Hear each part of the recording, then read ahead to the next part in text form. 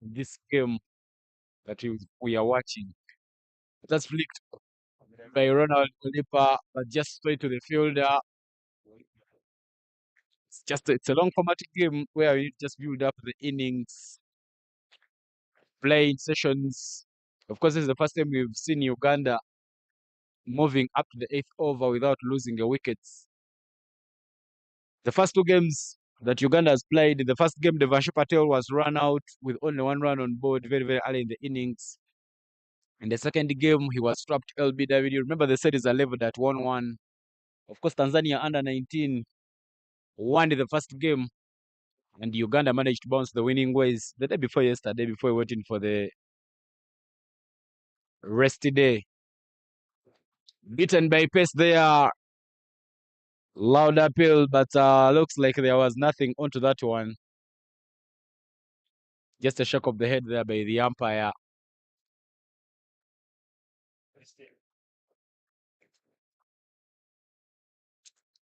Beautiful scenes. Of course, the boys of Tanzania under 19, they are donning the blue, one of the colors from their flag. They have a blue, black, green colored flag, and of course Uganda with the usual red, black, and yellow.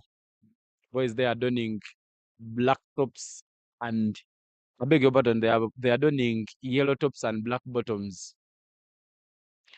Juma Khalid, the usual man there for Tanzania under 19, giving in some good pace. And that will mark at the end of the ninth over. Uganda stands at 30 for no loss.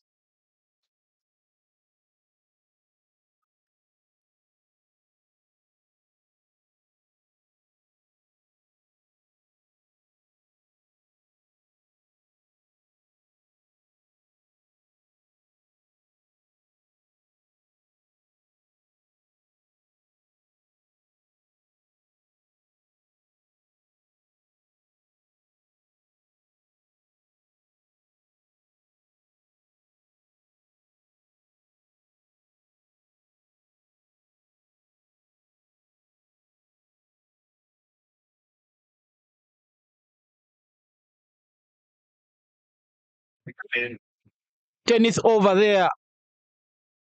Starts it with a wide, making the umpires work very, very easy. Of course, the two umpires are standing in this one. The man you're seeing at main there, Abi Norbert, he's taking us through this one with Mike Okoth. Most of them are children of the soil, born and bred from here in Uganda. And the third day of the day, just to give him a mention, he was there at the toss, though we didn't have it played yet. Umpire Shama Mukaya Uzama. That's flicked off the pads and it's flicked nicely. Down square leg, there is a man to do the cleanup. The throw not very, very convincing, but the wicketkeeper managing to get that one. 3 extras already in the innings there. Tanzania showing some bit of generosity. But that man they are bowling for Tanzania, Muhammad Simba Mbuki, was the player of match in the first game of the series, where Uganda was bowled out for only 160 runs. He managed to score a 41 knock and pick up 2 wickets in that game. That's hit well, but straight to the fielder. Shouts of catch him, but that doesn't just carry to the fielder. Very, very disciplined there. Muhammad.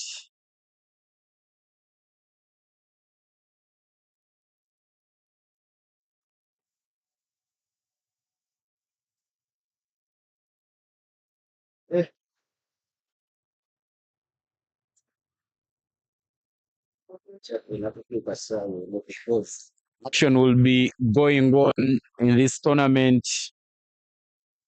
Tomorrow we'll have the Uganda emerging side taking on Tanzania under 19. Then the day after tomorrow, Uganda under 19 will take on the emerging side. Then the tournament will culminate into a final where Uganda under 19 will have to face off against Tanzania under 19.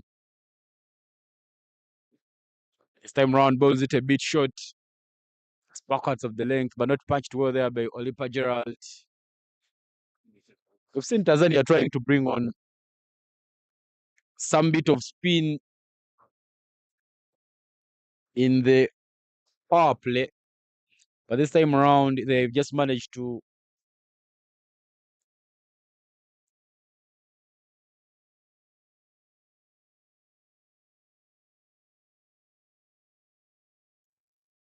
This time around, they've managed to keep it to only their prime bowlers. That was clicked by the wicketkeeper, putting in a dive, misses it between fast slips and keeper, and that will race out to the boundary. Runs have kept flowing there for Team Uganda.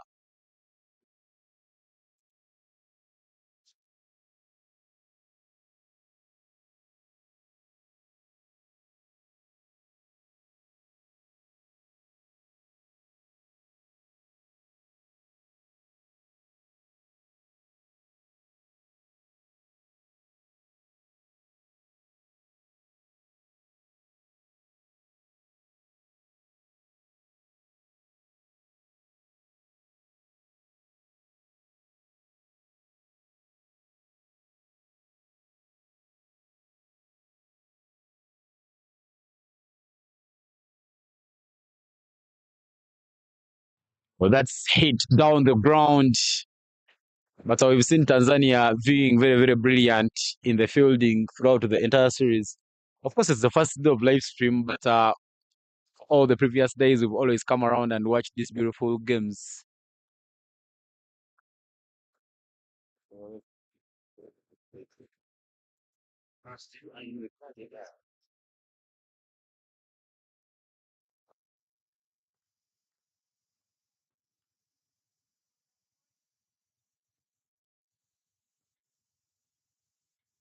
Safi boy, are the calls from the fielders. Of course, I studied some bit of Swahili.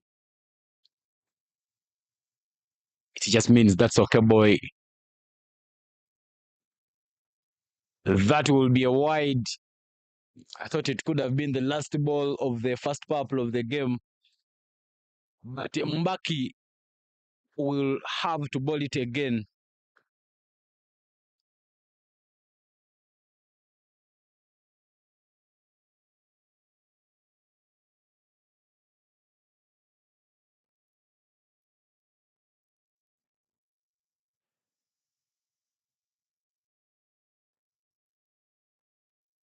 That is hit straight to the fielder, and it will be a dot ball to end the first power play of the game. Ladies and gentlemen, from wherever you're watching in, we are done with the first 10 overs of the match, and the score stands at 38 for no loss. Team Uganda. It's the first time we've seen the first power play ending for any side without a wicket being lost.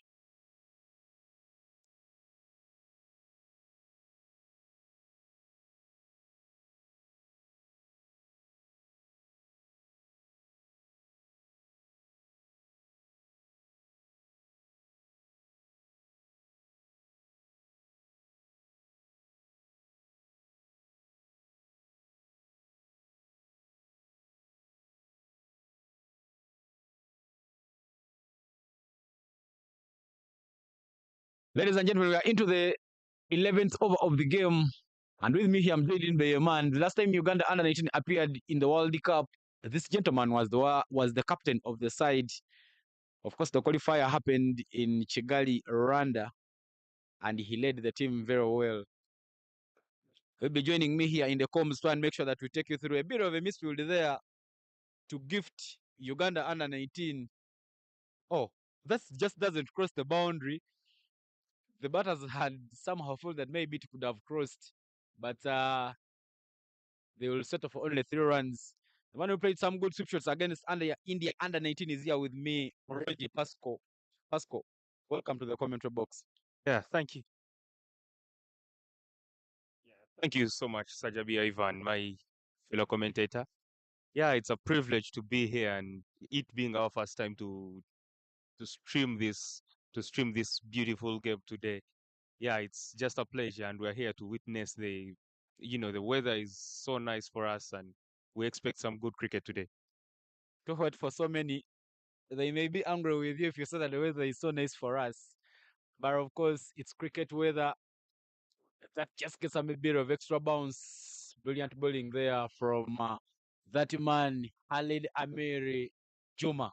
Yeah, I think you can see the plan. The plan is very clear because, the power play was nice for both teams. The Uganda having not lost a single wicket, it gives them momentum. When you get out of the power play without losing a wicket. Plus, Tanzania themselves, they will be proud of their bowling because they didn't concede many. 40 after 10.2, 2.3. I think that is a decent score for both teams. Indeed, a very good point you make there, Pascal. But of course, it's good to see these youngsters playing. Of course, it's a build-up series, a build-up tournament. That is hit up in the air. Chance for a catch. He just holds onto it. You cannot tell what he was rushing for, but Devansh Patel, who was dismissed through a run out in the first game, trapped LBW in the second game. He's now been out at mid-off, and Uganda loses the first wicket. You see, like, I don't know what was running through his head or mind, but yeah, at the end of the day, it's cricket. But I think the batting team is doing so well, plus the bowling team. So you, this is just a freebie. You can't afford to give out such a chance, especially after batting so well in the first power play. You know, the first hour in cricket is always tricky. So you dealing with the first hour, then you just give it away. When you're being beaten by the bowler, that's understandable. But you know, there was no need for that. It wasn't called for, especially such a wicket after, fighting so hard to go through the first phase of the game. Yeah, indeed, he's just gifted them a wicket. And remember, one wicket brings another. Tanzania will be looking at building onto that momentum, try and make sure that they actually pick up another wicket. But Abraze Ali is the batsman who comes in at number 3 for Team Uganda. He missed the first game. Of course, it's a tournament where you will be trying to test many combinations. In the combination that played the first game, he wasn't available. But in the second game that was played before yesterday's rest day, Abraze Ali managed to be part of that team. And looking at how he plays, like he plays, he's just a proper player for you to have in your squad, especially when you're playing a longer version of the game, not T20, because he plays proper cricketing shots. He's always face on, straight back to the ball, and I've never seen him play as if he's rushing, not like some other players, not in the team, but still, for him at least you can see what he's doing. He deserves a place when you have him in your team. I think you stand a high chance of scoring plenty of runs. In our domestic league, Abraze Ali plays for the Aziz Damani Ismaili community team. Just a soft touch there. They are running quickly. Chance will run out, a direct hit, and the umpire makes no mistake. Abraze Ali there looked to be in a hurry. Remember, Pascal, what I told you, one wicket brings another, and Uganda loses the second wicket. 41 for 2 is now the score after 11.2 overs. Beg up after 10.2 overs. Yeah, he goes for another zero. He goes for a zero after, there's some chances you have to take by all means. Surprisingly, they had to take him on, which resulted into a wicket for the Tanzanian team. Yeah, there was some bit of hesitation there in the running for Abraze Ali. He didn't start the first run very, very quickly. And the fielder was just spot on, went for that direct hit, and Uganda lost the second. It's not the first time we've seen Uganda losing a run out. In the first match, Uganda lost 2 wickets due to run outs.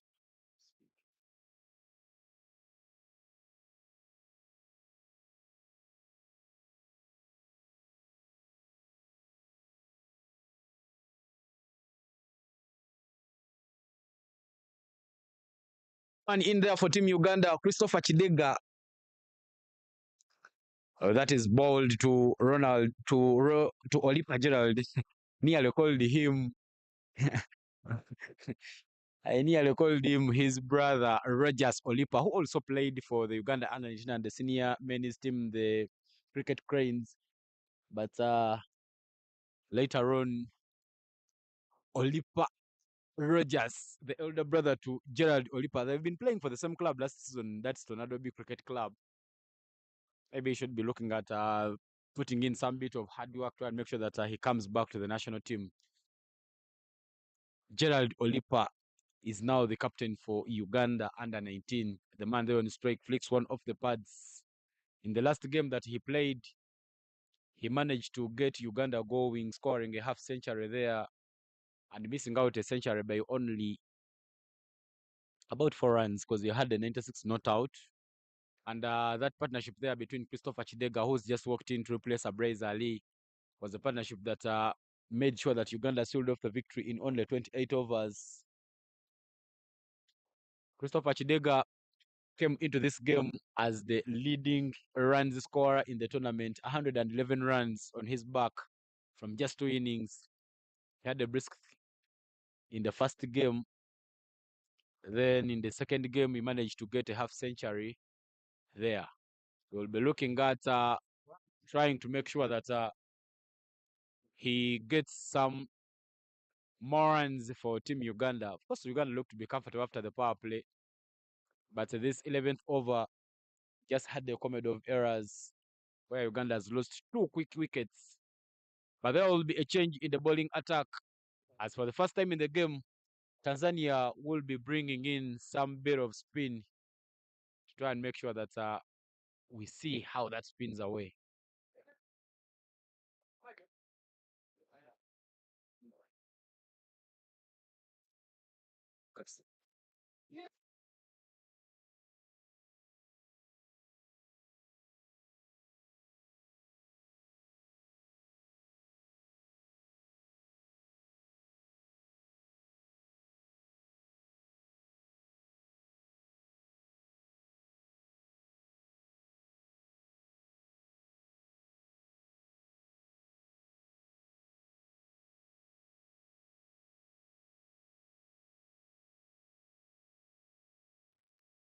That's his bowling there with a dirty ball. Raymond Francis. I nearly read it in French. That is hit. It just doesn't carry on to the field. A bit of misfield. And Christopher Chidega manages to get off the mark. Another overthrow there. Tanzania starting to be sloppy in the field. Yeah, basing on the field said they have. I think you can see the plan. The plan is to bowl as straight as you possibly can, because if you're bowling to him, you have long off. You can see they have long off, mid on, deep mid wickets, and square leg. So it's more of, yeah. Oh, beautiful ball from the leg spinner. At least you can see what he's trying to do. He's trying to bowl to his field, having extra covers down. He has extra covers long off, mid on, and yeah, you can't afford to bowl it short here.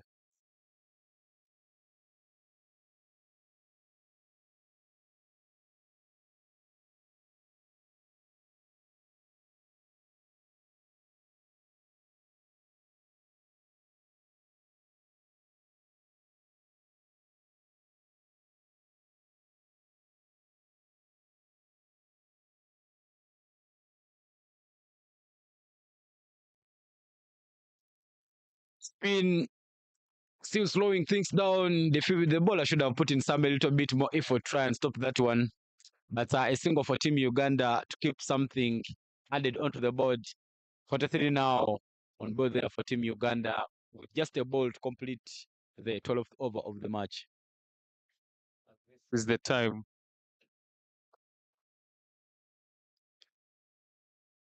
A dot ball there. He starts his over with a dot ball and ends it with a dot ball. Not so many coming off that one, only 2 runs coming off that over. And 43 for no loss is the score after 12 overs. And this is the time where the game, you can determine who is batting well, like who is doing well. Because if you can't rotate, because the middle power play, the second power play has the most number of overs, name it from 10, the 11th over up to the 39th over. So it's always the longest period in the game. If you can't rotate strike, if you can't play spin as well, then you're always bound to make many mistakes. That's why you see if we've already lost 2 after power play, so it means we already short of the resources, the available resources we had. But I'm sure if they keep playing the way they are playing, Tanzania is bowling well, but if they keep rotating strike, that's the only way to go for Uganda to score some good runs. And the reverse is true for Tanzania to find a way of limiting runs. They have to just keep dotting and piling pressure by dotting balls. Yeah.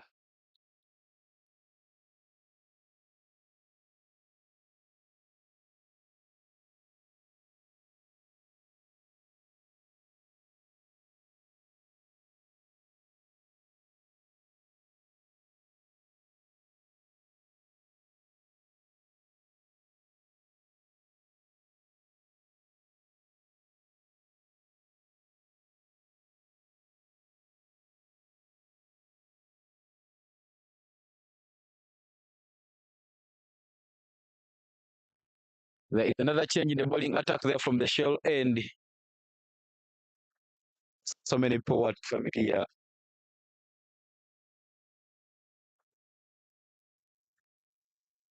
Are familiar with this place. It has the ginger road end and the shell end. The captain for the side will be coming into ball. His name is Dylan Takar. They starts it with the dot ball, but this time round, that's hit in the gap by Christopher Chidega, and he manages to rotate strike. Uganda will need to strike. Uganda will need to rotate these strikes. Uganda will need to rotate the strike as much as they can try and make sure they keep these singles coming.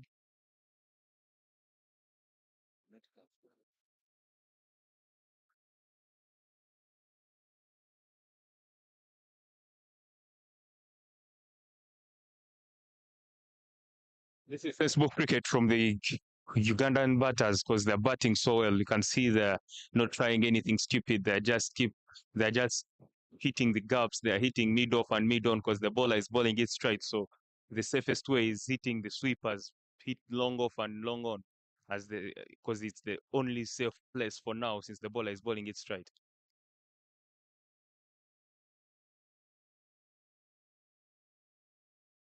Risky run there for Uganda.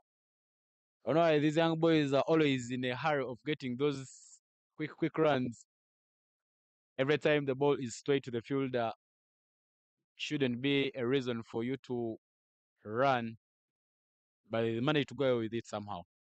Yeah, but you can understand that the captain on that strikers end was batting so well, and he was the one going in the danger zone. So his reason was the one ball that was the one going for him.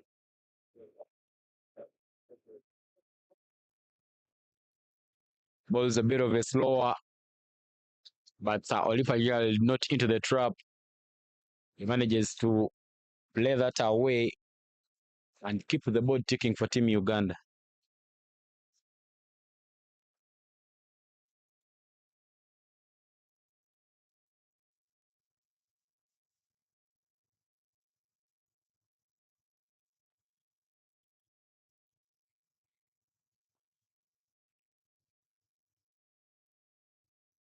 Some successful cricket being played as Pascal loves calling it. They're just trying to make sure that they rotate the strike and keep those runs coming. But that's the end of the over. And after 13 overs, Uganda is 49 for a loss of 2 wickets.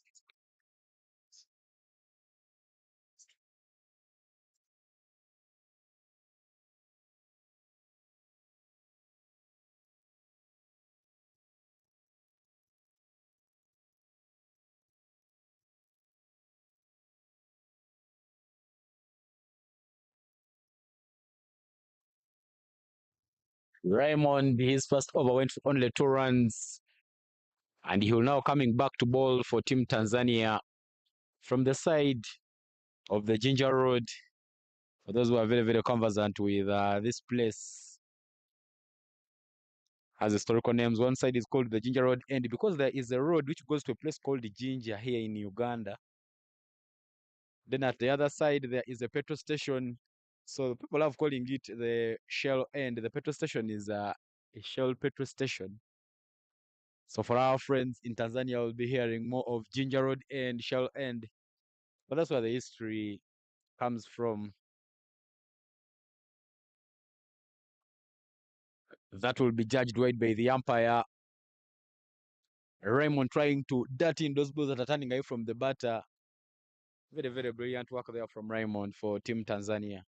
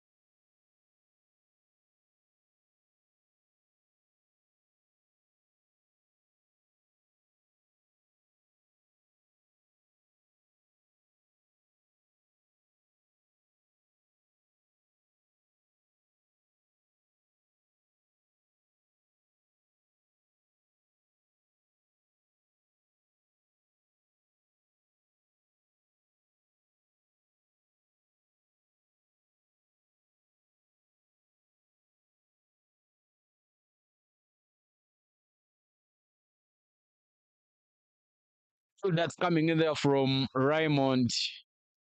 Can't make sure that those balls are turned away from Christopher Chidega, but Chidega also very equal to the challenge as it doesn't fall into the trap. Very, very brilliant work being done here.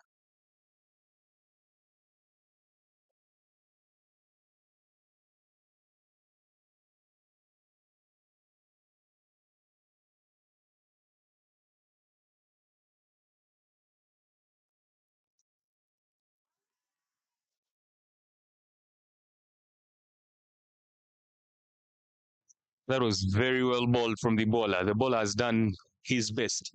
But Ivan Sajabi, I don't know if you're seeing what I'm seeing, because now, if you see what the Tanzanians are doing, I think the captain is already defensive. He's having a defensive mindset, whereby the best option is how to pick wickets, because you can't let it go. The bowler is bowling it, is standing away from from the batsman. I think the best option is how can we limit the runs? How can we limit the way how people are getting runs? Can I get the sleep in? So what could you do if you were the captain in such a position? I believe I could have chipped in a slip. But then when you look at the way Christopher Chidega was also trying to go for those balls, he was not trying to play them. He let them go because he knows this is a 50-over game. There are so many overs to play around with. So you have to try and make sure that you also keep up to the game.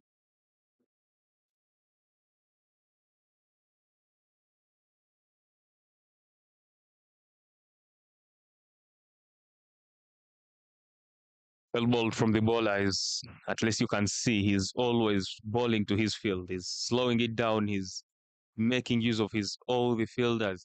Though I feel like Ivan Sajabi, what do you think? Because I feel like it's too early for him to.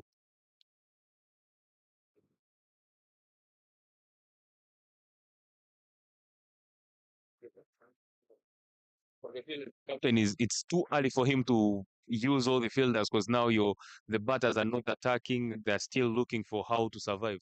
So if you happen to open up the ground, if you happen to open up the field, they will be getting the easy singles and yet setting themselves for the big shots in the game later on.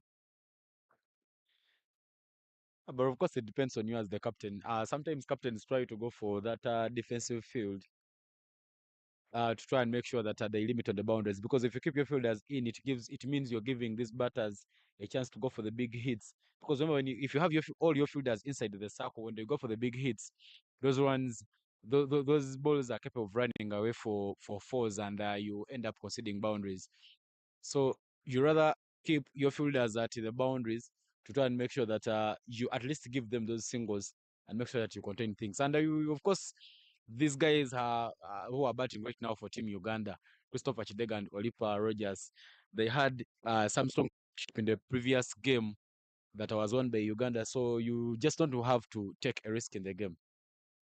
If you happen to consider the amount of overs they've so far played, because if they've so far played 14 overs and then you have all your fielders at the boundary, it means you're being defensive at an early stage. And the best option, someone said that the best way of defending is by attacking. So if you happen to any batter in the world, the moment you walk on the crease and you're going into bat, you find all the fielders at the boundary, you'll just find a way of just knocking it around. If you do that for the first 10 overs, let me say 10 overs, by the time there are 24 overs, you'll be set enough. So even if they're at the boundary, you'll be in position to rotate strike or maybe go for the big hits.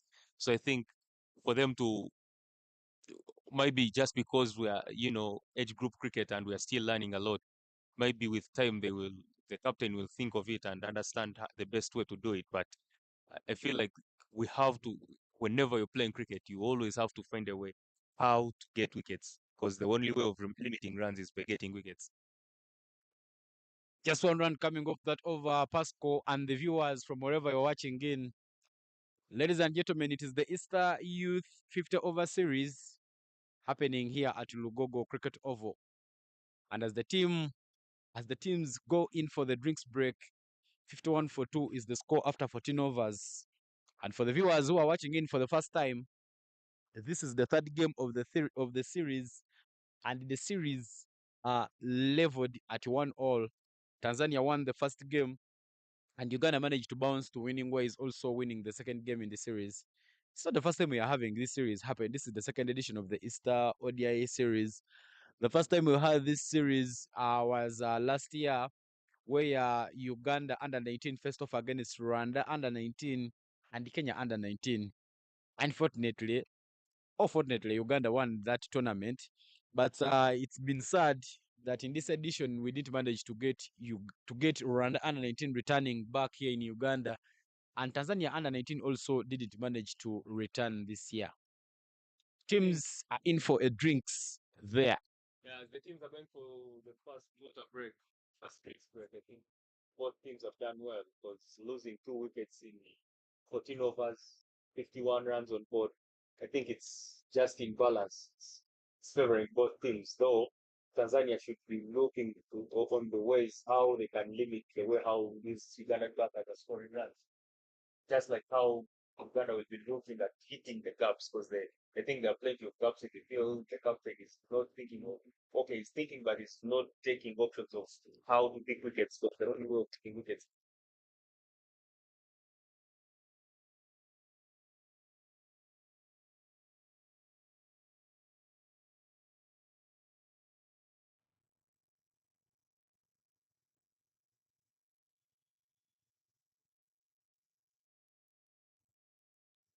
As the teams go in for the drinks, we will also take a short break and we will return just shortly.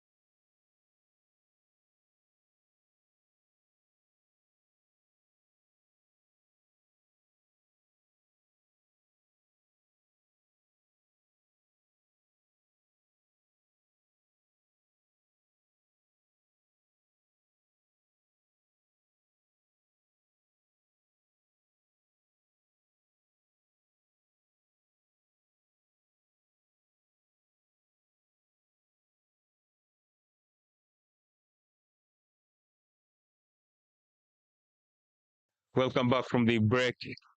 As you can see, the batters are coming into bat, but as the cricketers know, water break is always deadly, especially after water break. Many people tend to lose their wickets because, whenever you fail to concentrate whenever you stop concentrating for like 2 minutes, it's hard for you to concentrate again and gain the rhythm.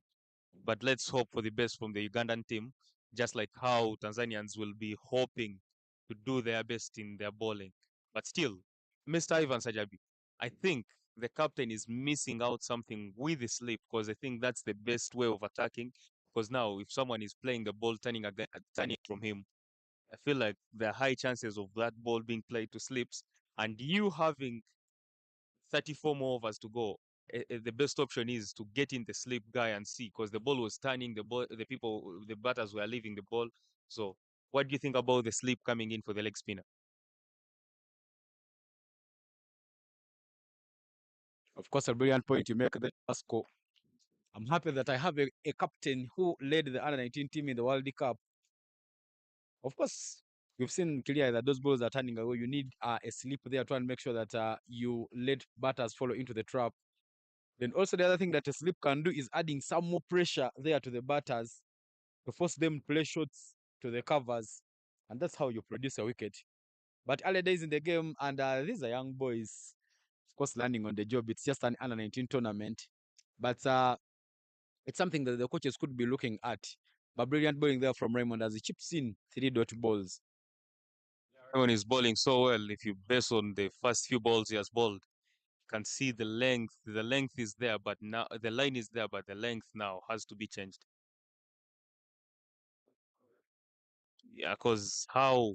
Cause, yeah, the batters are playing well. They are not giving out chances, but they are not rotating strike. How can you force them to rotate strike, or how can you invite a false shot as they are batting? Can you bring in some extra guy in to make them go for the big shot? This time round, Olipa hits that hard. Or just hits it straight to the fielder. A lot of protection has been put on the onside. There are men there who are very, very eager to take grabs and make sure that maybe Raymond gets a wicket. Leaves that one alone, and the maiden over to end things here for Team Uganda. 51 for 2 is the score after 16 overs. That works well for Team Tanzania, because each and every day where you're playing cricket and you get a maiden over, that's a bonus for the bowling team, no matter how it comes. But as long as you don't concede a single run in the 6 balls you've bowled at a particular time, that makes more sense for the bowling team. Let's hope for the best. The captain continues from the shell end, and yeah, still Chidega has been off strike for so long. Let's hope he's good enough to concentrate, because water break has always been troubleful to people batting in there.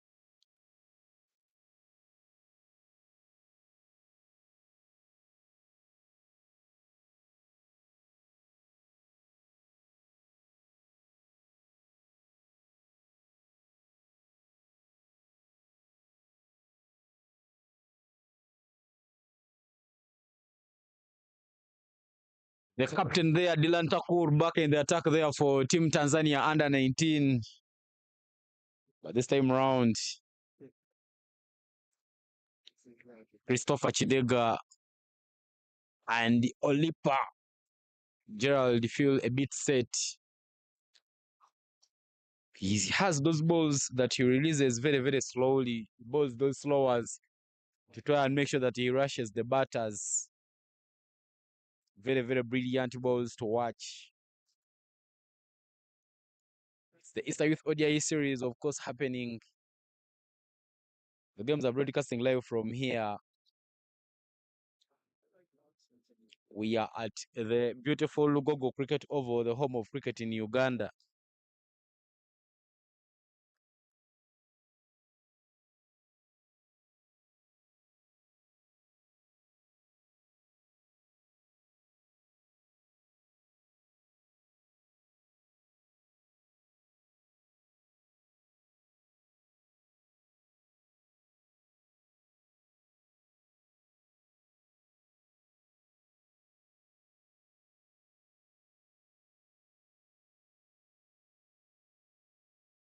Still, the bowler is trying to keep it as tight as he possibly can. At least you can see the Tanzanian guys are having a proper plan to bowl to who.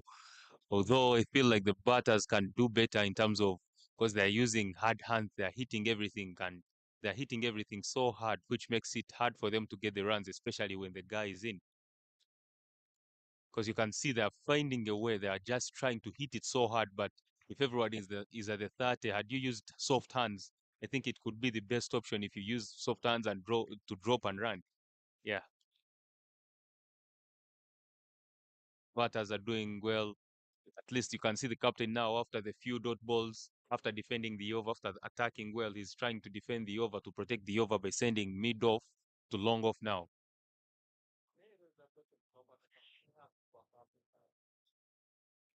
That's a wide ball from the bowler. I feel like, yeah, it's a bad ball because you having short fine leg and then bowling it close to the pads, anything he touches goes for four, which is, not to the plan.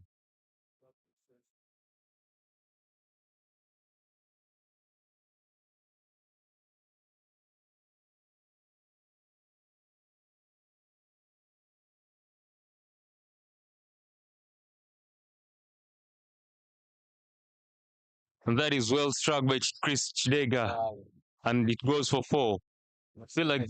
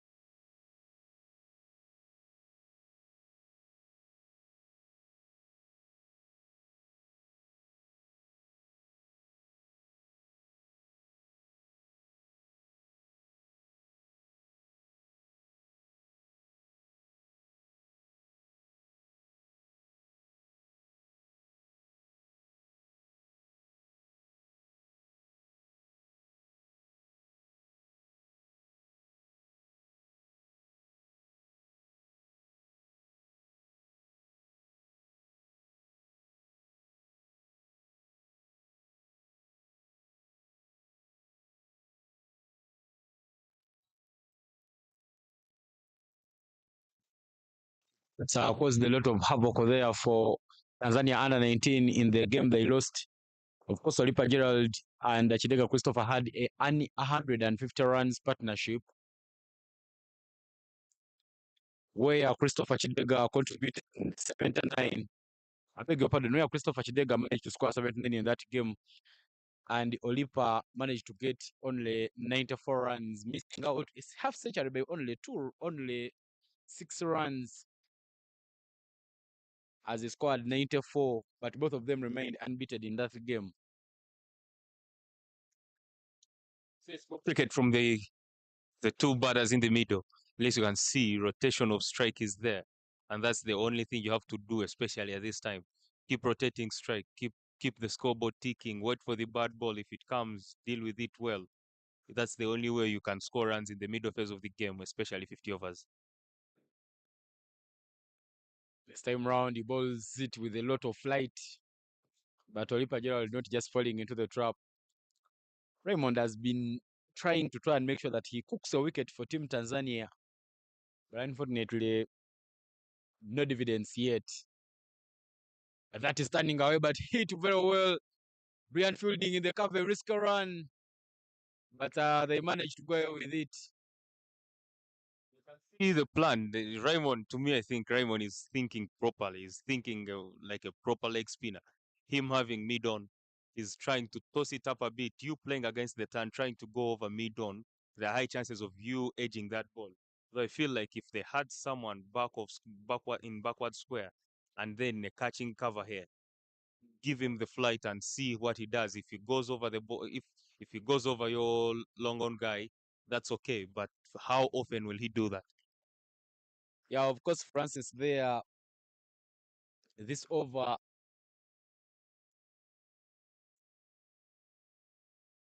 comes to an end, and 61 for 2 is the score after 18 overs. But Francis keeping his economy very, very well. He's just moving at an economy of, he's bowling at an economy of 1.36. Brilliant figures that you would need one of your bowlers to bowl.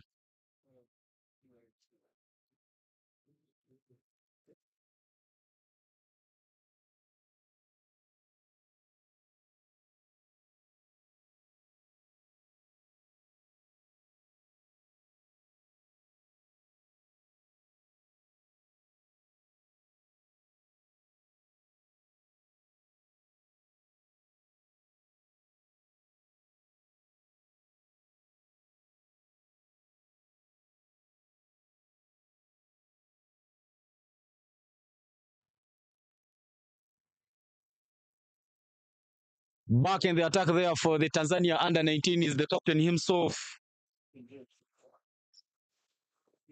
So, Ivan Sajabi, what do you think about the field setting, the field that has been set for a bowler? What do you think, if you're the one batting in the middle, what comes in your mind when you're batting and you find such a field on the ground? Yeah, well, of course, we can clearly see that mid-off is up, has long on and deep square leg down to try and make sure that he keeps Olipa Gerald into the check. But of course, we see that at this time, Tanzania can be allowed to have a maximum of 4 fielders outside, but they are using 3, trying to make sure that they put in a backward cover. I beg your pardon, a backward point, try and make sure they add some more pressure there to the batter. And going back to your question, that is it up in the air, but hit well. It will race away for a boundary. Runs are now still flowing there for Team Uganda. Yeah, I think the bowler is, especially when you're supposed to have a maximum of 4 fielders and then you're using 3, but if you have to use 3, then push your third man down, let him be third man, not short third, because him being in short third man and then you bowl the ball with pace, it means you're risking, you stand a chance of it going for 4 compared to if the guy is at the boundary. So let him be at the boundary. If you're limiting the runs, let you have that, you have mid off. Maybe you can have mid off, but yeah, that's a good shot from Molipa Rogers Okuna.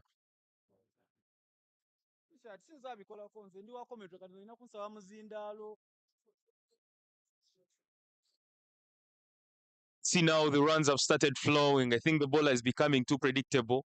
He's bowling everything slow into the wicket, slow, slow, slow, which makes it easy for the batters to predict what is coming. Because you having short third and short fine, it means you'll not bowl anything with pace. So if someone manages to go under the ball, he'll always find a way of getting runs.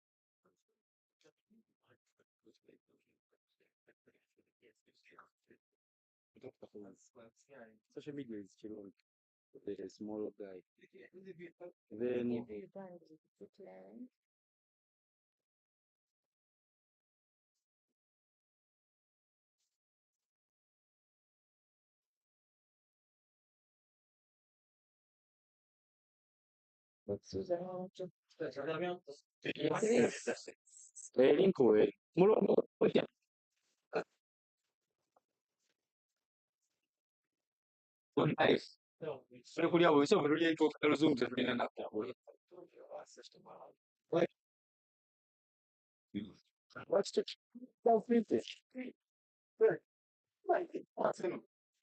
Still, very well bowled from the bowler. The batters are rotating strike, and I think for now the game is still in balance.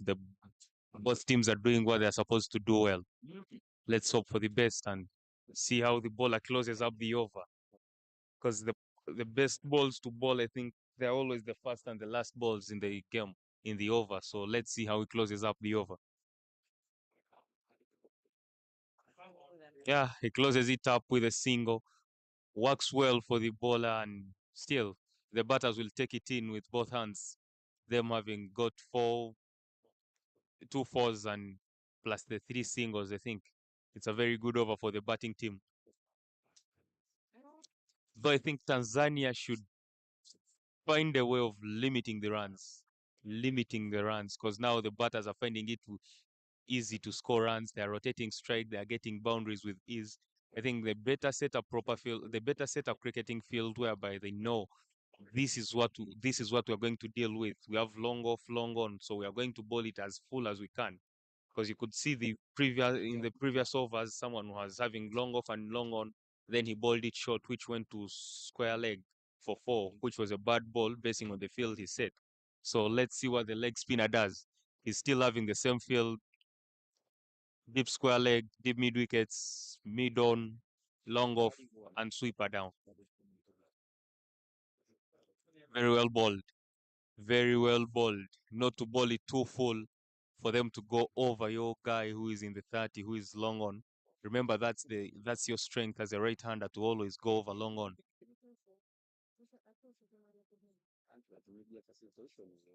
Beautifully bowled. Beautifully bowled. I think this is a typical leg spinner. We've seen some googlies. We've seen the ones turning away. So let's see how the batters play. Let's see how the batters deal with him because he's bowling it well. They are not attacking him. They are not trying to score runs when he's bowling. But still, the point stays how can they yeah, yeah, that was well hit by Chidega Chris, beating covers. It was wide off, long off, which resulted in two runs. I can see the batters are coming hard at the ball, whatever is in their zone, especially the short balls or the full pitch deliveries. They're going hard at those balls because they know those are the loose balls you can always capitalize in as a cricketer when you're in the middle batting, especially after facing so many balls. Beautifully bowled, very well bowled from the bowler. At least now you can see when you change your length, when you're not bowling it full, when you're not bowling it short, it's even hard for the batters to go under it.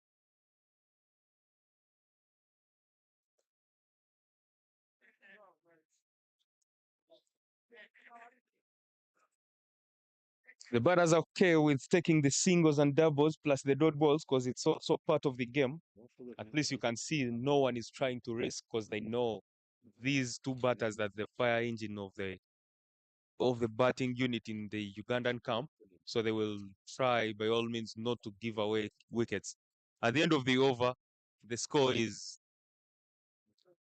the score is 74 for 2.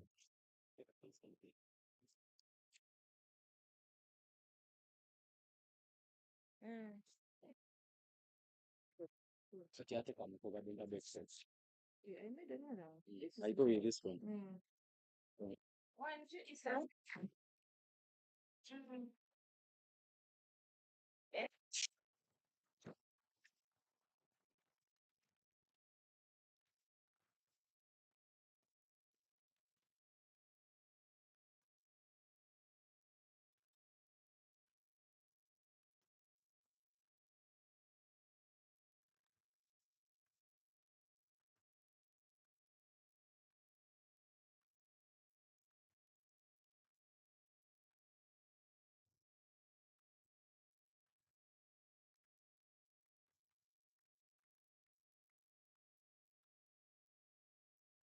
The captain of Tanzania is now looking for a wicket, or he's trying to break the flow of runs now.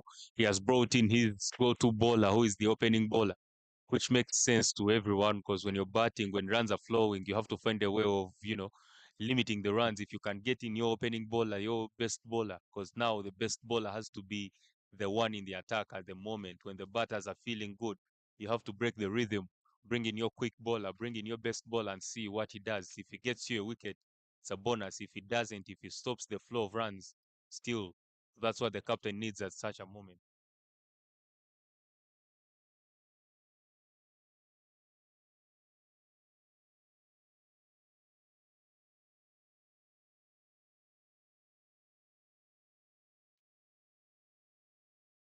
Yeah, the bowler, me, I think in the Tanzanian team, the one bowling now is one of the most experienced guys, having played for the national team, for the senior team, and him playing against his age mates, but not with plenty of experience like what he possesses.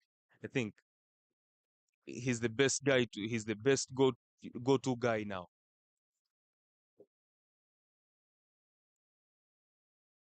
Yeah, you can see what he's trying to do. He's having deep covers. He's having third man, fine leg, and deep square leg. So that means he will not bowl anything full. He will not allow them to go under the ball and drive, or maybe to hit it over mid off and mid on. He has to keep it back of the length, and if anything happens, they have to be playing to the sweepers, square leg, fine leg, short, third man, and deep covers. Good bowling from the bowler at the moment. He's bowling so well, Amil.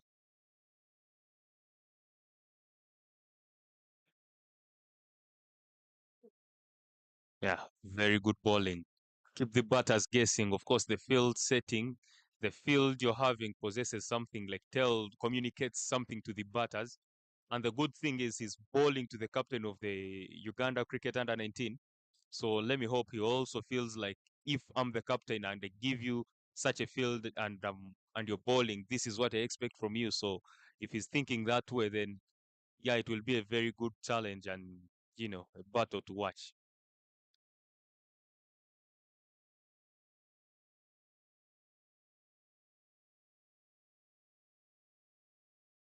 Sensible cricket still from the Ugandans. You can see how they are playing. They all know that this is one of their best bowlers in the team, if not their very best. So how can we survive? How can we just wait for the bad ball and score off it? If he doesn't give us a bad ball, it's okay because we still have some other bowlers who we can score runs off. Not bad bowlers, but good bowlers, but not as good as the one bowling at the moment. Sensible cricket from the batters in the middle.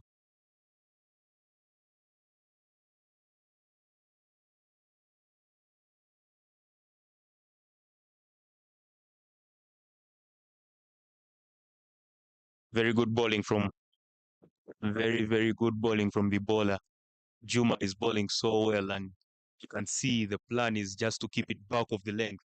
And basing on what we've seen so far, they've not yet played plenty of pull shots or cut shots. Whatever has been coming has been maybe off the spinners if it was a cut shot, and for whatever was going on the screen was a volley. So if you cut off the strength of what they scored runs off, I think you're in business for now. Yeah, good bowling. That was a very good ball. Yoka to finish the over. That was a maiden over. Very good for the bowling team. I think the captain will be thinking of how can I get two more overs, three more overs of no run. Because the more you keep dotting, the more pressure goes to the batters. And the only way of picking wickets is by creating pressure. How do you create pressure? Find a way of getting as many dot balls as you can or as many overs of less runs as you possibly can. I don't mind seeing the captain bringing in some few fielders, maybe bring in covers, bring in someone, force them to go for such a false shot. If they execute well, it's okay. If they fail to execute well, then we are in business because we still have a long way to go for us to be protecting. Because now, if you have 29 more overs and then you're defending this match and the batters are finding runs with ease, it's not that nice at some point. That's that's why you need someone to catch. Get someone in slips to always be there for such a chance. Because if the batsman is not reading what the bowler is doing, the bowler is bowling good googlies. He's bowling it going away and going in. So how can we find a way? How can we find a wicket? Because the slip field, I think that's the best way of attacking. If you get a slip in, the batsman will be like, oh, the bowler is turning it big. So you already confuse his head, like you create that false, you make sure he starts doubting. Still, that's why you need. I don't know what the captain is thinking about, but early days in the game, I think we learn on the job and we learn by doing. So maybe with time, it will be easier for them to deal with that. That has gone for four.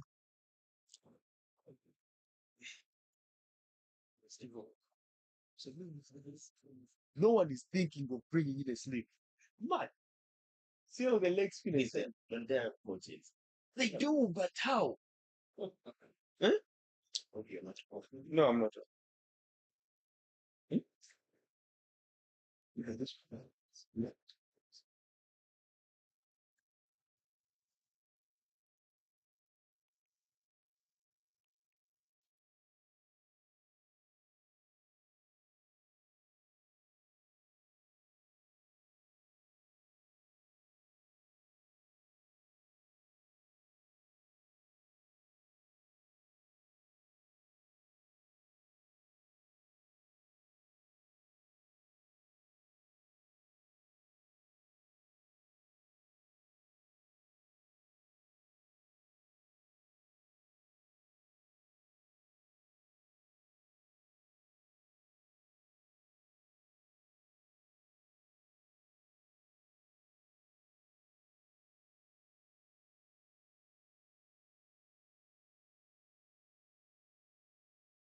Beautiful ball from the leg spinner is giving you the flight, is tempting you to go against the turn.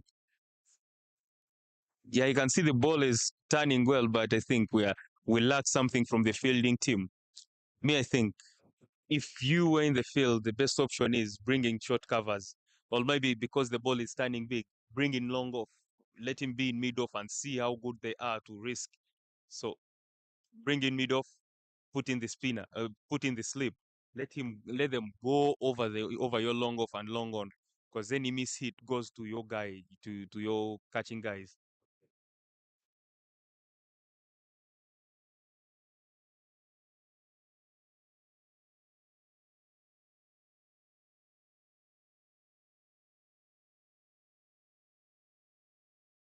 End of the over, Uganda is 78 for 2.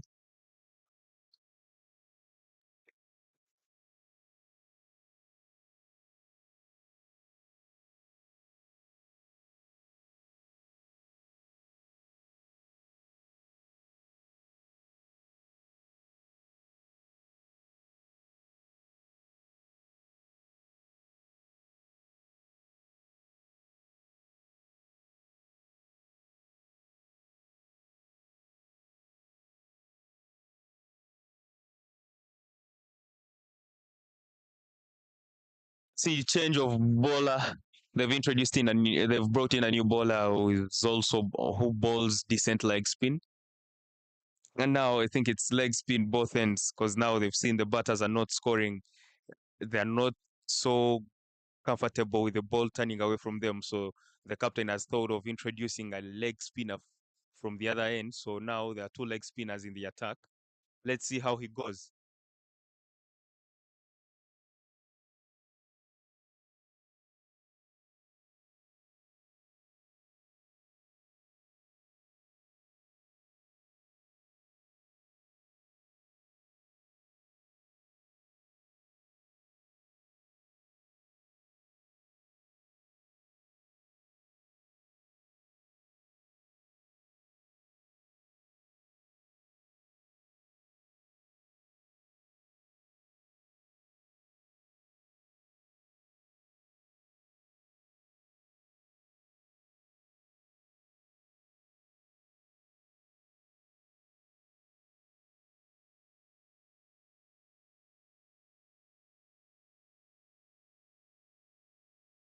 Sensible cricket from Cricket Uganda. There, at least you can see rotation of strike is there. They are rotating well. They feel comfortable because the bowler is, I think he's not getting a lot of grip like how the other leg spinner was. Wow, that's a beautiful delivery.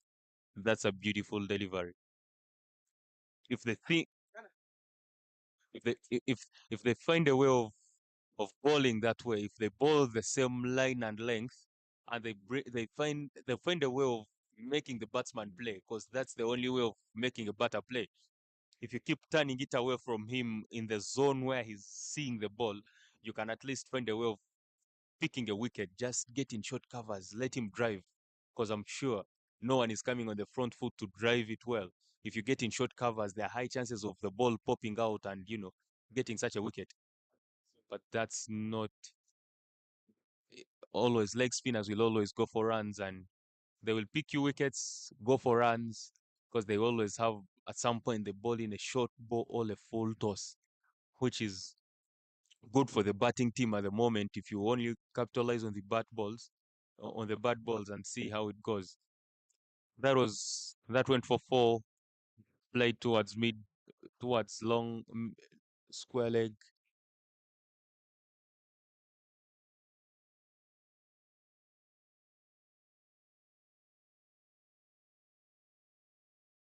Brilliant fielding. That was so nice from the fielders. You can see they are fighting so hard. At least the fielders, the fielders are giving in all they can to support the bowlers, because as a fielder, that's your only contribution in the field at the moment when you know the one bowling. Yeah, very well done from Team Tanzania.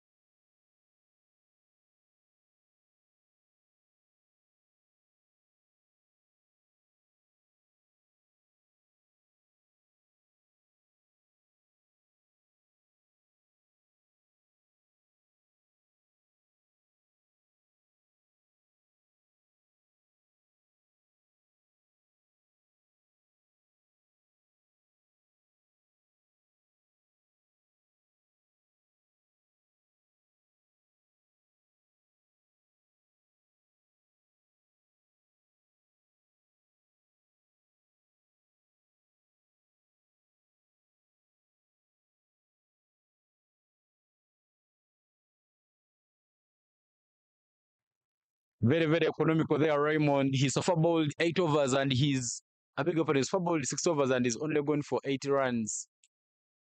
Very, very good figures there for him as he now comes to bowl the seventh over in his spell.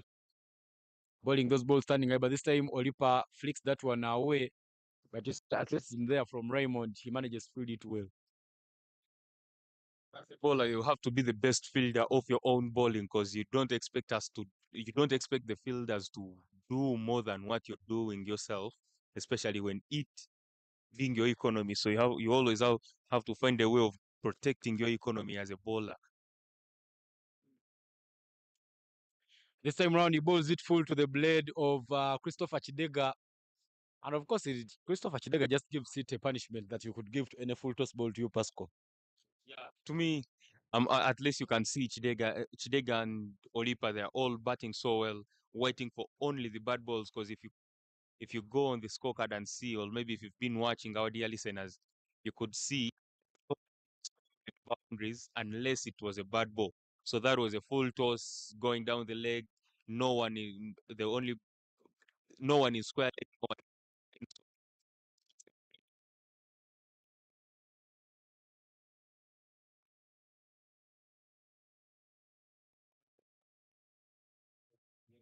Just making sure that he bowls that one away from the batter.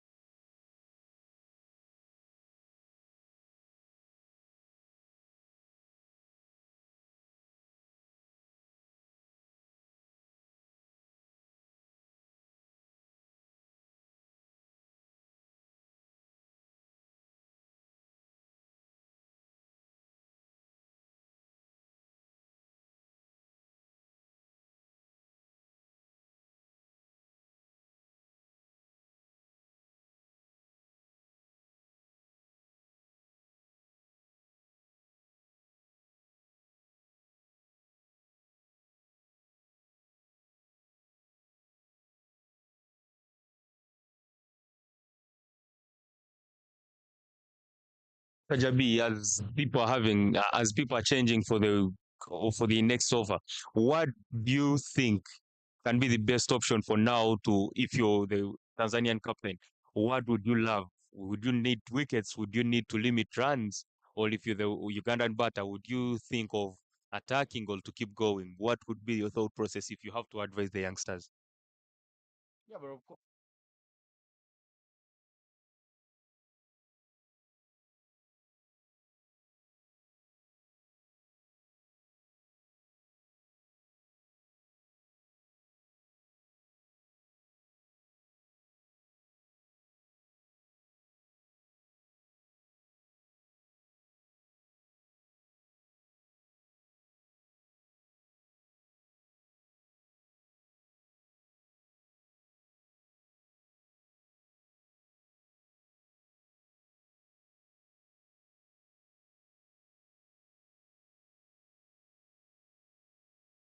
A very valid point from Evan Sajabi about drying the runs and wickets, like making them go under pressure. Like put them under pressure, then they will always give you wickets. But the other question I would like to impose to you: how would you put them under pressure if you were in the fielding team?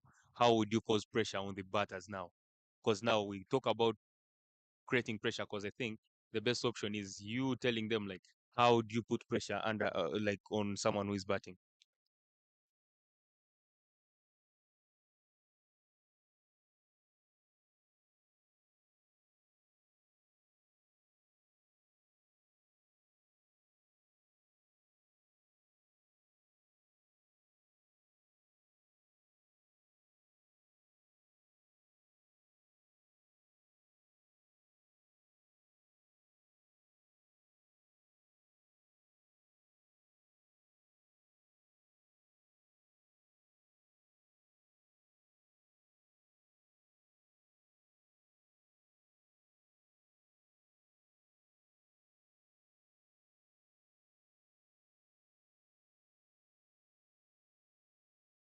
Yeah, the bowler is trying to keep it as hard as he possibly can, especially when the batters are bowling. When the batters are batting, that's that goes for six. Well struck by by Gerald Olipa, and that takes him to his second consecutive 50 in the tournament. I think for now run he's the one leading the run scorecard. Yeah, very well batted from the captain, leading from the front, taking charge, batting with his head on. At least you can see what he's doing. I think his actions are older than his actual age.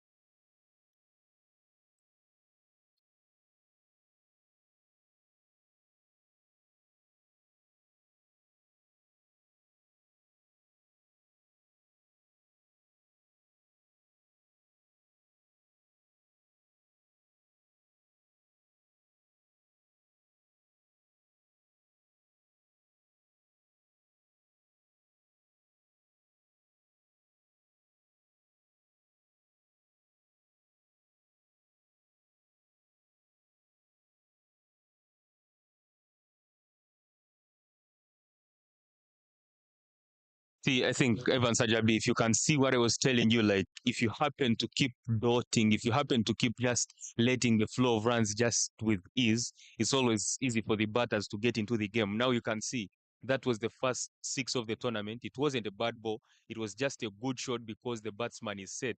Now let's see how he goes.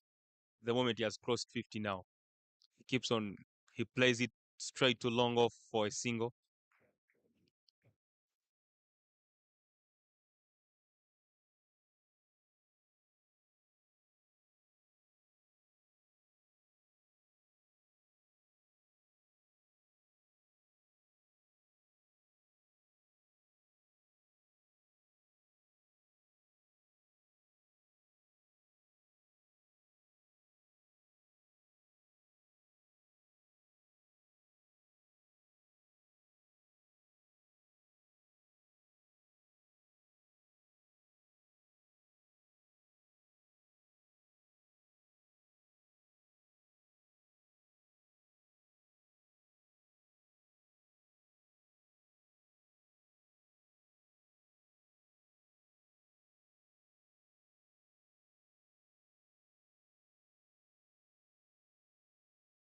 This is what they call getting greedy. The bowler was bowling so well until he started looking for wickets.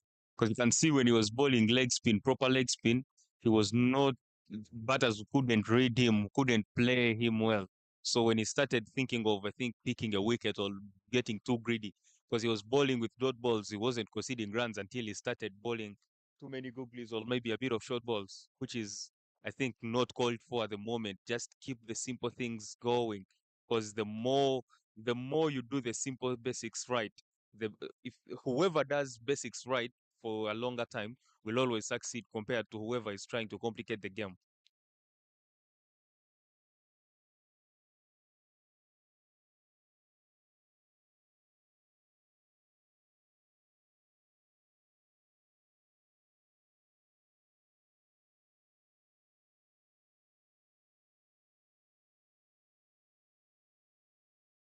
I think at some point the captain is missing out some point because now he has, you can see he's having four fielders on the offside, no one in the no one in this mid wickets, and now two people are in the sweeper zone because you can see the mid wickets and deep square leg, which at some point you're giving out that single run.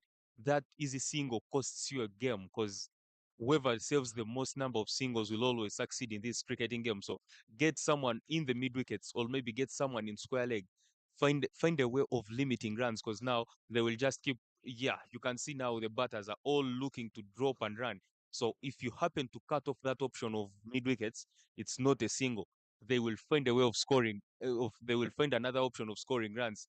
The more they keep thinking of options, the more chances of you getting runs. Not don't let them be comfortable when they are scoring runs. At least now you can see the fielding team is having a meeting. I think they're also feeling the heat that the batters are going now. The game is going because this is the period whereby you determine who is taking it or who is scoring runs. End of over number 26, 107 for two is now the score on board.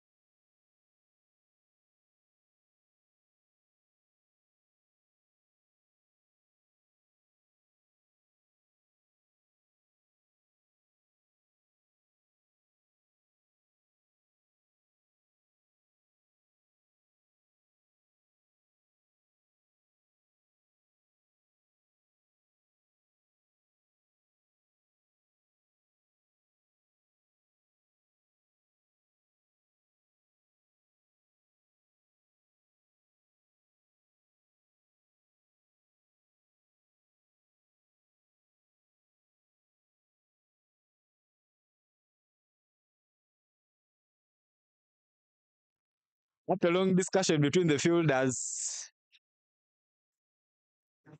Pascal, you did say that maybe the sun was becoming so hot, but it so happens in cricket when a wicket is not coming, the frustration, the heat, all land onto your head.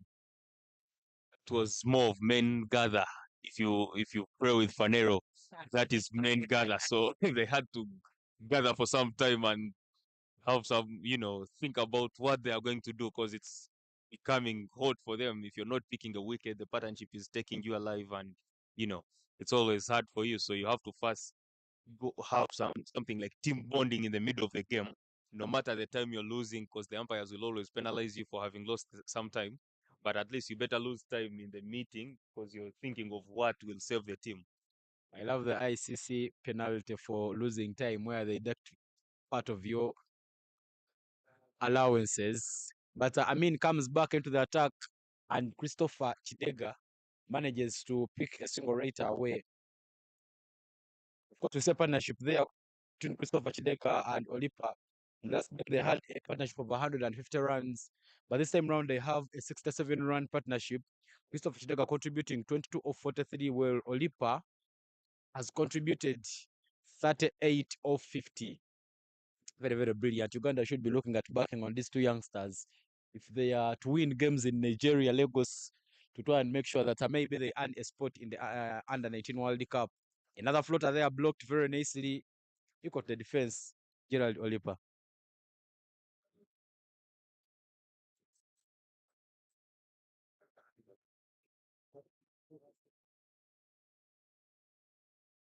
That one given a lot of flight, but not hit away there by Olipa. Yes, you can see for the trend. Nick on seeing under 30, toss it up and see if it goes up. Like, That's it. Come on, Olipa. Olipa Gerald falls into the false trap. It's tossed up in the air, tossed very short. He tries to clear that long off boundary. Unfortunately, he just doesn't get enough bat onto it. Uganda loses the third, and it will be the big wicket of Gerald Olipa. it always happens in cricket whenever the partnership is growing. You find whenever they lose the wicket, whenever the partnership is growing, they lose it from nowhere. So I don't think that was called for, especially after him, because he was the opening batter. So he went in. He has seen off 26 overs so far. I think. Yeah, but that was very well bowled from the bowler, him bowling leg spin, having mid on in the 30, force you to go across the line. If you go across the line, you're gone. If you go with the turn without hitting it well, without getting proper connection, then still you stand a chance of what he went through, just like how he has lost a wicket in the name of going over the guy. Though I feel like Evan Sajabi, what do you think? Because I think that was not called for at the moment, them having the flow of runs in their favor. So what do you think? Yeah, that ball being flighted, maybe he should have looked for a gap down on the ground. Of course, you had talked about those flighted deliveries that he eventually fell into the trap. Dolipa, one of the players with very, very good technique, should have managed to survive, but he's a player very, very strong in the field. And even when you see his dismissal was trying to go and clear that long off boundary. But then a new man will walk in for Team Uganda, Luwama Conrad. In the first game of this series, he was run out when he had only 15 runs from 29 deliveries.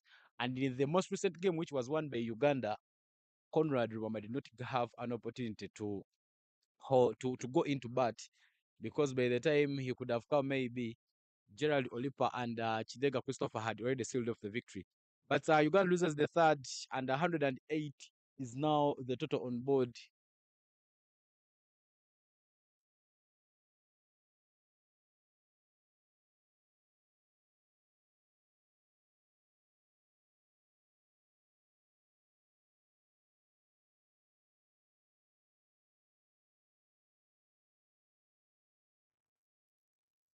The wicket brings another. I mean, we'll be now looking at capitalizing on the recent success, getting a big wicket of Gerald Olipa to try and fix another one. Another one there, hit down, hit straight to the man, and Conrad Ruama just sees that overthrow. And at the end of the 27th over, the score is 108 for a loss of 3 wickets. So Evan Sajabi, what do you think if now just that you got the big wicket of Gerald Olipa, the captain, what could you do if you were the one in charge of making the bowling changes? Could you continue with your leg spinner, or could you had to bring in your best bowler to find a way of maybe if you could pick you another wicket or a couple? Because now this is a new man on strike. You don't have to give him maybe leg spin or maybe someone who is bowling it slowly. First check if he's like moving well in the batting stuff. What do you think? I think one of the things very worry of the Tanzania is that man versus with the bowler that I take attack because he's having 2.88 in the game. He's 48 overs and he's going for 23 runs. So I could first keep him in the attack. That just passes close. Look at that one there. Christopher Chidega nearly fall into the trap. But you would have to keep these bowlers maybe in the attack for about 1 or 2 overs. And if they don't produce dividends, that could be the moment maybe when you go back to your prime bowlers. Yeah, Ivan Sajabi, I think that's the best thing of you having someone like Raymond in your attack because now where he's bowling at Chidega is not sure if he has to be on front foot or back foot because he's bowling with the same action, he's bowling leg spin and he's bowling googly. So I think he's the best person, but then still, I feel like now this is the battle we're waiting for to see how Conrad deals with Raymond, him being a new man on strike and he has not yet played Raymond in the tournament. What do you think? How could the battle turn out to be? Yeah, but Conrad Rowe, one of those players who possess that skill and technique. I've seen him a couple of times doing some practice here at Lugogo in the practice nets. And I believe he just needs to keep his head down, try and make sure that you knock the ball around and make sure that you go through the overs. I don't think it should be maybe a moment for Uganda to get on pressure of having many, many runs because they already have 110 runs in 27 overs. So just need to knock the ball around and make sure that you get to the game. And also being a new man, don't go for the big hits. Try and start by getting the singles, doubles as you grow into the game. That's bowled quick and it over, lofted over the, slapped over the bowler, and eventually Conrad Remama gets off the mark. I'm now impressed with what the captain is thinking about because now you can see the new man came in, he's bowling leg spin. Lubama, the batter has not yet played leg spin. Now they had the slip in. Wow, beautifully played by Chris Chidega. And that's the first time to see the sweep shot coming out of the Amari. At least now you can see the batter. Chidega is realizing that it's not about playing in the V, especially when someone is giving it flight and the ball is turning big. The other option is playing it square of the wicket because you can't drive the ball that is turning big. Of course, that slow sweep connects well. I'm surprised they didn't go for a four, but Tanzania has been one of the teams that have been bowling, that have been fielding well. Look at that one there, a wide back of the batter, and it will race away for a boundary. Of course, we saw the introduction of a fielder at that a backward slip fielder. Let's slip. But the fielder bowling to his plan, though he bowled it quick and left alone by Conrad Rumama. But dividends there for Team Uganda as they get 5 wides. Yeah, at least now you can see the captain is thinking well because now at some point he's having leg slip and he's having slip. But to me, I think the best option is since Conrad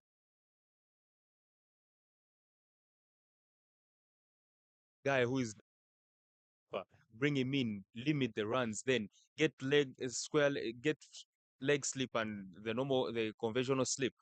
See how the ball turns away. Well, Look at that change there. The captain was at leg slip on the previous slipper that has gone wide, and now he's now brought in. That should be second slips. yeah, because now the only issue is that now you tend to tell the batter what the bowler is going to do. If you go in the leg slip, it means you'll have to bowl a googly for him to bring it to me. Some brilliant field setup there. Hit straight to the fielder. Brilliant fielding there, and Conrad Rowama is kept on straight. That ball will mark the end of the over. And 117 for a loss of 3 wickets is now the total on board after 28 overs.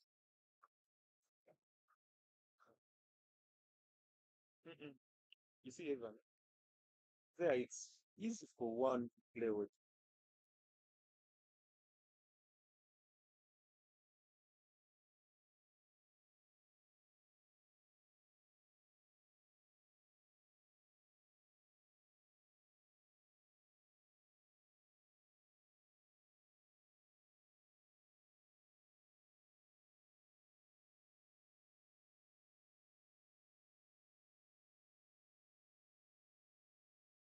Get leg sleep. It comes like it is leg sleep. It goes the other side. I mean, there comes back, but it starts with a full pitch delivery. Leg up, and that's a full toss. Christopher Chidega goes down to only try and place log, but doesn't connect quite well. He manages to rotate strike. Very, very vital for Team Uganda. Keep rotating strike, keep milking runs. Keep seeing these runs come on board.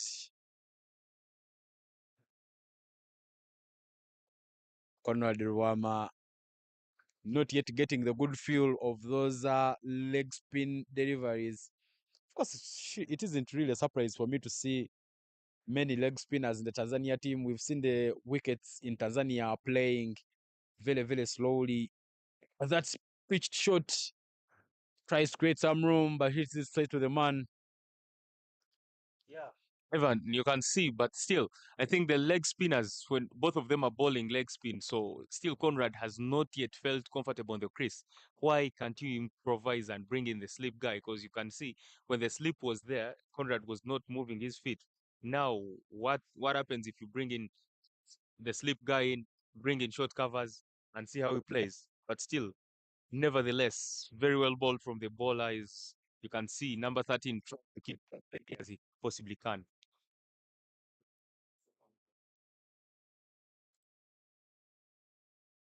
Another floater there is hit by Christopher Chidega and hit well. Just clears the boundary there, and we see the second maximum in the innings. Well, that was flighted with a man at a long on up, and Christopher Chidega had to take a risk, pays maximum dividends as he picks up the second maximum in the innings and make it 125 for Team Uganda. Ivan Sajabi, now that Chidega is set and Conrad is the new man on strike, how do you bring in the new man on strike? How do you keep him on strike? Can you just push all the fielders down, then let it?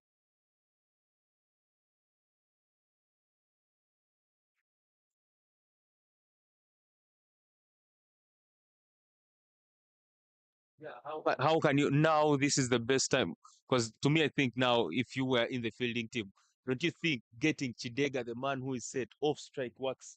Because now if you, I think you can just sacrifice a single, get Chidega off strike because he's the one on strike, get him off strike. Then after him going off strike, you bring in the fielders and bowl as many balls as you possibly can as you're bowling to Conrad because he's now for now he's not having the rhythm, he's not scoring runs with ease. So what could you do if you were in the field or if you could be the one advising the fielding team now? 126 runs for a loss of 3 wickets after 29 overs is now the score. But the advice could be bringing some fielders in the circle when Conrad Rwama is on strike. But then you see there are some brilliant cricket there from Christopher Chidega. After hitting a maximum, he gets a single try and makes sure that he maintains his strike. The slip fielder is now taken away, but now we see a packed offside. The men there all hanging on the ring to try and make sure that they keep on their toes to see that they don't allow Christopher Chidega maybe to sneak that quick one. Because the four fielders,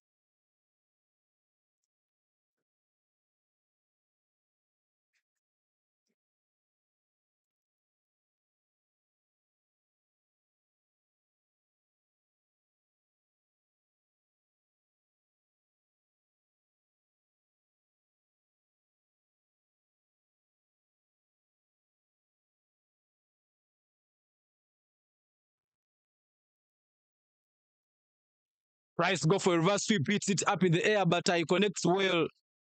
Christopher Chidega trying to improvise, trying to prove people wrong. Who he said that at the under 19 level, you need 2 shots to survive.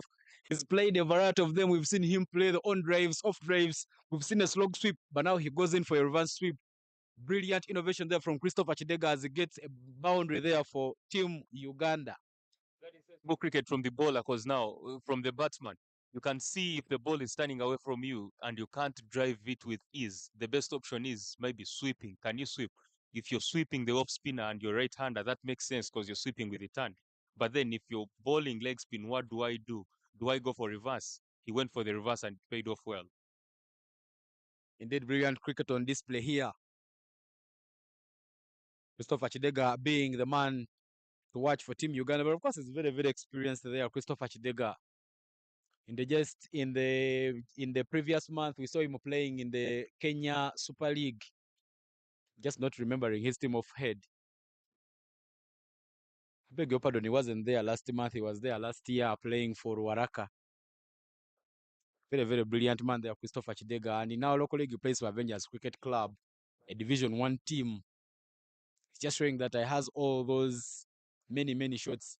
But for those who are following the Champions Trophy, of course, yesterday, my team and our team, Australia, was knocked out by India. But today, in the first semi-final, and today, South Africa is taking on New Zealand. New Zealand has won the toss and elected to bat first. Will be another interesting encounter. Of course, Christopher Chidega is led into a false shot, tries to play that away, but is beaten. Think well, just like how he played it for, straight to long off for a single. Yeah, indeed, that is beautiful cricket there from Christopher Chidega. And that marks the end of the 30th over. Ladies and gentlemen, from wherever you're watching in, we are done with 30 overs of the match, and we are remaining with the 20 overs to complete the first innings of the game. I would have to also put on record that we have not seen a team bat all the 50 overs in this tournament. But maybe this could be the first time we see Uganda play all the overs. The runs on board are 131 for a loss of 3 wickets, and we are down to the last 20 overs of the game. Of course, Pascal yesterday had a chance. Yesterday was a rest day. But as you know, for us, we became Lugogo bees. We are always flying around the office. Yesterday I had a chance to have a chat with the head coach of the Uganda under-19 team, Emmanuel Isanez. And he told me that despite the result of this game, one of the things we'll be looking at is try and make sure that he sees his team bat all the 50 overs if there is opportunity. Maybe it's what we are headed for, because we've seen Uganda has lost only 3 wickets in the first 30 overs. Maybe the remaining 7 guys or the other overs. That was just for a catch, but put down by the bowler.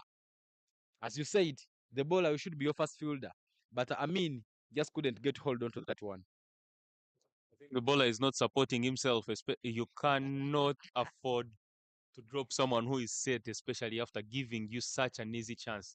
It wasn't the hardest to talk about. It was a normal catch, like, catching practice, but he didn't maximize it. Let's see how good Chidega uses his second life. Yeah, of course, you made a very good point there. It wasn't the hardest of catches. Should be a catch he could have held to make sure that he sends Chidega, the set man, back to the dugout. But of course, action will continue tomorrow as the Uganda emerging side. That is hit well. Even the sound of the bat could show that it would fly away. He manages to clear long on. Third maximum in the innings. And brilliant shot there from Christopher Chidega. That Chidega is set and he's seeing the ball well. At least the ball is turning, but he can judge the amount of turn the ball is going to extract off the surface. Because him, playing, it's never easy for someone to play it against the turn and you're hitting it over long off or long on. So him playing such a beautiful shot for 6 makes you understand what is coming in the next 30 over, in the next 20 overs, the 20 overs to come. He's batting brilliantly. Let's see if after him being dropped, because that always happens after giving someone a second chance. He's always ready because he's now giving you extras. So what do you think about the chance he got and the 6? Could it be the beginning of his second format of playing, like attack, the aggressive play? Or Yeah, of course, Uganda needs to now try and make sure that in these next 10 overs, maybe they are close to the 200 runs mark or even past the 200 runs mark, because 137 in 30, it means that you're really moving well. Then try and make sure that you see off the other last 10 overs, because there, Tanzania will be allowed an extra fielder. Smart cricket flicks that one off the pads, and he manages to make sure that after the maximum, he rotates the strike. Of course, tomorrow action resumes as the Tanzania under-19 team takes on Uganda emerging, a team coached by former Uganda opening batsman Reja Mukasa. They have been training hard since yesterday. I had a chat here with one of the players on that team, Brianna Saba, asking him if they want to score like 500 runs. Because the way they are training, it looked like a military training in the setup. Yeah, but whenever you're going for big.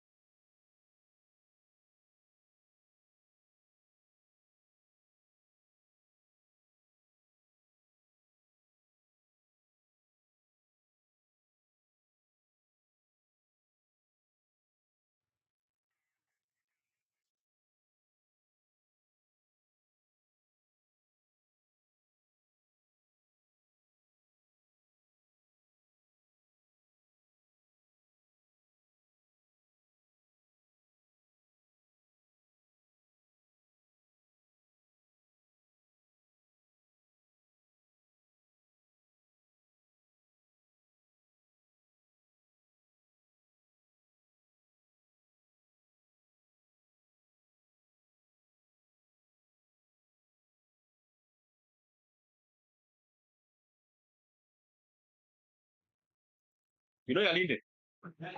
Ah. Justin Mayer is a change in the bowling attack there for Team Tanzania under 19. Of course, Raymond. Raymond has been darting the leg spins very, very well. But now he will be replaced. And the new man there also doing no mistake, chipping in the dot balls. Very, very much needed there for the Tanzania under 19 team. Basing on what I've seen, is the bowler is bowling off spin and is not having someone in square leg and not having someone in short fine leg. So that means the bowler has limited options in terms of bowling. He can't afford to bowl it too straight. He has to bowl it wide. But him bowling it wide without someone like short third, still he stands a chance of conceding unnecessary runs compared to him having an extra person from covers to square leg or maybe short fine leg to limit the runs, and then he has to bowl it as straight as he possibly can. The time round, Conrad Rwama puts that one in the gap and he manages to hit the straight. And that thing gets the fifth over and spells a Mayer. Of course, Mayer had started this bowling very, very well. Maybe could have completed another maiden there for the Tanzania under 19 team. He bowls one very, very quick. But Christopher Chidega got the challenge and that's a dot ball. End the over. 140 for a loss of 3 wickets is now the total on board. And only 32 overs have gone in the game. So, Evan Sajabi, basing on what you've seen for now, which side is well set for this game? Do you think the bowlers are doing well or the batters are brilliantly well in the game so far, basing on what you've seen, basing on the scorecard?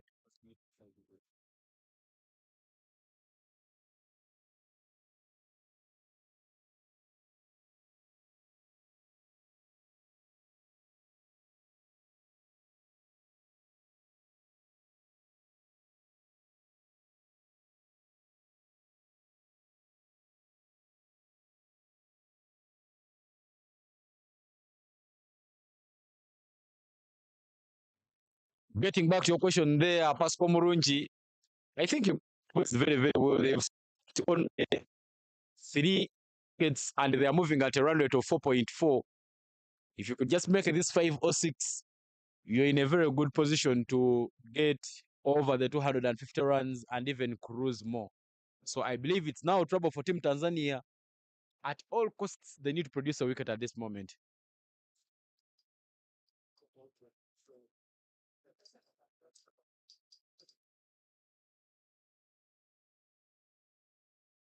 Still, beautiful ball from the leg spinner. You can see what he's doing. At least he's trying to just keep it simple. New man in for yeah. Short ball play to deep square leg for a single. You can see Conrad is not trying to take a risk and he's playing the ball on its merit. Sensible cricket from the from the new man in. Of course, Conrad Rama, try and make sure that you're not on strike. Try and make sure that the old set man there, Christopher Chidega, is on strike. Christopher Chidega is just 6 runs shy from getting his consecutive half century. We saw in the previous game, he got a half century. That one is hit, but just doesn't get quite to the bat well. A bit of a misfield backwards of point. And Christopher Chidega will keep milking, make that 45 for him and 142 for Team Uganda.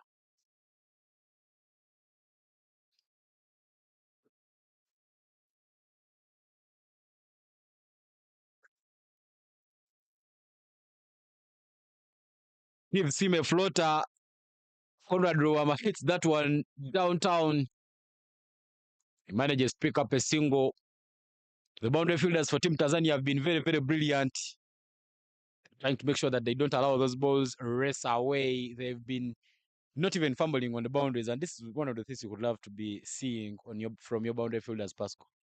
Yeah, definitely. When the ball, because in most cases the boundary raiders should be the best guys when it comes to throwing in for them to limit the doubles and triples being taken by the batters, and also finding a way of defending or protecting the bowlers, because whatever goes at the boundary in most cases goes there with a lot of venom.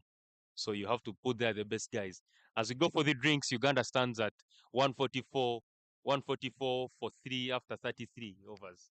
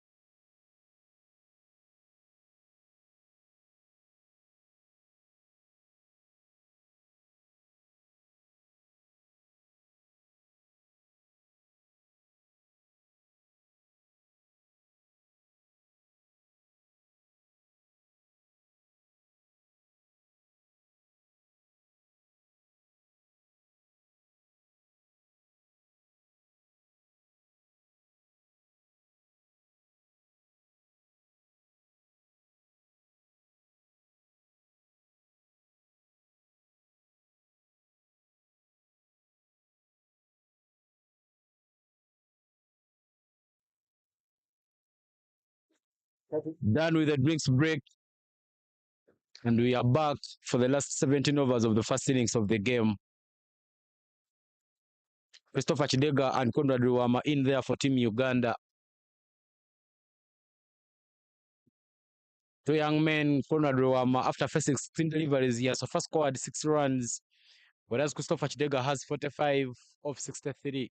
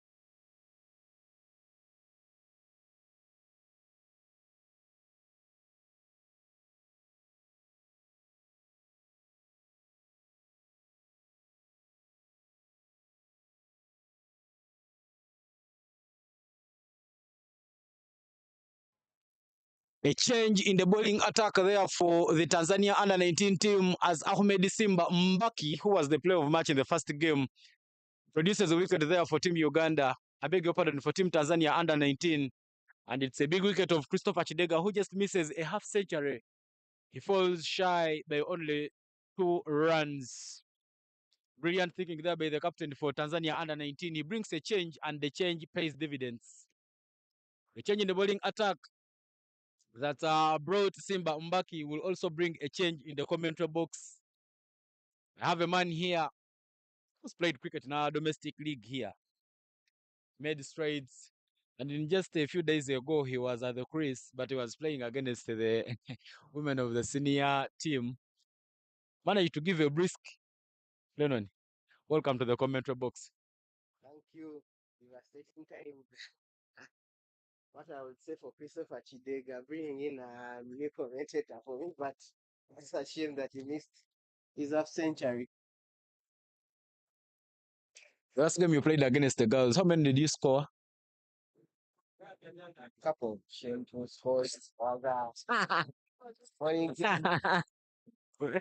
When I had the head coach, when I had the head coach for the women's team with me in the morning, he told me that you're leading in scoring zeros. So I don't know how true that statement is, but Brian Makamasawa was the guy who made such a big statement on you, Lennon. But nevertheless, it should be said that I have the biggest strike rate of the series. Defines the batsman I am. Not going to. I know. Of course, your former school, Undeji Senior Secondary School, must be very, very proud of you. But there is a change there as a new batter walks out. Owili Robert is now the new batter for Team Uganda. Owili Robert is given a yoker on his first delivery, but he's also equal to the challenge. He plays his cricket for Bordeaux Cricket Club. But as you can see him there right on your screen, he's well built up, a man set for the big hits. Sam Baki, very good at bowling Yorker. It was a deadly ball for a batsman new at the crease. Almost got that got that one wrong.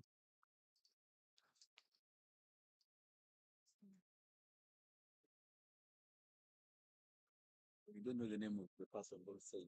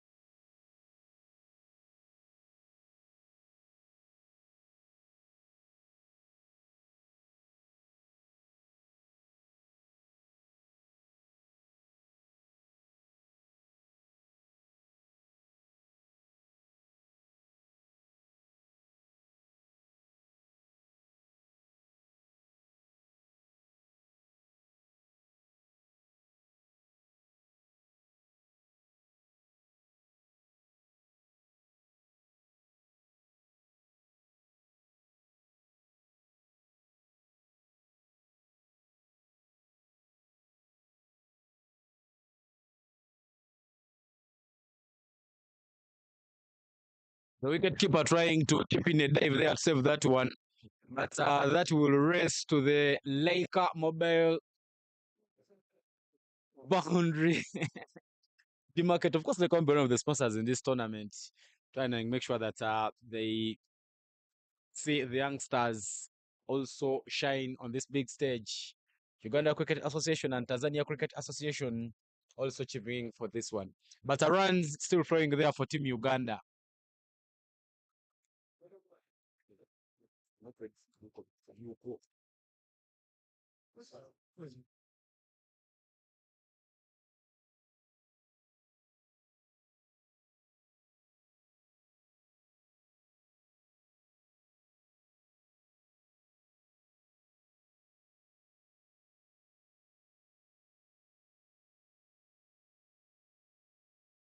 Saturday nearly gave out another catch there.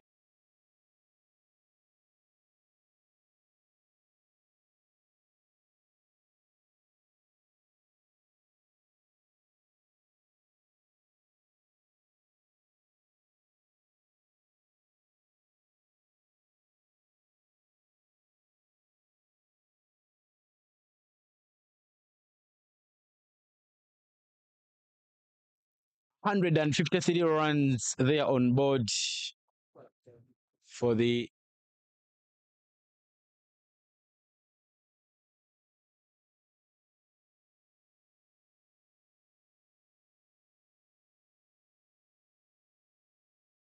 Wama has 6 of 16. 2 new batters at the crease for Team Uganda. The set men,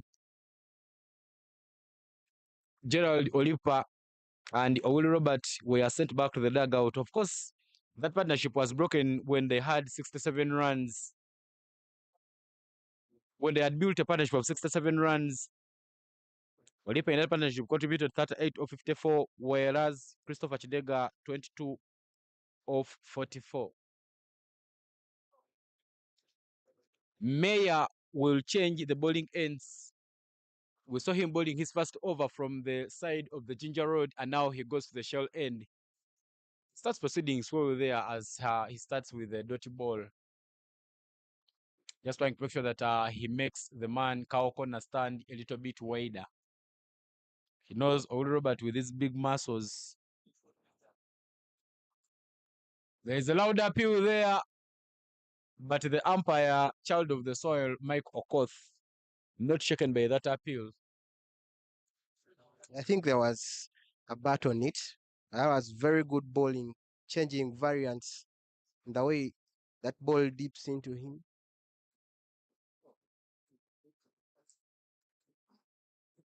That's another dot ball in the over. Last year, we saw the Tanzania under-19 women's team visiting Uganda to play the baby Victoria Pearls in the build-up to the under-19 World Cup qualifier that happened last year for the women in Kigali, Rwanda. Of course, Nigeria, in a washed-out final against Zimbabwe, managed to qualify for the World Cup that was played earlier this year in Malaysia, and Nigeria actually managed to get out of the group stages and make it to the Super 6. He is deceived into that one and through his blocks. Clean bowled as Conrad Rubama doesn't manage to clear that one away. Tanzania strike and they get their 50th wicket. 154 for a loss of 5 is now the score team Uganda. Yeah, I think Uganda now are in big trouble. They've always avoided for wickets to fall in quick succession, but now Tanzania has got 2 quick wickets in consecutive overs. One of the 2 wicket keepers for Uganda under 19 has gone to break that partnership. They need a partnership to get going to keep the overs going because 17 still up there. That's the 50th wicket.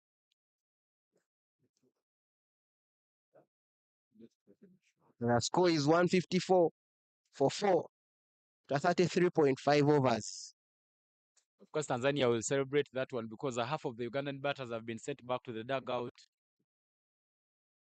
Just know that you're now rattling into the order because we say bowling all rounder being sent in there for Team Uganda.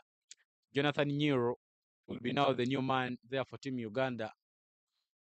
Very, very handy with the ball, but we know that he can also get the bat and put some runs for the team. In the first game of the series, where Uganda scored 160 runs all out in 34.2 overs, Jonathan Nyiro contributed his 17 of 33 balls. One of the batters you would not wish to see going. Very, very good with his defense, Nyiro Jonathan. Right now, guys, I keep it over. The score is 154 for 5.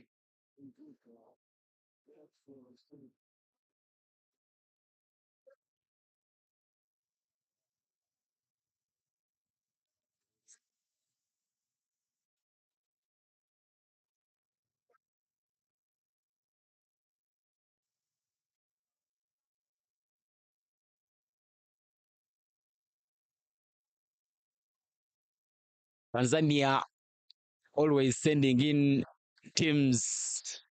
We saw the under 19 team, the women's team here last year. Now we see their men's team here.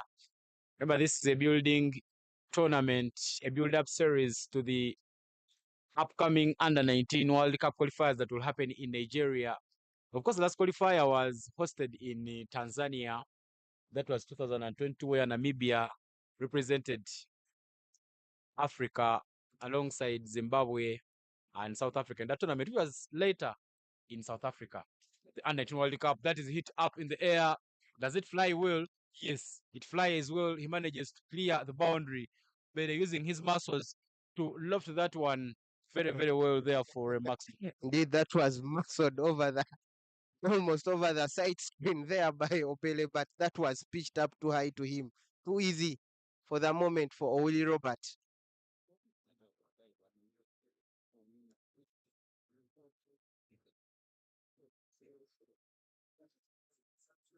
The sides of the ground, we see the Uganda emerging team chipping in a warm-up. That is struck well through the covers.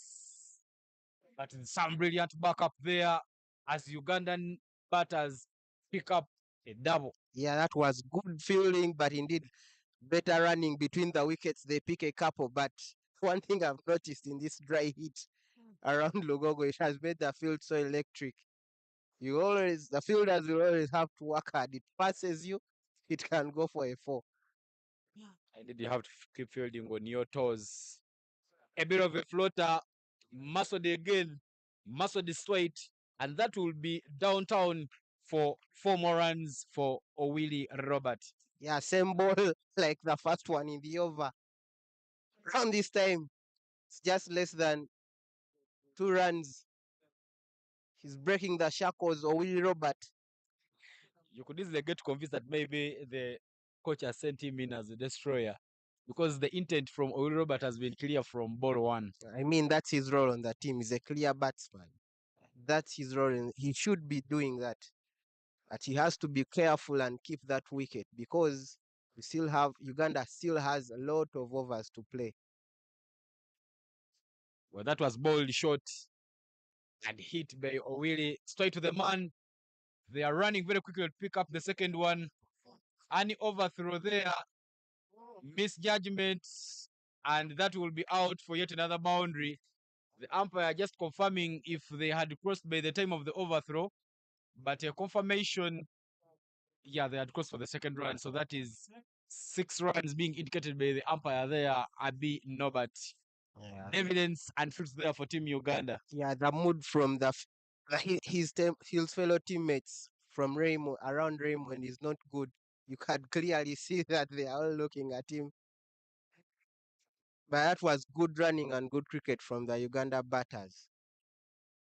Of course, you saw the intention there from Raymond trying to throw that one to the wicket keeper, because you saw that maybe it could have been easier for the wicket keeper to wipe off the players on the side where Will Robert was going.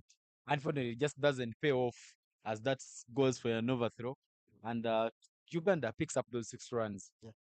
Yeah, pressure is gets to you when they are running quickly. They are trying to take the second, and you are not yet picking the ball, so you end up making that mistake. But the basic is pick the ball and get it to the wicket keeper. Nothing else. End of over number 36 and 172 for a loss of 5 is the score. Uganda under 19.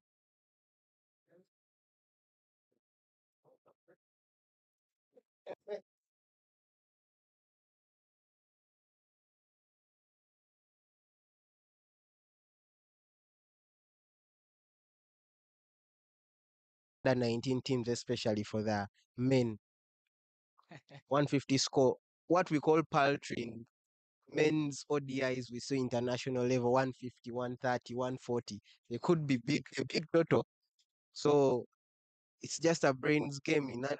You just guys to score 20s, teens to get that 150 mark. But I don't believe so. If you get 200, then you're in a better position, far better position.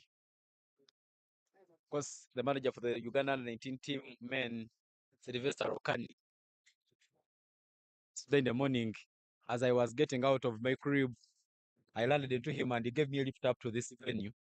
But we had many conversations. Of course, he's a friend of mine. Unfortunately, we didn't have a discussion on this under 19 team. The discussion we had was on the women's team, the Victoria Pearls, which was announced yesterday, and it will be featuring in the Women's Cup that will happen later this week.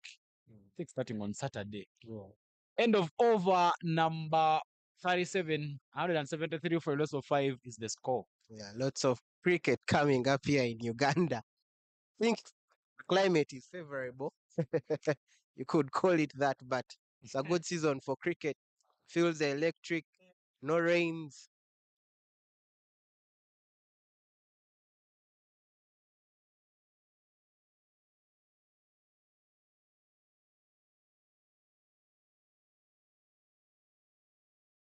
For international cricket in Uganda. Reaching the World Cup was something nice. People should get out to see our cricket every time, every hour. They should think about Ugandan cricket. Simba Mbaki back there for Tanzania under 19. Simba means a lion, and as you see there, him streaming in with his run up, comes in like a lion. Simba Mbaki was the player of match in the first game of this series, and in the second game of the series, the player of match was Gerald Olipa. At this moment, the series are leveled at 1-1, so this is not yet a decider because after this game, we will still have a fight between these two teams. Beautiful cricket. Just guiding it down to third man. The Ugandan batters always looking to put pressure on the fielders. They're looking to take the second. And very beautiful running and good cricket among the Ugandan batters. For Willie Robert, looks like today is his day to hit the ball.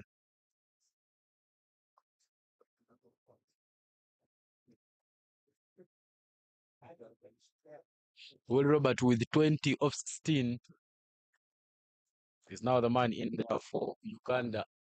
And as soon as he gets on strike, mid-on is dropped down. Straight that one doesn't connect it well. He flies up in the air, trying to put his fingers onto it. but just doesn't get to that ball, and they will run very quickly and pick up a couple. It was the captain for the Tanzania under-19 trying to chip in that flying effort to make sure that he gets that. But Owen Robert manages to just pick up and out. Lucky, tall man at that wicket region. But I like the running. I mean, it's what's sticking the scoreboard. They're not only hitting the boundaries, but running in between the wicket is very, very good today. Puts pressure on the field as that scoreboard keeps ticking. Looking at that 200 score mark as a total is inevitable. Well, that is a short ball, but it is hit up in the sky. Should fall in the no man's land. Oh no, he gets it on the second chance. Running very quickly, but look at that feeling there. He's just happy that he managed to hold onto it. Uganda loses the third wicket. However, it was not really called before. But Owen Robert into the trap, and Uganda are now on the back foot. Yeah, failing to hit that short ball once again after failing to hit the one previously proper. Bailey has to take the walk back to the Ugandan under-19 hat. That was a brilliant catch in the deep in the field. Made 10 yards to take that catch. Current score is 176 for 5 for 6.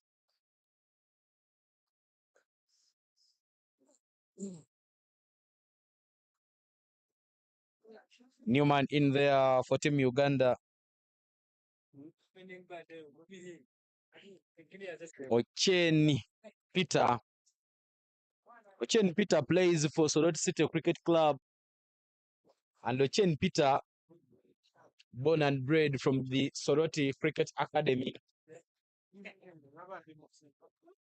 Ochen Peter has been not on this team as a bowling all-rounder, but you cannot just rule out his batting capabilities. We saw in the first game where Uganda scored 160. Ochen Peter contributed 47 runs off 60 balls. Very, very brilliant there. He will be now the new man to replace Willie Robert. Tall lad, long levers. I think for me, it's more of a batting all-rounder. To me, I don't feel his bowling has the impact on the team, but when he stands on that crease, I feel there is an impact every time he comes to play, and the hope he gives the fans when he's out there.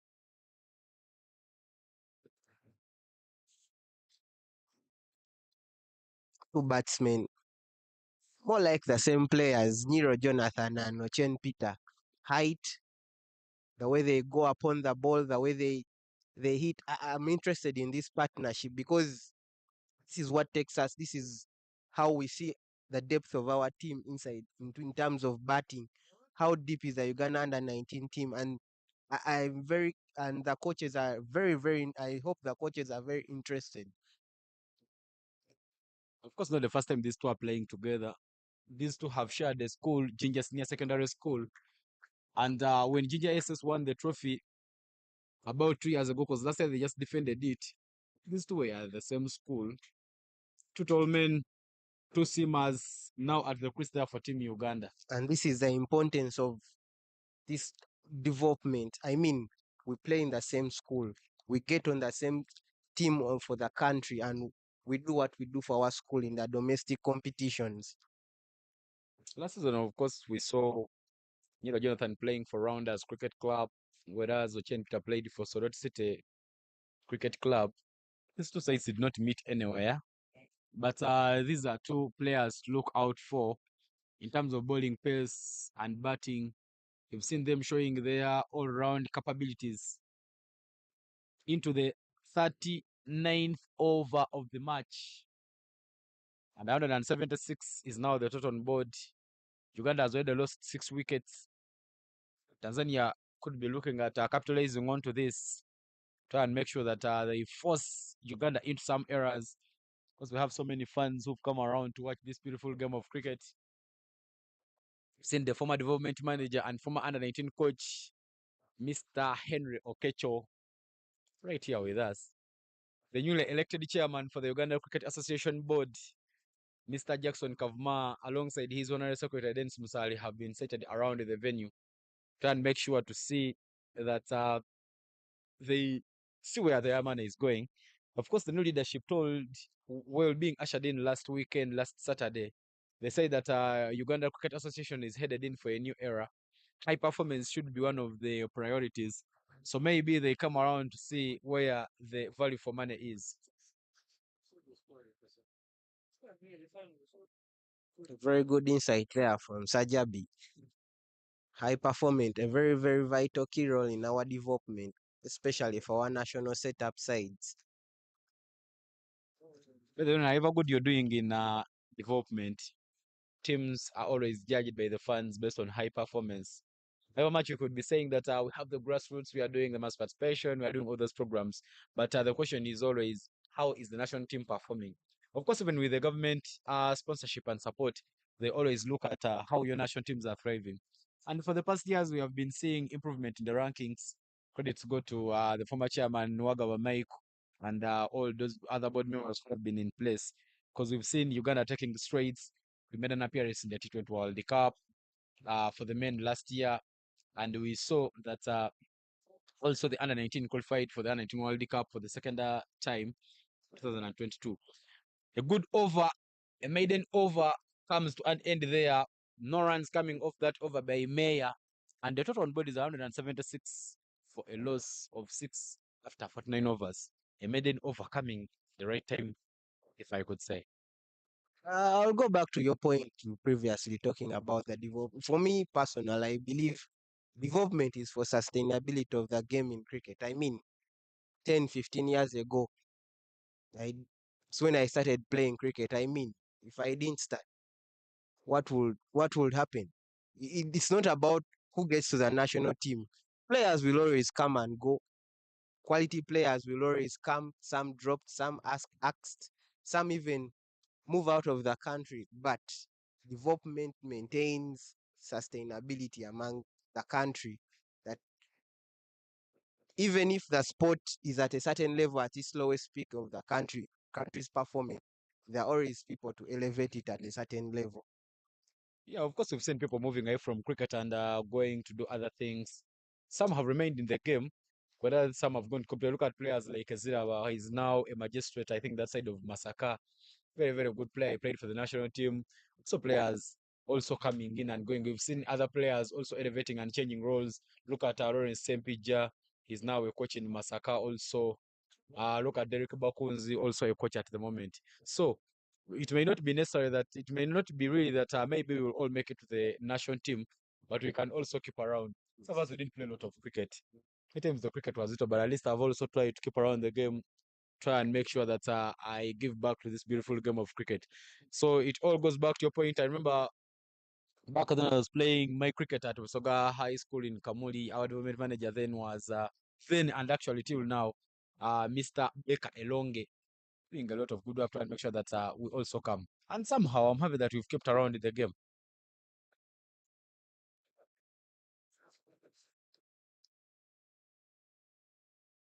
Simba Mbaki drops his head down, and that will be a wide. You get it. You see all that effort running in the yard, just make a mistake and just you don't get it right. You feel the pain of going back to redo the business. Back to the long run up. Yeah. But then you look at that Wade Lennon, it's a Wade on plan, a Wade ball on the offside. He was trying to make sure that he bowls it far away. Maybe. Because when you look at the two batters at the quiz at the moment, two tall men there. Jonathan and Chen Peter. But the batters you could quickly rule out of the equation.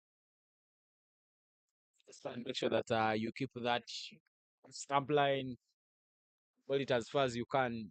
Let him hit you from there. Runs coming very, very slow for Team Uganda now. Previous over was a maiden. Only 2 runs off this over so far. That's put in the slot, but hit straight to the fielder. Brilliant thinking there from Mayor. Yeah, you can. Pardon from Mumbaki. Yeah, you can feel it. Uganda lost 3 wickets in 3 consecutive overs. can feel it that they need to rebuild again to gain that confidence. Runs start flowing. These are new batsmen at the crease. Partnership hasn't gone a lot, 2 of 11 balls. But again, 10 more overs to play. There is no need to go in a rush. This time round, that's hit work. You could even hear it from the sound of the bat. Just close to the commentary box here where we are seated with Michael commentator Lennon. But it pays maximum dividends. Smashed some good off drive there downtown as Ochen, big up as Niro Jonathan picks up a boundary there for Team Uganda. Yeah, foolish delivery. Nero Jonathan needed no second invitation. Ball got the treatment it deserved. Hope by foolish you mean the ball being balled full. That's exactly. I don't want. That's what I meant. This man here looks to be struggling with the run up. We saw him coming and not bowling about 2 deliveries ago, and now even this time around he does the same thing. But of course, it's good if you're not ready, don't deliver, because maybe you could make a mistake and give a wide, a no ball, or even a full toss. And these batters easily capitalize. Uganda just moving close to the 200 runs mark. A bit of hesitation between the two batters, but eventually a run. They're running very quick, but that was straight to the fielder. Yeah. But it was a risky one. You are talking about Simba's run up, but I feel like he's more of a, he's wearing down. You know, the heat, the run up is all the sun is beaming on him. I feel like he's tiring up, and his games are coming in thick and fast. I'm not saying that he shouldn't be fit, but the level of cricket is changing. I mean, it's a tough end. That looks like a mistake from the wicket keeper. And Uganda under 19 manages to capitalize to pick up yet another boundary. But then I would love to tell you that it is hotter in Tanzania than it is in Uganda. Last time I saw these boys warming up and when I shared with them, they said it's cold here. So we can't really say that it is the heat that making him to wear around. But after the second purple of the game, after 40 overs of the match, 187 for a loss of 6 wickets is now the total on board for Team Uganda.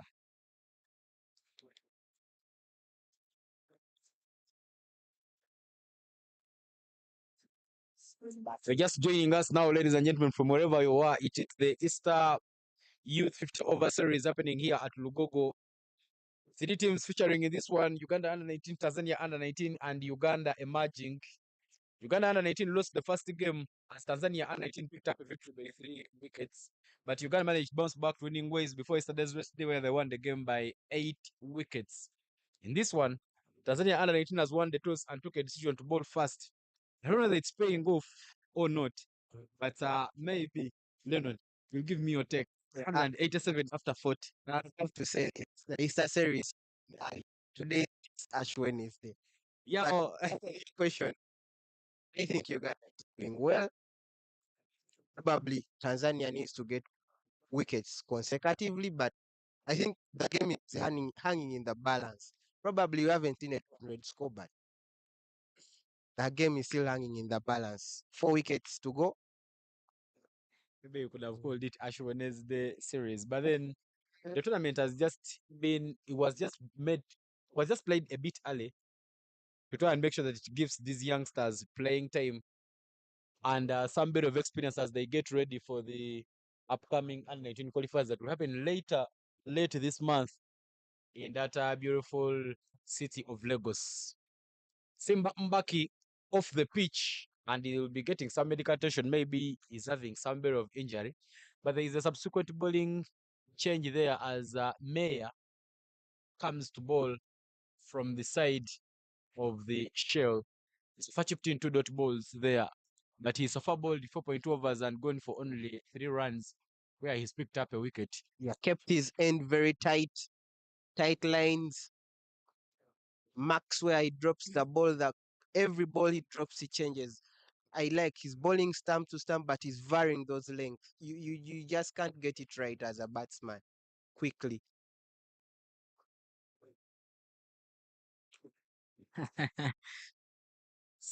A bit undecided there. Neuro Jonathan maybe wanted to go for a massive hit, but in the end, he chooses not to. Respectful. Augustine Meyer Mwamele has been the most economic in the game so far. His economy is just 0.64 under 1. That one is to the parts. It's going down to short fine. Just wait a confirmation there from the umpire. And the umpire there signals leg buys. That's a beautiful delivery. The batsman knew nothing about it. Just one of the pads. He thought probably he was to bowl on the legs on the offside. Could have got him. I mean, it was clearly hitting down the leg. Meyer bowling it tight and clean. Oh. That's a one. That's the end of the 41st over. The score is 189 for 6.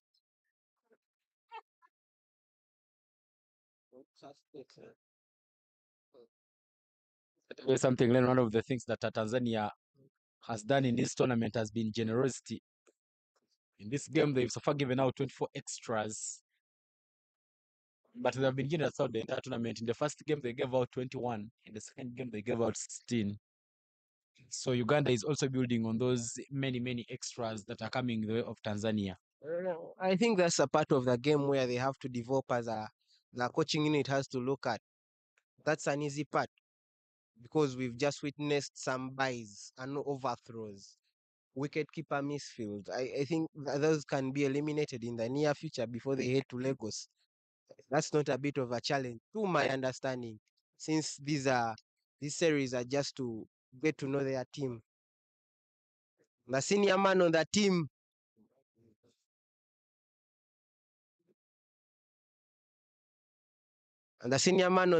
who we all know around Lugogo, featured for Tanzania in the Challenge League B, will come from the Ginger Road end.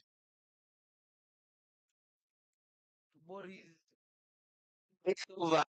Currently, it's one wicket and only conceded 16 runs.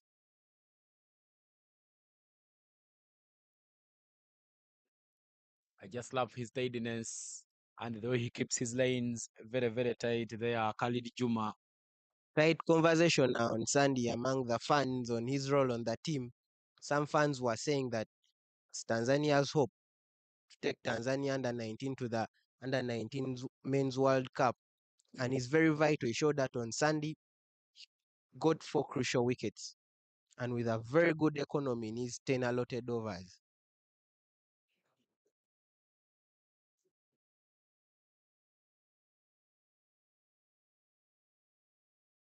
Very tight there. He's just bowling his lines very well. Khalid Juma. But I have to mention something I've noticed. He's very wary of the old ball. He doesn't come off like the new ball. There is that pace and bounce, whatever length it bowls. I remember vividly the third ball of the innings, first innings of the tournament. He got Olipa, a keeper, caught line. That ball went off quick and fast off the surface. The bounce is the one which beat Olipa Gerard. One of the things I've seen a bit of a change in his bowling. He has always been bowling the fourth stump line to try and make sure that he deceives batters into playing those first shots, and they end up nicking to the wicket keeper. But this time round, he's bowling a little bit straight to the stumps. Maybe he knows he's bowling to fellow bowlers. Could be very eager there of picking up a wicket. Probably the wicket is also getting wary. Of course, it had visible cracks after playing for 2 days. And he will be changing bowling ends. He will be now going to bowl round the wickets.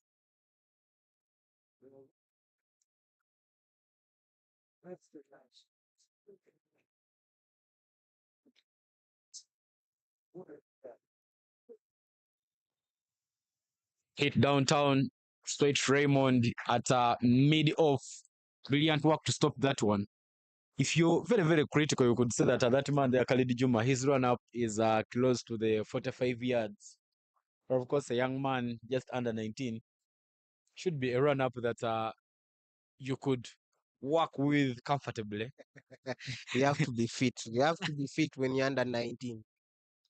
You have to generate that a lot of energy to get into that line and get that ball in its right at that good force you will want the batsman to meet. Ooh, that was good. That was a beauty. Nero looks perplexed by that ball. Nowhere near. Runs are coming slowly there for Team Uganda. These two men need to the gears a bit, maybe, in my opinion, because now we are down to the last overs of the match. After this over, only 8 overs will be remaining to complete the first innings of the game. So need to be popping up the gears a bit.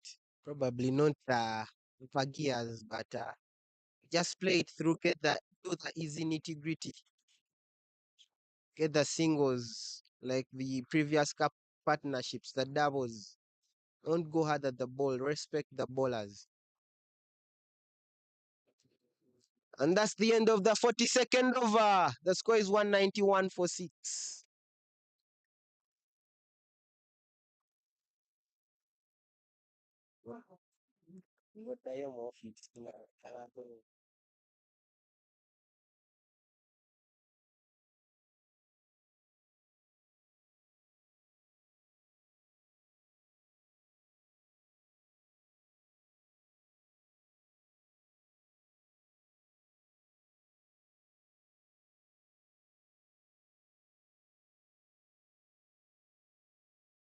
Yeah, yeah.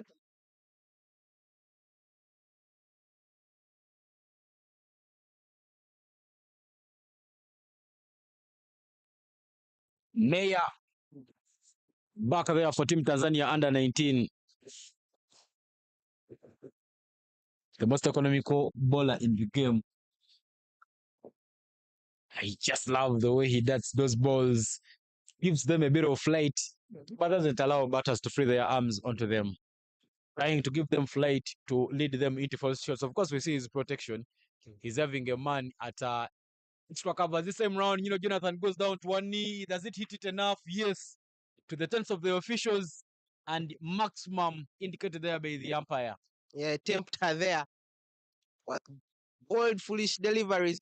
We got the respect, but today is going to be that day. This time around, Nero Jonathan breaks the shackles and hit it over that fielder in mid wicket.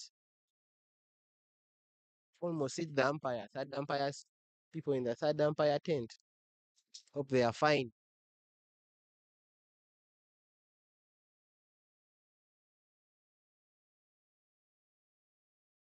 Almost Yorker length, but that wide Yorker length.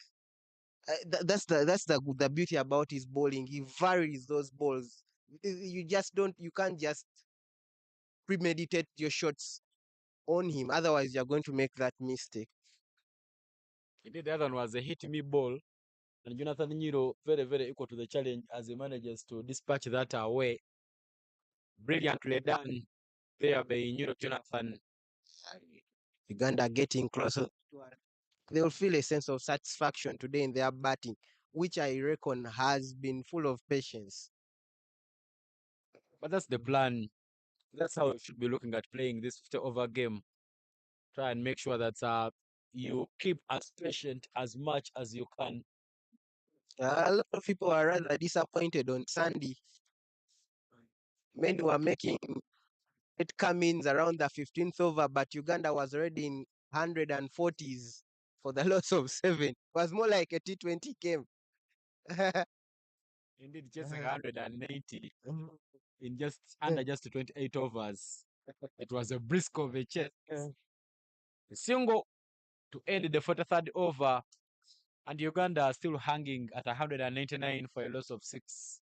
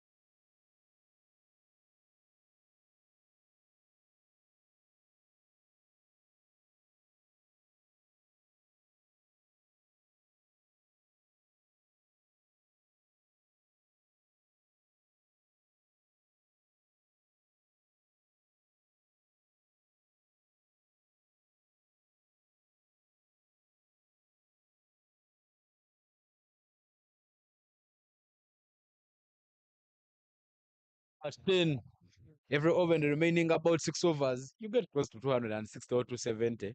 And then you eat lunch with not too much pressure. That is it, straight to covers. But the running very quick between these two. Jonathan interested in the second, but is sent back by Ochen Peter. A lot of athleticism on the field, in the fielding, running between the wickets. I mean, But then this is something we are headed for, of course, coming for a junior teams tournament, the baby cricket cranes and Tanzania under 19 men. It's a tournament where you can be expecting that athleticism, and really, we've gotten the value for the money. Khalid looking for a breakthrough for his team. The 7th wicket partnership is becoming a mess.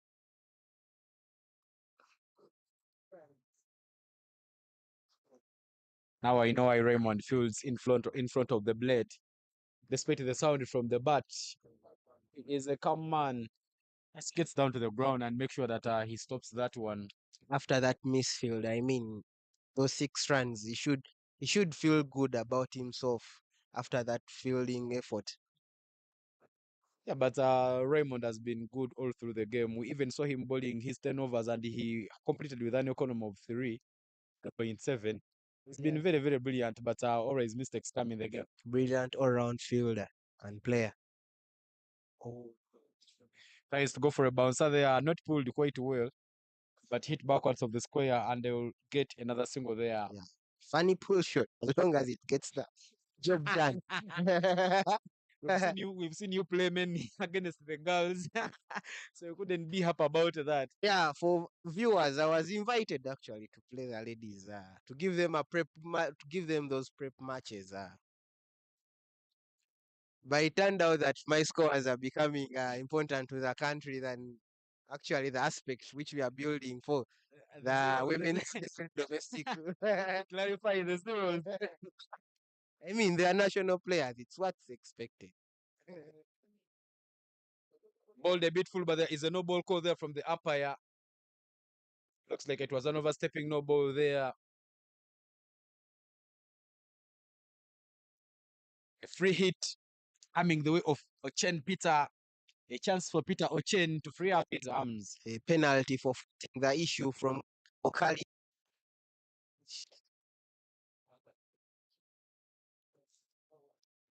Chen Peter wasn't gotten going. Will look to hit this one and capitalize on it. He doesn't go for a wild swing with the eyes closed. But a free hit. In Uganda, you could soka kube ngawe kaze.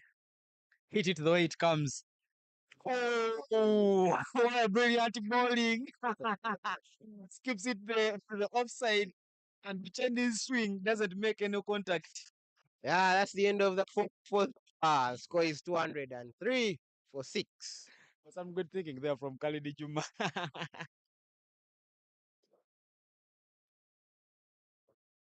Projected score at 229. Apparently, Uganda is moving at a run rate of 4.6 every over.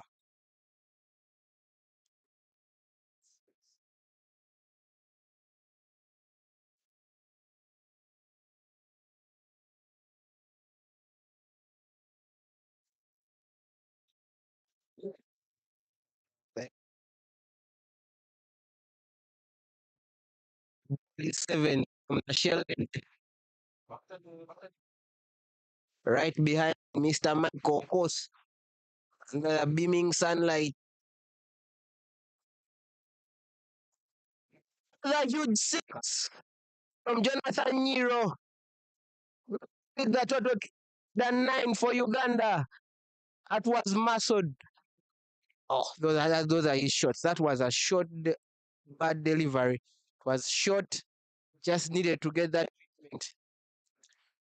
Yeah, indeed, Jonathan making great use of his height. Just picks up that one very nicely. But That's sweet sound of the bat. That was a rare one from Mayer. He hasn't bowled short. That was his short ball in this match. Maybe it's a time where Tanzania would have gone to the prime bowlers to the pace bowlers. That just gets some awkward bounce, turn and bounce. Yeah, very And good they- all-round cricket there. Quick single.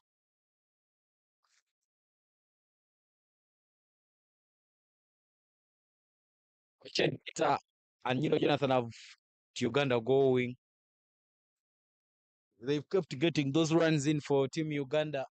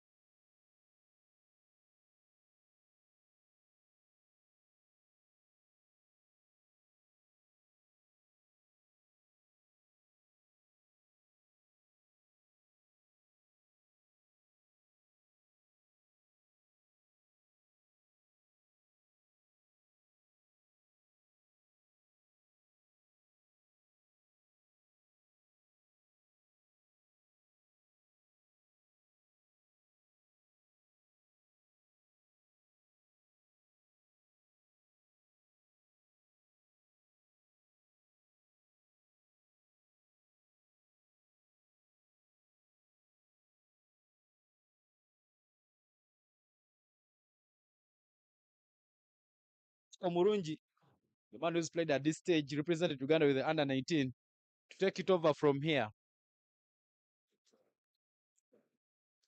Yeah, our dear listeners, hope you're enjoying the game. You're seeing what is taking place, how the future generation of our cricket, Uganda, Tanzania, call it East African community, where the East African community cricket is going.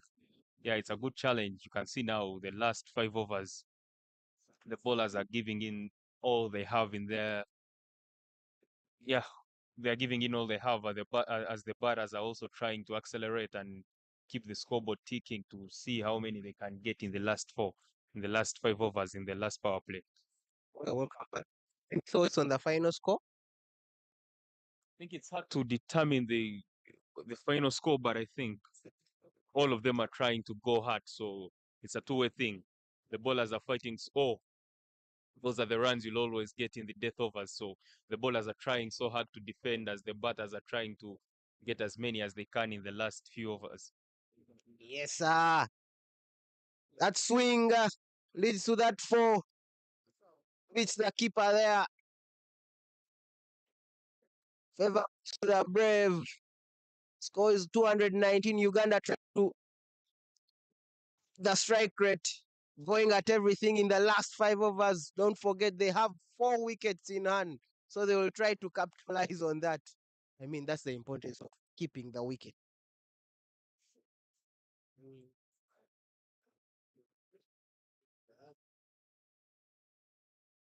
Yeah, you can see the relevance of you having wickets in hand, especially when you get to the death overs, the last 5, the last 10.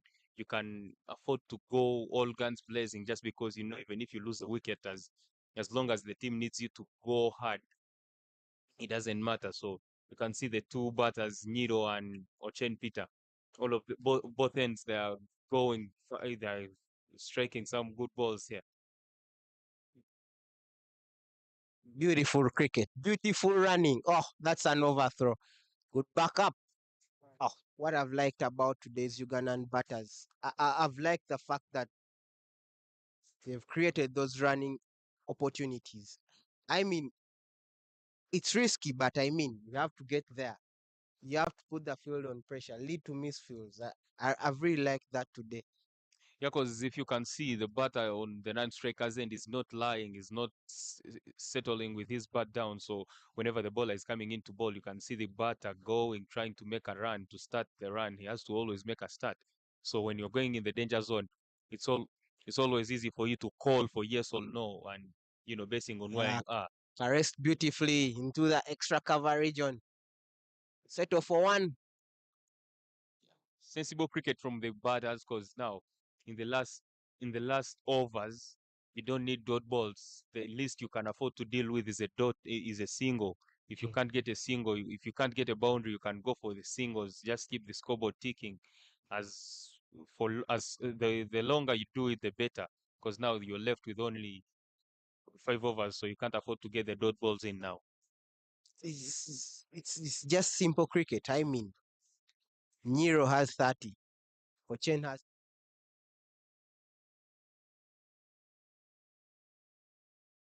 overs. But I mean, dividends are visible. A partnership is being thought for, and we can clearly see Uganda is going to hit that assumed target of 250 probably. Yeah, from here onwards, if they keep getting 10 around 10, they will definitely get to 250, which will be a very good score for Uganda. But Tanzania themselves, they are not giving you loose balls for you to just come from nowhere and start striking and scoring runs with ease. You can see each and every run the Ugandan batters are getting, they're fighting for it, they're sweating for it, which is good to see from the youngsters. Yeah. That is a very good ball, however much it went for a wide, but still, you can see all the batters are waiting for the ball with pace. So if you slow it down a bit, you'll have to, it needs you to watch that ball for as long as you can for you to get bat on it and score some runs off the ball. Especially when it's slowed down and now everyone, the adrenaline is telling you to just go hard and on everything. Simba Mbaki trying to make things work for Tanzania, but that will be guided by Ochen Peter to the third man, and Uganda under 19 will settle for a single. That brings to the total score for Uganda 224 for 6 in 46 overs.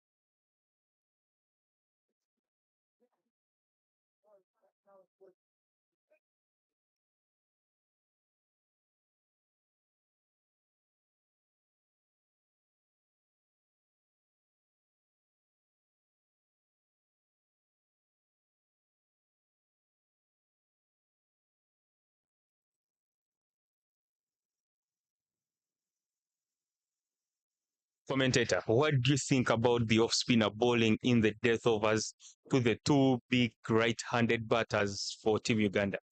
I don't have a problem with Mayor, especially bowling. He has been economical, except the last over. That seventh over was bad.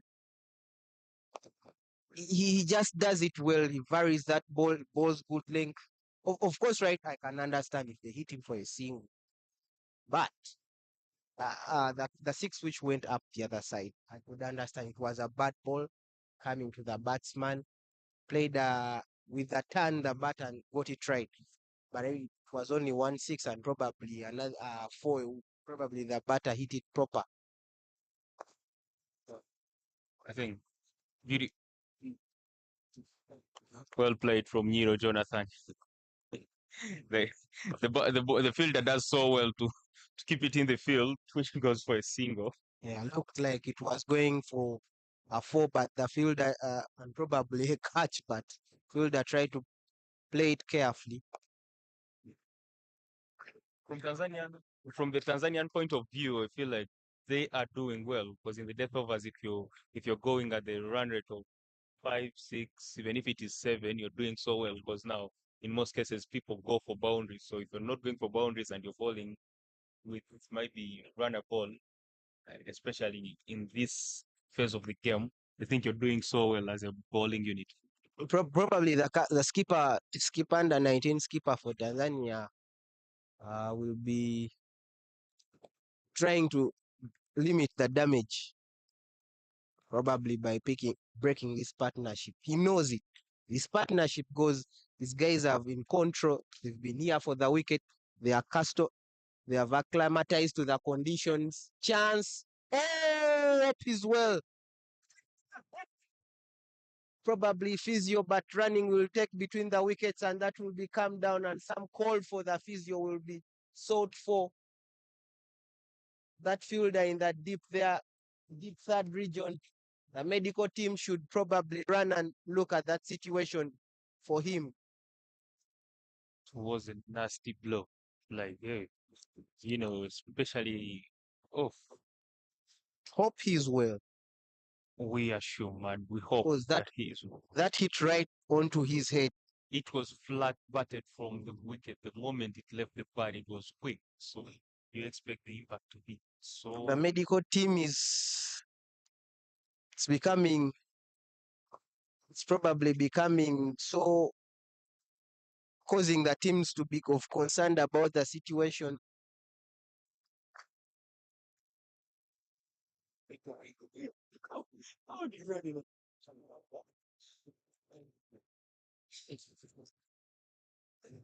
Remember, they are short guys. Yeah.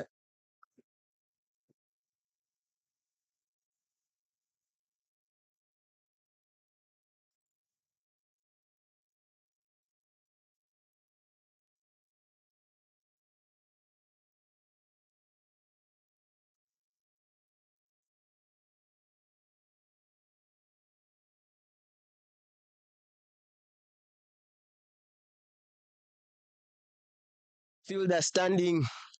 Tanzania under 19 team will order in, probably get a few conversations how to break this partnership. But Uganda total is still growing steadily. It's at 220 for 6.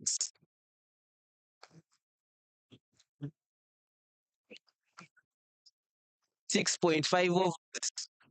But great to see that fielder getting up and probably receiving treatment, probably other. But that was a chance for Tanzania. Yeah, it's a chance lost. It's one of those you have to find a way of taking because it wasn't the hardest at the moment. And, you know, death overs, you have to always keep alert because people are either going to give you catches or they're going to, push you when you're at the boundary running tools. So you always have to be sharp in the field. We expected it to be taken, but nevertheless, we're happy that the fielder who was hit by the ball is good enough and he's still on the field now.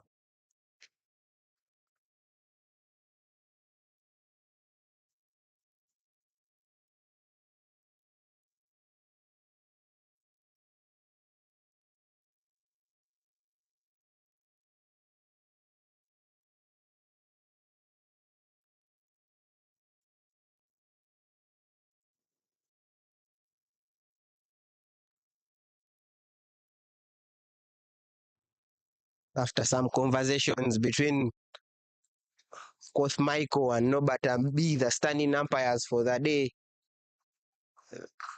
play shall resume after some concerns over that fielder. Field prayers go to him for a quick recovery because it's bad to get injured in such a situation. Mayer will bowl his last ball for the over.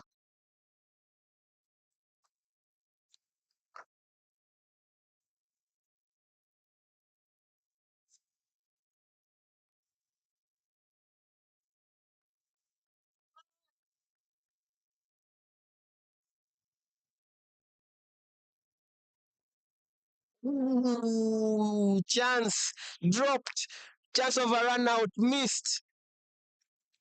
All happening in this spot at this time. So that Nino has been dropped 2 in 2 now, dropped at the boundary for a double, dropped by the bowler himself for a single. So what do you think? What would you do if you were now the captain? Would you go for? Would you go for wickets? Would you go for defending runs and limiting the what the batters are doing to them. I mean, the score is already on board 230. They're already scoring runs, but we all need to hold them. I've said already, break this partnership, expose the tail end of the team. There is no, these are batsmen. They're already into the game. They will hit you anywhere in the field. But the score is 230 for 6 after 47 overs. Uganda total growing steadily, thick and fast. They need to add more 20 to get to that 250 run mark. Probably a huge psychological total for Team Tanzania.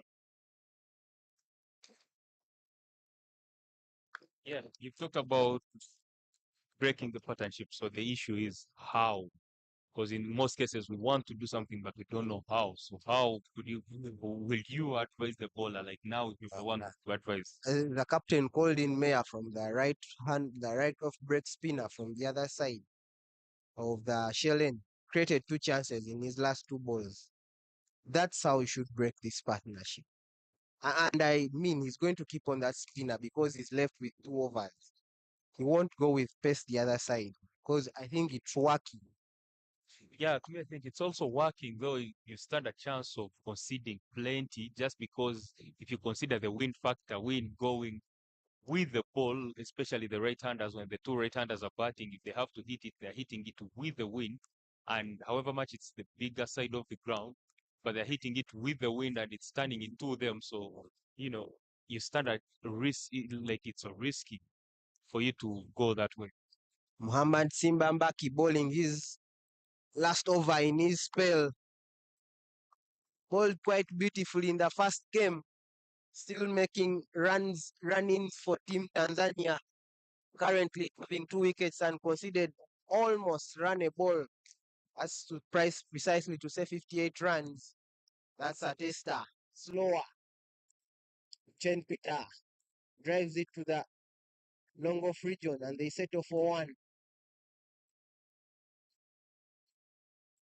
I think basing on the score, especially if you've been watching cricket or if you're a fan of cricket, a score on board is always score on board. So it will require some good character from the Tanzanian batters for them to come and chase it down. So they really have to bat their skins out. They have to play proper cricket, especially with the bowling attack Uganda possesses.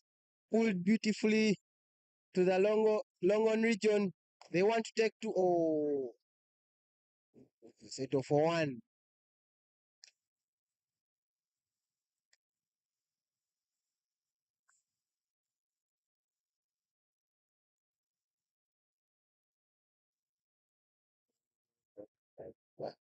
Still he's pulling his last over.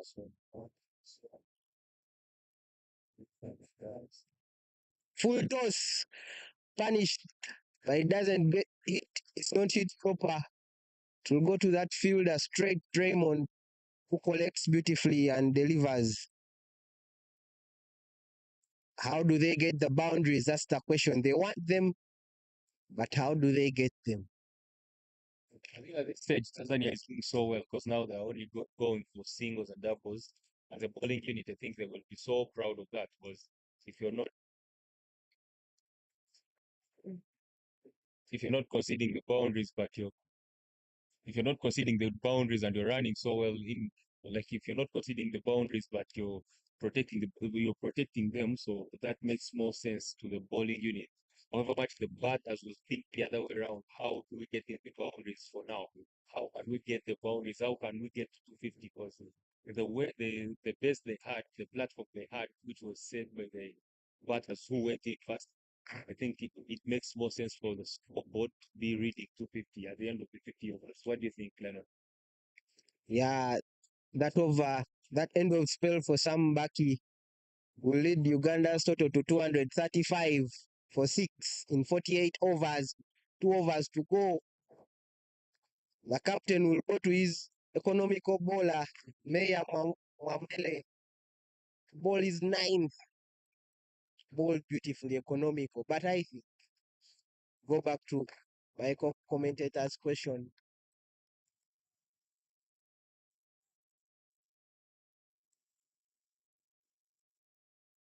Uganda needs to score boundaries to get that total to 250 to give them some piece of pleasure.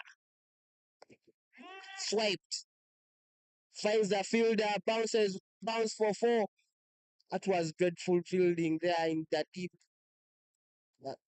I think now you're seeing why I was talking about the off spinner bowling in such times. Because now he's bowling into the batters. The batters are both right-handers.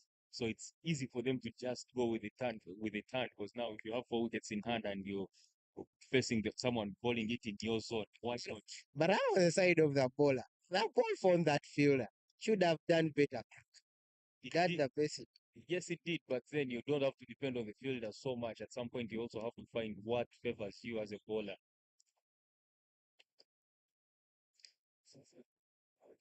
Ooh, that is the keeper. Running today between the wickets.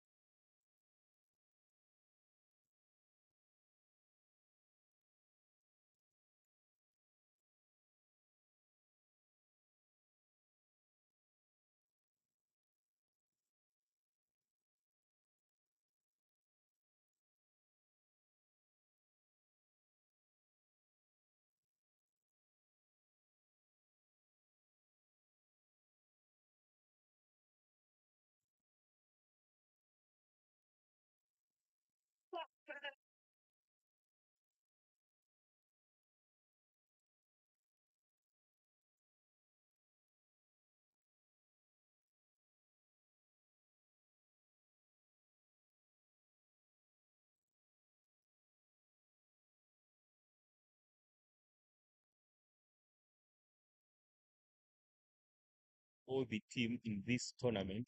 As I take the break, Ivan Sajabi comes in to replace him. Yeah, that 4 leads to the Uganda to the 250 run mark. Guess that was the team's target.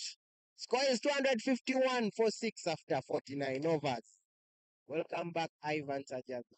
Thank you so much, Lennon. Of course, happy to be back after a very short break. But as I was out of the commentary box, the ball has been flying. Indeed, it has been flying everywhere, especially in that cow corner region. Like the cricketers said, Nero Jonathan, this partnership is currently 80s. If I tell you an hour ago, these batsmen were both near the crease. Precisely 50 minutes. It takes you back to why you should play time in a 50-over cricket.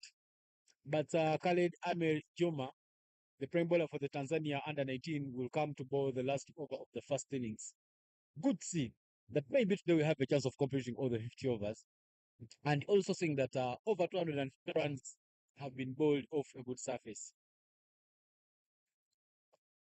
That is hit, but fielded very nicely there by the bowler.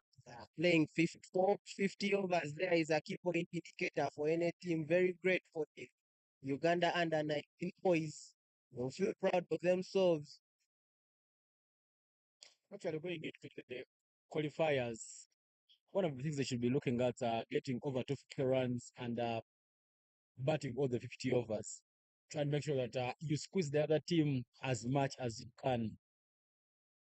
In terms of saying what to work with, getting enough. That is ball full, a bit of a yoker, but he manages to dig it out very, very well there. Good death bowling there by Khalid, showing experience and tightness. Hasn't considered a boundary yet. It's last over. That's one of the things you should be looking at. It's the bowler, one of the players on the team. You're bowling the last over, make sure that you don't give out any boundary. And you see there, Uganda has gone in for all sorts. I mean, Tanzania has gone in for all for protection. All the fielders have been dropped to the boundary because they know how aggressive this man, Jonathan, is. The bowler will go for the stumps definitely there. Nowhere else. You miss a hit. Another yoker. Brilliantly bowled there. Nilo will settle for that single. Oh my God, that was right into the block hole. Right there on your screens. Uganda is currently at 252 for 6. Khalid, probably Tanzania's hope, who will ride Tanzania's flag in the Lagos, the qualifiers for the under-19 Men's World Cup. Maybe having another chance of playing for the. Well, that is hit away by Ochen Peter. Looks like he was backing away, but he managed to put some battle to that one. And that will race away for the boundary in down. Very, very brilliant there from Ochen Peter to make sure that Uganda gets close to that 260 runs mark. Yes, fortune favors the brave there. Second time, this time around for Khalid. Swings his bat and just gets the edge of it, and that beats the keeper all the way for Chen Peter racing at 26. Been a steady partner for Nero Jonas, just hanging in there, balance the partnership.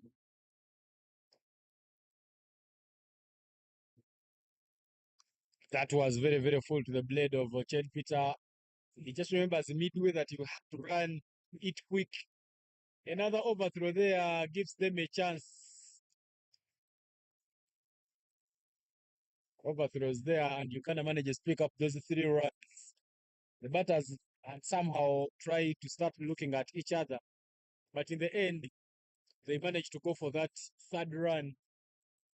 Risky in the looking, but a very, very better for the team, and you don't have any pressure at this moment. There are other batters, more 4 batters down, who can come and bat after you. Uganda hit the 260 run mark with those runs. Will feel great about themselves in this innings, having given themselves a chance to do the business in the right way. Tanzania started sloppy, but in the end they have started being a little bit sloppy. We've seen them make a couple of misfields, miss balls on the boundaries, and we've seen 2 overthrows. The innings have been costly. First one went for 6 runs, and last one went for 4 runs. That's straight to the fielder. But Jonathan will take that single, and that will mark at the end of the first innings. Uganda, 261 runs for a loss of 6 wickets after 50 overs. Very good innings from Uganda, having a very good innings there for Team Uganda comes to an end. We've seen some brilliant display there. 2 half centuries for Uganda. Oliver Gerald top scoring for the side with 63 of 93. Whereas Jonathan unbeaten with his 54 of 54. Tanzania was very, very generous, giving away 27 extras. Tanzania under 19 winning the toss and electing to bowl first. Targets there for Team Uganda getting the 250 run mark, and also playing all the 50 overs have been achieved, ladies and gentlemen. But Uganda has played very well, not losing a wicket in the first power play of the match. The first 10 overs of the game, they did not give away any wicket. And this is very, very vital for inside if you're trying to make sure that you're getting ready for that big tournament. Looking at the charts here, the partnerships for Team Uganda, we saw a 41-run partnership between Devanshi Patel and Oliver Gerald. Oliver Gerald and Christopher Chidega constructed another partnership of 67 runs. Chidega and Ruwama, they had a partnership of 39 runs. Willie, Robert, and Nino, 22 runs. But the most great partnership in the innings has been the last partnership between Nino Jonathan and Ochen Peter, which saw them score 85 runs, with Nino Jonathan contributing 42 of 47 and Ochen Peter putting on 29 of 28. Ladies and gentlemen, we've come to the end of the first innings of the match. Just looking at this bowling card for the Tanzania under-19 team, they chose to field first, but I don't believe it was fruitful for them because their captain had said that a total below 250 could be very, very cheerful for them. Unfortunately, somehow Uganda slid away, getting 11 extra runs. But on the bowling cards, of course, Mohamed Sibabaki bowled 10 overs, conceded 62 runs, and picked up 2 wickets. The most economic of all the bowlers today has been Khalid Amiri Juma, who bowled 10 overs and conceded only 33 runs, completing with an economy of 3.3. Picked up a single wicket. And the other bowlers pick up a wicket apiece have been Amir Azar and Agustin Meyer Mwamali. Ladies and gentlemen, we've come to the end of the first innings of the match. We will take a short break. My name is Ivan Cyprian Sajabi. From me and the great commentary team, including Lenoni Kangume and a man called Pasco Murunji, who played for the under-19 and also led the team in the World Cup.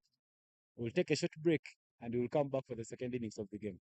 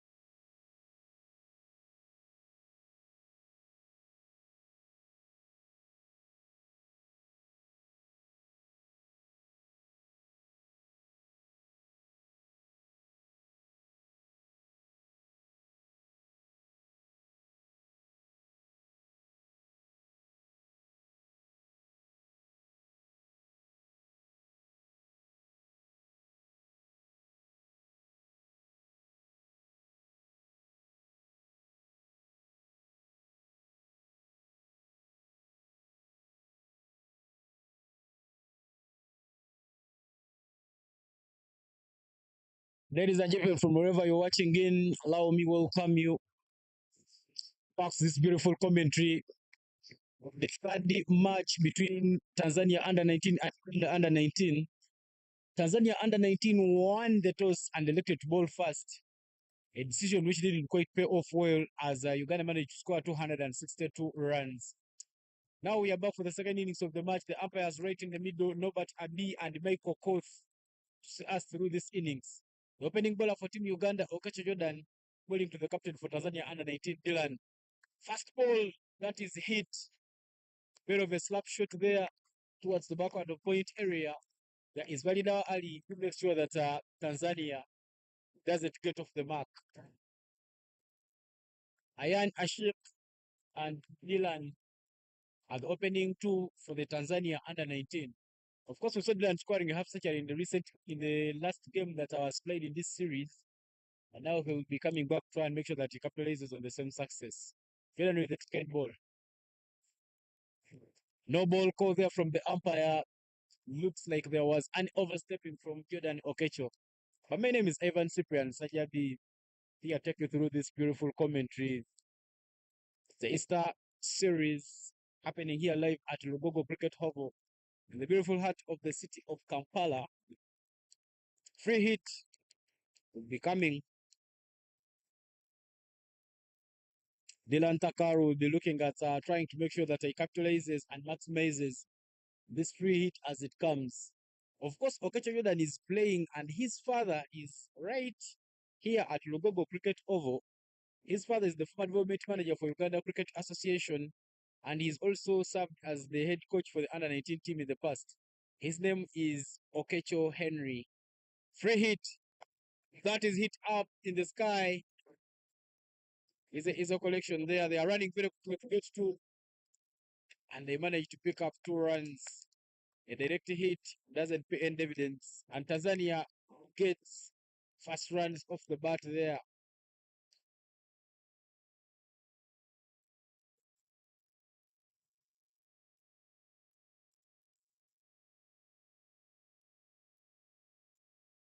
The last time Tanzania batting in this series, they lost. There is a time they lost the first wicket in the 9th over, meaning this partnership up front has always been trying to make sure that they steer things and take things on for the Tanzania under-19 team.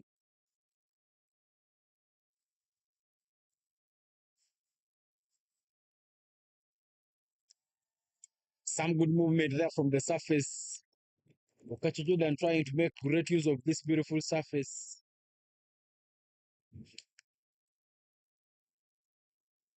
Some good body language there from the Ugandan fielders. Keeping it loud right there. Tanzania will need 262 runs to win this game. They will need to score 5.33 every over. Bit of a full pitch delivery there. That is hit down to that man who is standing very, very wide. And Tanzania manages to rotate the strike.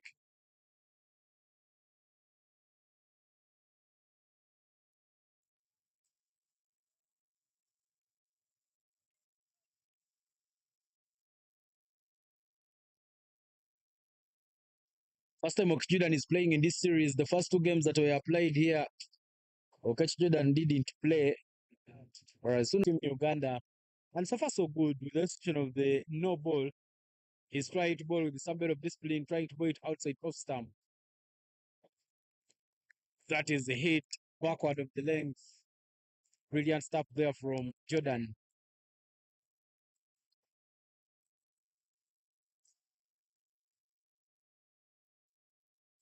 Last delivery of the over coming up there. What a start. No signs of rains. The skies are very bright here at Lugogo. A dot ball there to end the over. 4 runs coming off the over. And after the first over, score is 4 for no loss. Team Tanzania.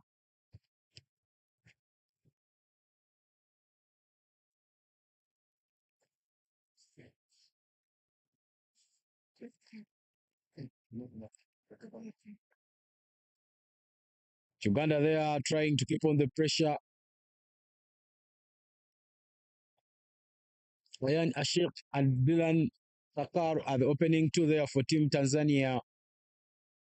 Ladies and gentlemen, here in the commentary box at Google Cricket Oval, I'm being joined in by the former under-19 captain. He also plays cricket at the Cricket Craze, the senior men's team, Pasco Morunji, who is also the captain for the Nyakasora Cricket Club team. Pasco, welcome back from the lunch break. And first tell me, how was the lunch? Thank you so much, Evan Sajabi. Well performed.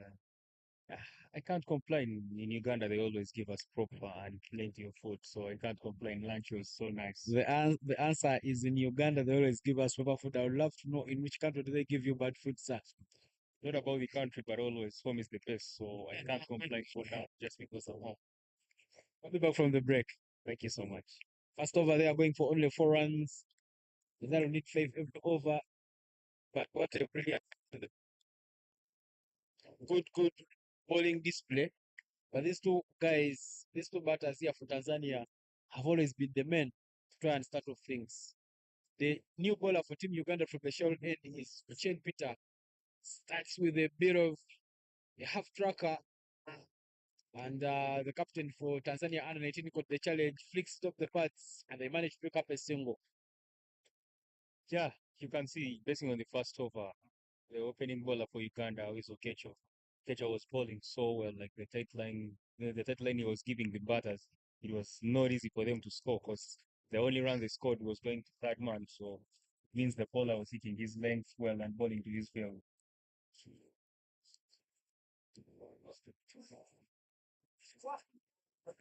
Of course, the last game we saw Musamajid Ramadan opening the bowling alongside Ochen Peter. Well, in the very first game of this series, it was Musamajid Drama opening with Walidawa Ali. But the change that brought in Okachi Jordan has given the opportunity to open the bowling there for Team Uganda.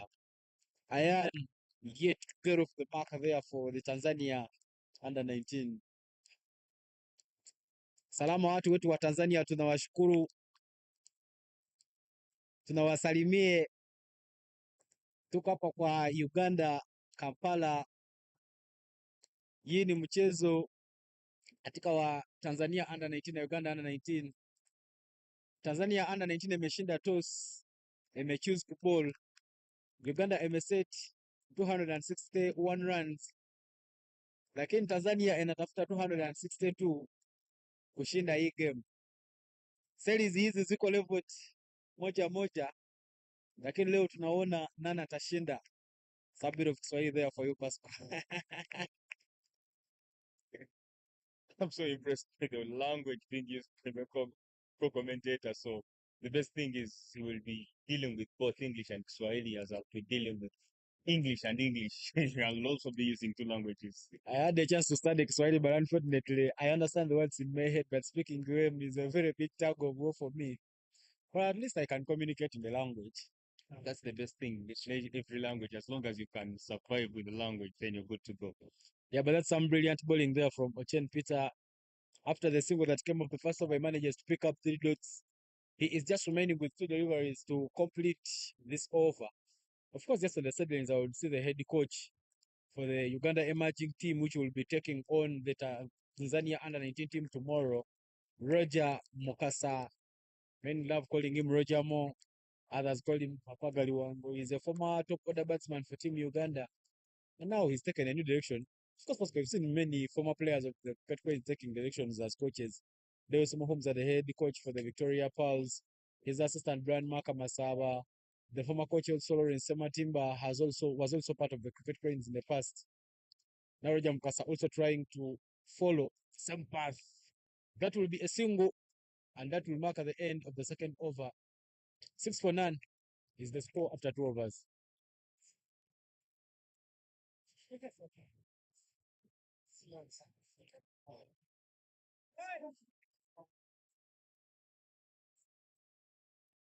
Yeah, Mr. Evan Sajabi, as you talked about the coaching role being taken up by the players who have retired, yeah, it makes more sense. You know, the moment you play international cricket, it means you have some very good experience and a lot of it. So if you happen to be coached by the people who used to go in there to fight for the country to always make sure that Uganda is winning. Why not?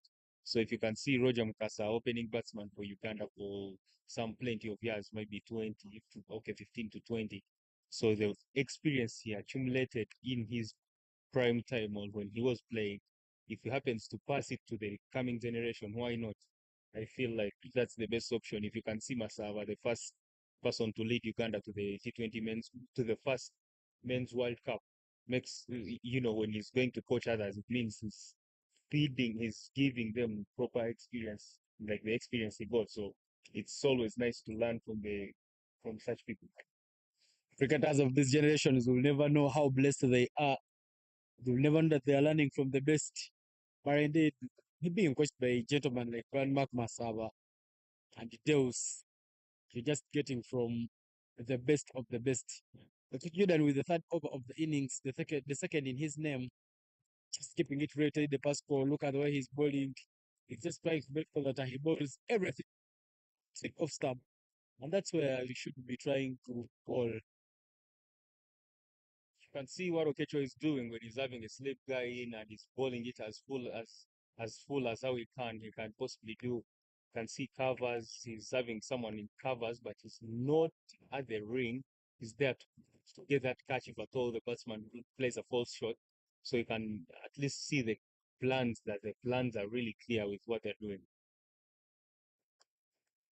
Oh, that has gone for a wide. I think he's getting a bit too greedy because if the ball is moving, I think you have to find a way to find balance between being economical and, not being economical and finishing you over. But in the Champions Trophy, for those who may love to follow it, Rachin Ravindra for New Zealand has scored a century. 100 runs of 93 at a stroke rate of 107.52. Remember, New Zealand won the toss and elected to bat first.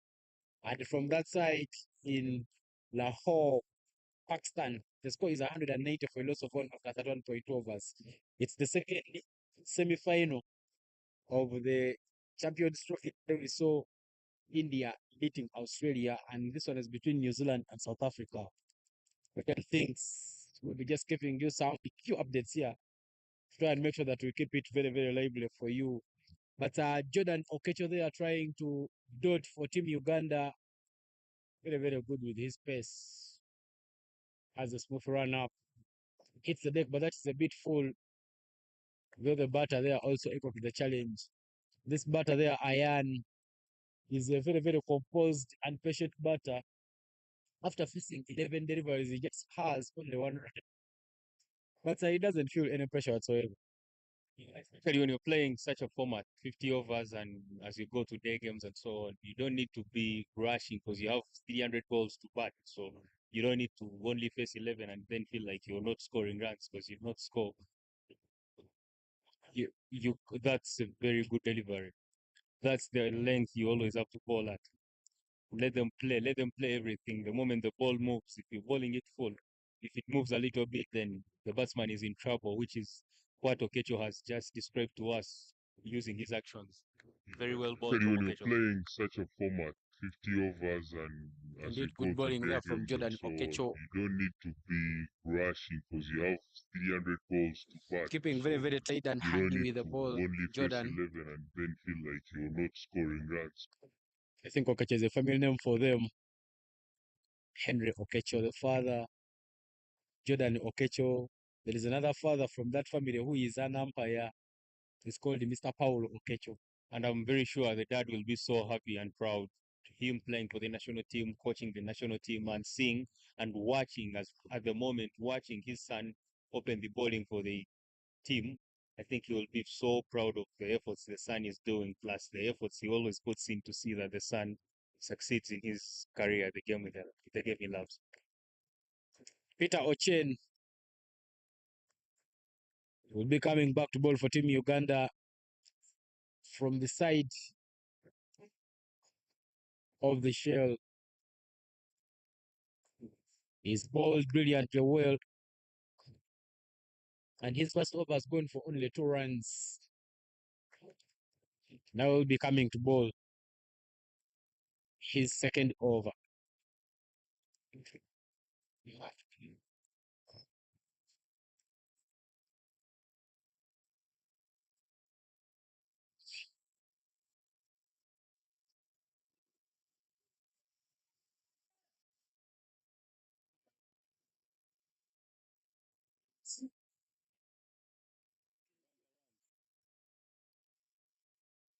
That will race away from the boundary, just a bit of a soft touch. Could have been very, very close to the pads. But evidence there for team Tanzania under 19, as now they get a boundary there on the board for the side. Soft boundary in the match, in the innings, team Tanzania. I think as Uganda will not mind that, because if you've seen how they're playing, if something flies over your fielder, especially the fielder in slips, you wouldn't mind that because it means it was a good length ball. So if you keep bowling it there are high chances of him playing it straight to your guys. That goes for 4. I think the bowler is not helping himself here. There is no way an opening bowler, because your duty as an opening bowler, your prime duty is to either strike for the team or maybe be as economical as you can. So you can't afford to bowl not to your field because now he's bowling it all over the place. The other one was a good ball. This is a short ball. After him pushing mid on to long off to long on, and then he bowls it short, and which is being pulled for 4. Not bowling to your field. Early days in the game, maybe he will learn as time comes, but it wasn't a good delivery to even talk about.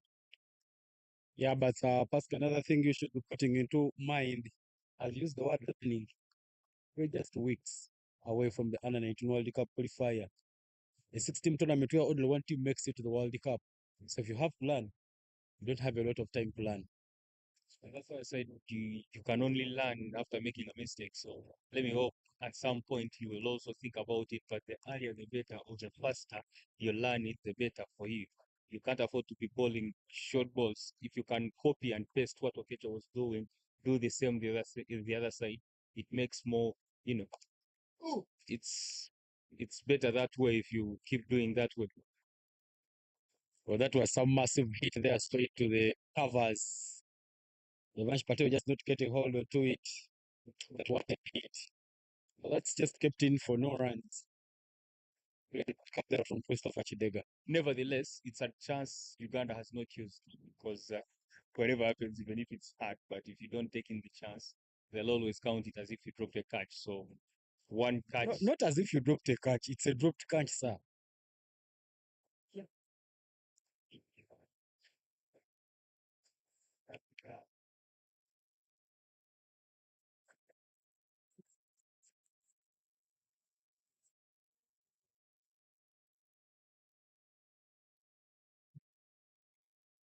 Jane Peter trying to keep silence, trying to make sure that it dries up for the Tanzania under 19 side.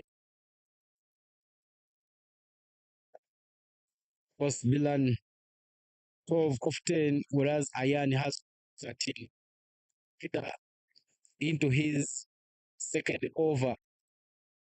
He fumbled 1.3 overs and is going for only 11 runs. The economy not looking good on the cards, 7.33. But he should be looking at trying to make sure that he drops that down a bit.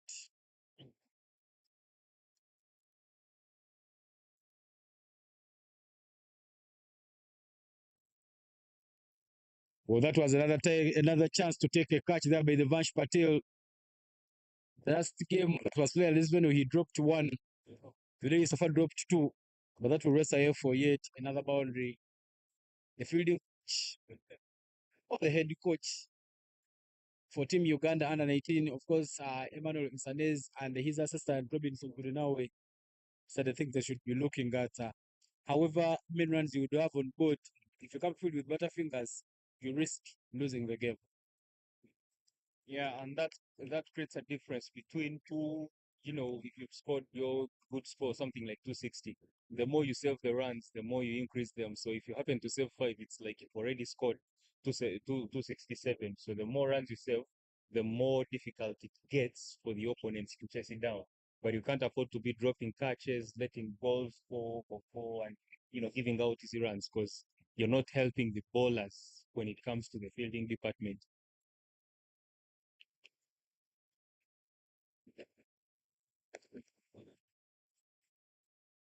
Another single there, hit on the onside. The running there very good between the wickets. And that single will mark the end of the over.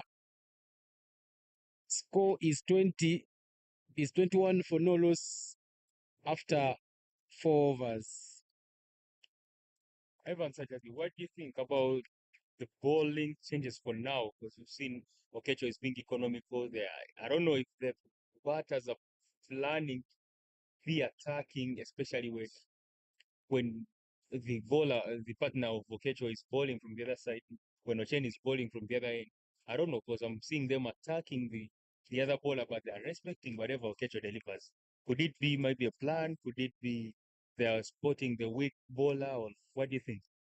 Maybe they are spotting the weak bowler, or maybe Ochen is not being tied because when you look at the way Okache is bowling, look at that delivery, trying to bowl outside off stump, trying to make sure that you're bowling it outside off stump. But then for the sake of Ochen, he is trying to bowl it stump to stump. So maybe I don't know that it's a plan from the coach trying to make sure that he sees Ochen attacking, whereas Okache is just looking for the not balls. But one of the good things that you could get as a bowler at one end, if you're keeping it set on you, and you need the other bowler to also give you some backup to try and make sure that he squeezes in those many dots and make sure that you don't go for many as the opening bowling partnership. Look at that one from Mokesh Jordan. He is bowling those balls, swinging away from the batter, and trying to make sure that if you have to hit his balls, get them on the offside and make that movement to get to the ball, then you could push the score from him. Okecho is doing some good hard work, but then he's not being rewarded because the other side. So in most cases, you find if someone is bowling well, let me say from the Ginger Road end, he needs the same support or more than that from the other end, so as you create pressure on the batters. Because if you're not, if he's bowling the maidens and then Ochen is conceding home, so that is ready 6 and over. So it means they are not bowling in partnerships of whereby this is what is being needed in such games. If you bowl in partnerships, straight pressure, big wickets, that's how you can only win a game. That is from the bowling point of view. Yeah, very visible there. Of course, you see Okache Jordan is moving at an economy of 2, but on the other side, his partner is moving at an economy of 8. So that's a very costly for him. Whether the captain will take a bowling change or let Ochen correct his mistakes. But I've just loved the bowling there from Okache Jordan. He's getting some good movement. Some comments coming in there. Our friends in Rwanda, Bob McCoy Songa, also a comment down of our own, saying in comments and saying that I'm enjoying your commentary with Pascal. Bob, mwiriwe shao mezeneza. Pascal, can you speak some Chinyarwanda? Some Chinyarwanda, but I hate it when I tell people that I know. So in most cases, I reserve the Chinyarwanda to myself. Of course, I know back in the days, some louder periods that one hits to the pads, but that was clearly going down. You could even see the movement from the wicket keeper. As I was saying, I remember back in the days, as one was just coming up with our cricket, when you were the captain in Nyakasura, your team was actually part of the first few teams to visit Rwanda. So every time I meet people in Rwanda, the likes of Damascene, they keep telling us, hey, those Pasco, those are some, we saw them when they were kids. And of course, it's good to always make a mark. And this year, we went to Burundi, Balix, John Gavula, Kasej, and Juna, try and make sure that we could also spread the game to that side of East Africa. So it's really a good thing to see. But what a bowling there from Jordan, making those variations and making sure that he keeps things silent. That will put the end to the 5th over and leave the score to 22 for no loss. We'll take a quick change in the commentary box as Lennon Kangume comes in to replace me to try and make sure that he takes you through the next coming overs.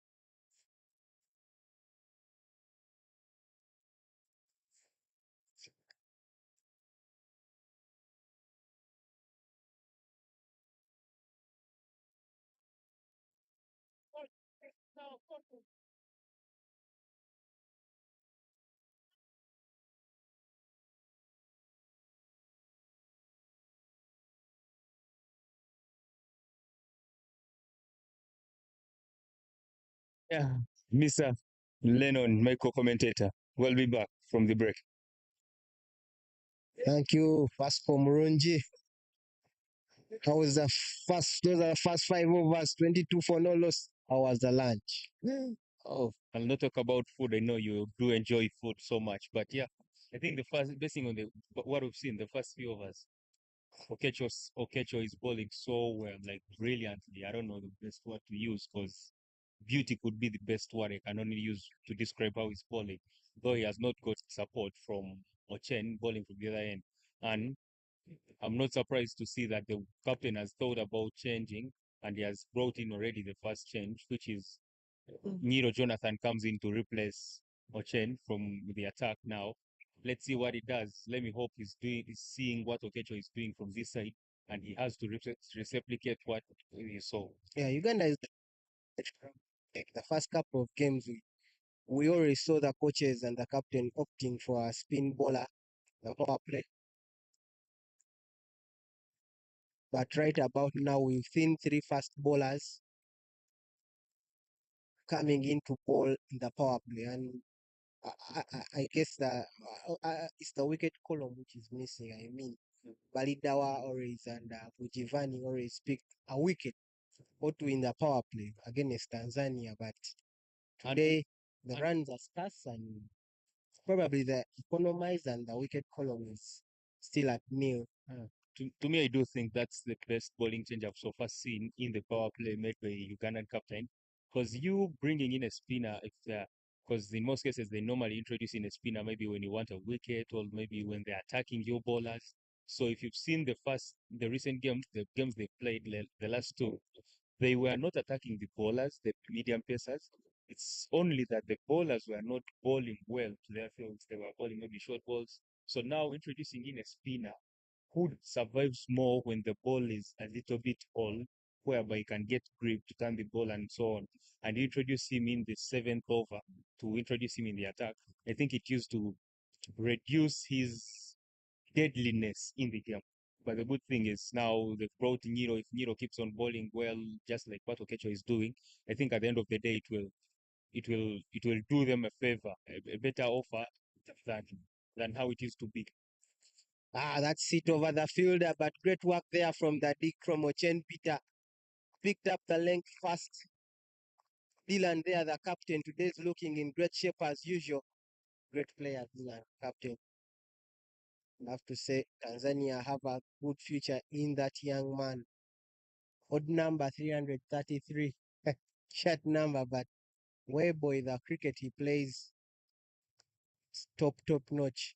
Yeah, he's batting so well, and in modern cricket, you only have to be aggressive and always back up yourself. So you can see how he's batting. He's always going to go for whatever is in his zone.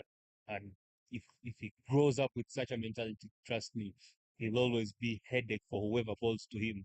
Him being in the East African community, I assume we're going to meet him more than often. So let's see how we deal with him because he's coming up now. Jonathan, so we're trying to figure out line and length not hasn't been consistent since opening his spell. Ooh, swing and a miss. Was a quite better than the other deliveries. Yeah, but still, nevertheless, you can see what Jonathan is trying to do. At least he's bowling better than Ochen Peter, the spell he bowled. I think Ochen was not in the proper shape, like he wasn't bowling. The rhythm was not there, basing on what we saw. Though Niro is coming in well, you can see the rhythm, the energy, feel everything is nice for the fielding team.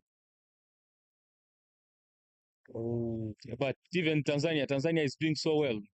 5 overs, 26 already. They think that they're moving at the required run rate. If they keep up this way, they're good to go because they're batting so well. The captain is aggressive. Is whatever is short, whatever is too full, is going hard at it. So, nevertheless, we can't keep them out of the game. However much it's a big score to chase down. I think that's a proper chasing a score. No need to fear. Do the right basics. Leave the good ones. Go for the wrong ones. Swipe of the bat goes to the deep square. Tanzania will comfortably take 2 runs.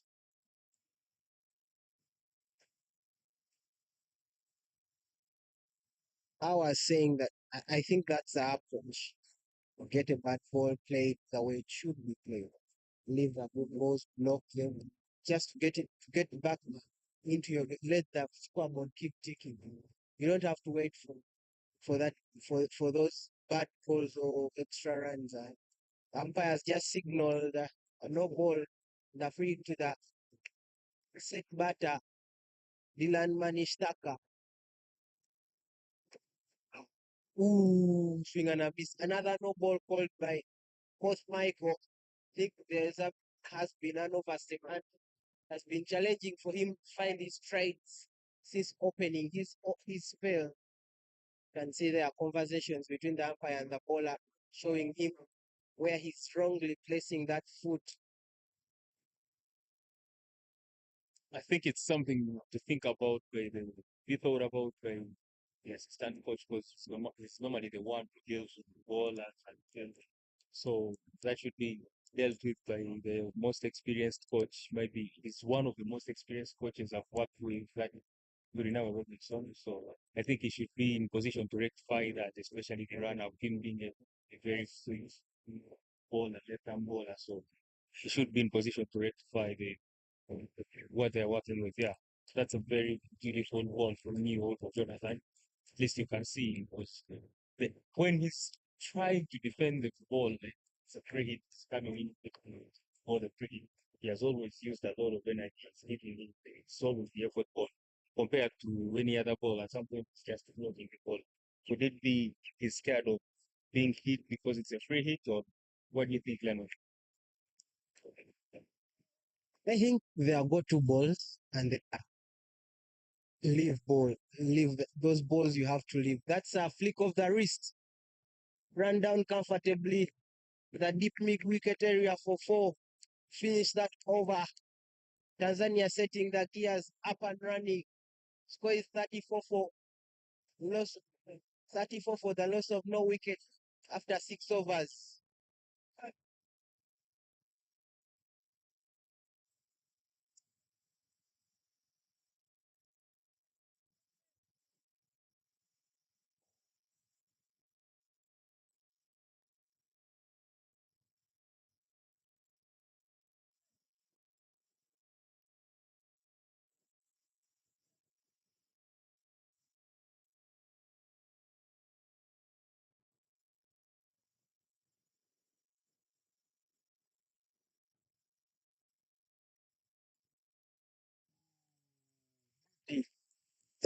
It's just a rhythm for me.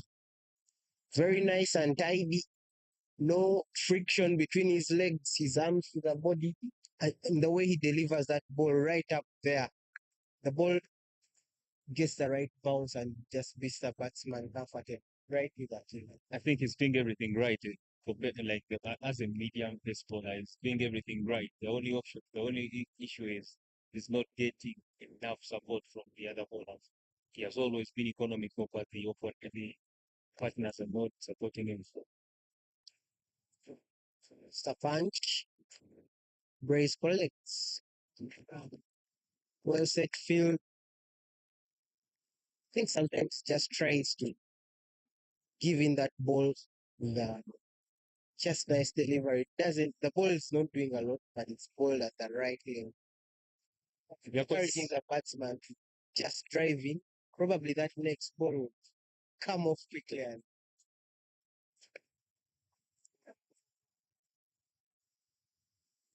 quick single there.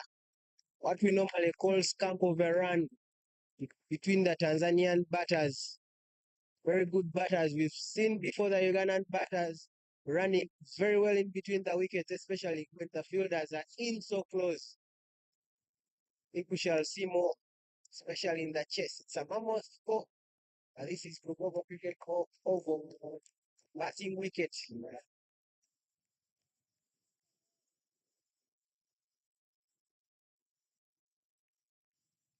Yeah, definitely. The way how they're running between the wickets, they realize. And then the batters themselves, they know there is one who's taking the risks of ball and adding foul play, and one who's just there with a supportive role. So him is the one off strike, at least you can see is doing more of tap and run, as the other one is going as the aggressor in the partnership. So work. I think Ayan has been uncomfortable. You see, he hasn't needed the proper. It's not getting in properly for now, but good enough they still have his wicket. We'll later have to compensate for those 21 balls because more or less the same. Dylan has scored 26 of 22. Ayan, surprisingly, just sat back 2 of 21, more or less the same balls first. Oh, what a shot. Came down track and hit it comfortably past that fielder, Abrazer Ali, for 4. That's why I'm saying I think at some point this combination is more one is supporting the other, so you can't have two people going at the same time. I think the non-striker is more of supporting the striker for now, as the striker is just going hard.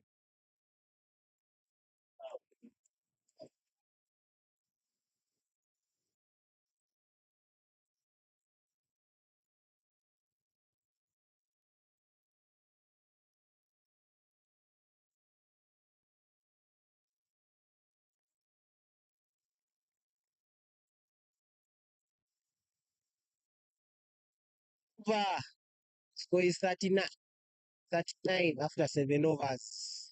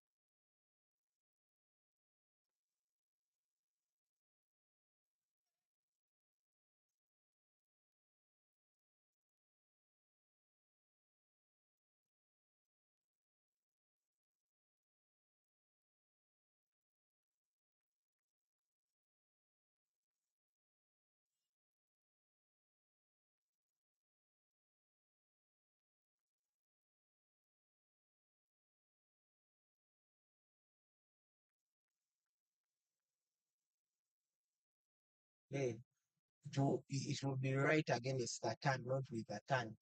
Get the ball on side. But playing with the turn, of course, when it's short, he will hit it hard down when there is cover. It's quite more risky because it's a slow bowler. But it tries to get that flight. And him bowling and him hitting the short ball with the turn, don't you think he's trying to defend that ball? Because if he's bowling it, because in any game, as long as the more you attack the wickets, the more chances you get to pick the same wicket.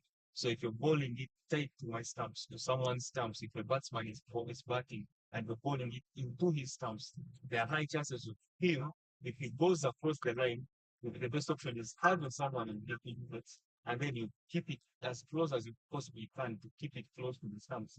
So that gives him a challenge if he has to. If I told you have to use one person, but if you have to use more than one, then you can adjust accordingly. What do you think? Kecho Jordan will continue from the Ginger Road end. His fifth is over. The score is currently at 40 after 8 overs. Tanzania under 19 boys moving steadily.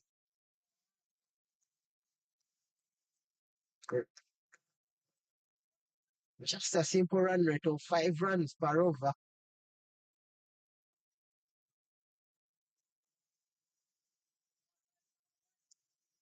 Guided to third man, beating that outside edge of the bat. Justian giving the strike to the skipper, who is finding the runs for the most of the runs almost to fractionalize it.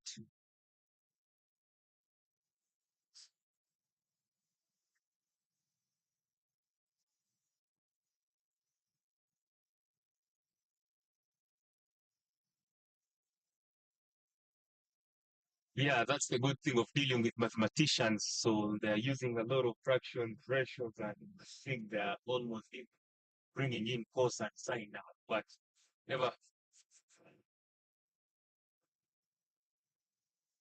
That was so close. That was so close.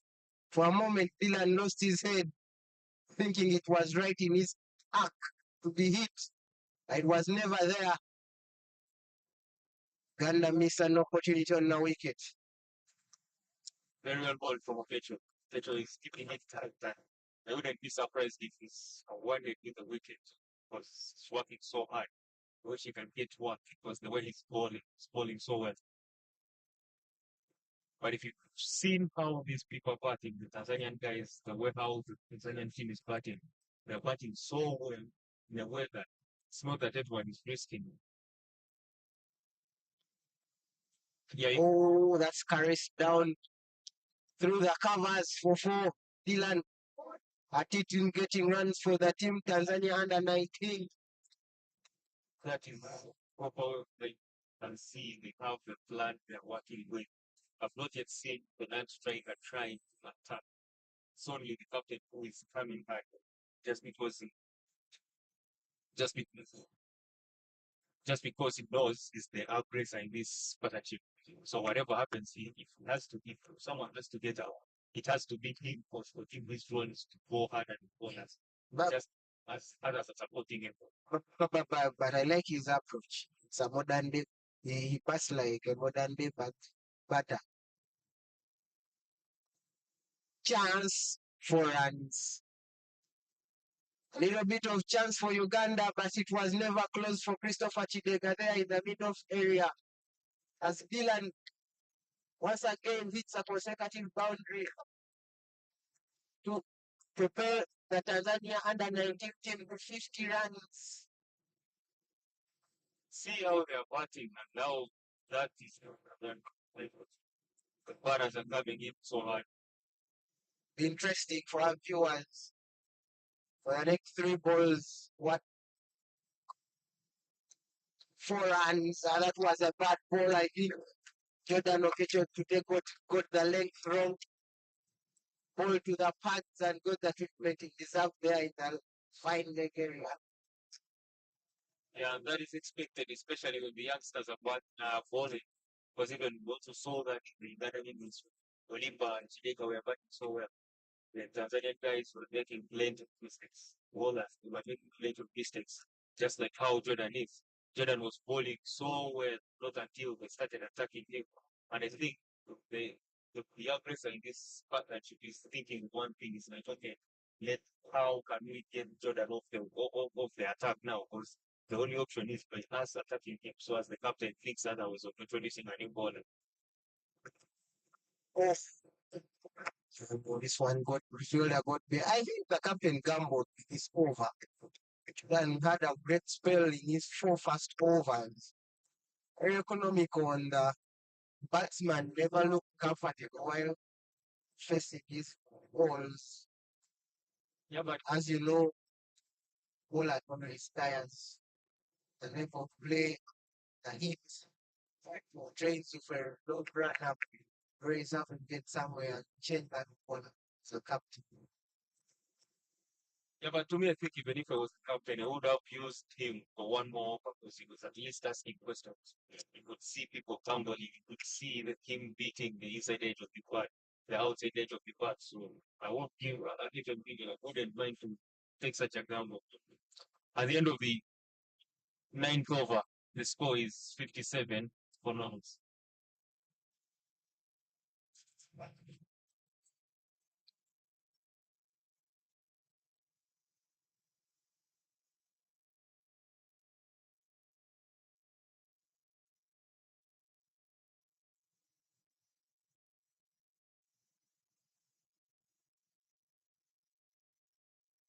10 overs to go. Ali Balidawa comes in for his second over. Ayan Ali trying to get off strike. Oram. Fielded by Ochen Peter in the Idon region. Ugandans have to be tight in the field. This partnership is growing unsteadily. But it looks one-sided partnership. That's the beauty of cricket. You bat individually, but the runs are summed up as a team. So it's a collaboration of the batting partnerships.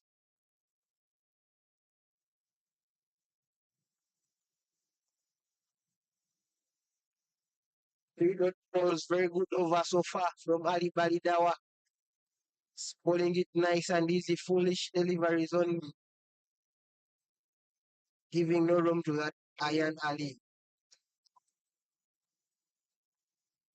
Chitega collects beautifully. Wonder what the captain is thinking. Power play about to end fielding restrictions. 1 run. Yanalio Ayan gets off strike. It's now the aggressor Dylan. Tanzania under 19 skipper.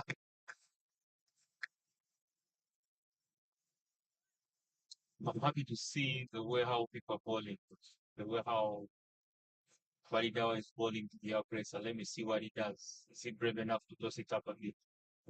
Or Maintains a strike, comes down for a single. End of the 10th over, that will be the end of the power play. Uganda under 19 failing to claim a wicket in the power play. But Tanzania under 19 will be very happy after that session. Tanzania under 19 are 55. The loss of no wicket. You can see some sheer words from the bench. Musamajid, the 12th man, comes to talk to the skipper. If there's some message from the coach. so, Leon, what do you think? Them introducing, okay, power play is done, yes, but how do you think introducing an off spinner? Because there is always that part of the matchups. How do you feel? How can you introduce an off spinner to the two right-handers hitting on the short side of the boundary? Do you think the captain didn't consider it, or maybe it's part of, or they have a way of dealing with it? Because introducing an off spinner to bowling to the short side of the boundary to the two right-handers, don't you think the best option would have been him bowling when they are hitting him to the biggest side of the ground? I think it's a cricket field. It's valid. It's a shorter side of the onside, the shorter side of the field. But I guess the captain now really wants to attack and make things come quickly. You know, it's probably, I won't say that he's going to bowl tender because it's too early for that, but I think the introduction of a bowler like Aziz Tanzania who bowls often stump to stump is quite I think it's quite objective from him. Very good, very well ball from Aziz Tadea. And if you watch the recent games, I think Aziz has been the go-to man whenever it comes to speak. It's always Aziz and it's always Aziz and Balidawa who are the people to always stand whenever Uganda is in trouble. Let's see how he deals with it when he's bowling to the short side of the ground, bowling to the two right-handers. Let's see what he does, the plan he has. Does he bowl it wide of the guy? Does he bowl it close to his body, or he balls it so that he possibly can for them not to go under the ball, and hit it all out of the park? Oh, well, ball nearly the batsman can feel it there. Dylan, that was so close, almost closer to his back pad.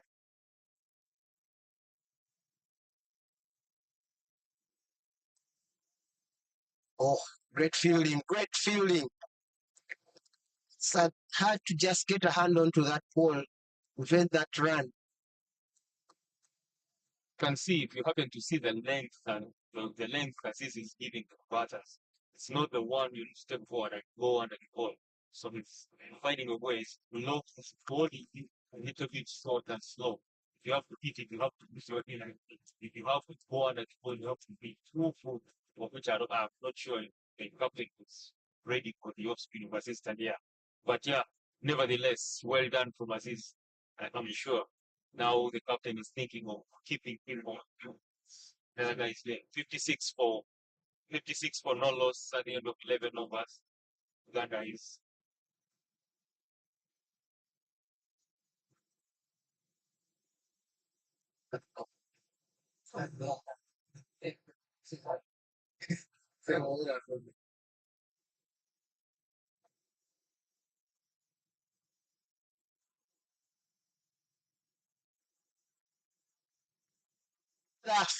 I'm not sure third fielder does the hard work.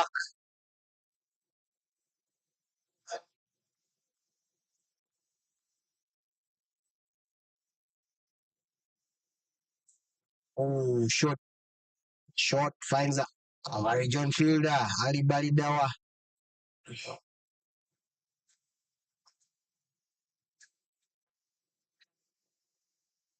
Fields it, still the same for Ian. Chance, but did carry enough. Fielder just getting the edge of the bat. as you can see, Wanidawa knows what to do when he's bowling to the one who is not attacking just number 3. He's bowling it a little bit slower than how he is to the attacker, to the aggressor.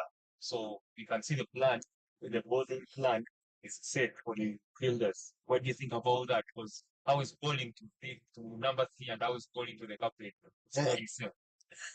I think for Captain Uganda right now, I mean, it's early in the game to say this, but right now he has two major things to worry about. One, the wickets. Two, the run rate. Right, he's dealing with the run rate with his spin, as you can see right now.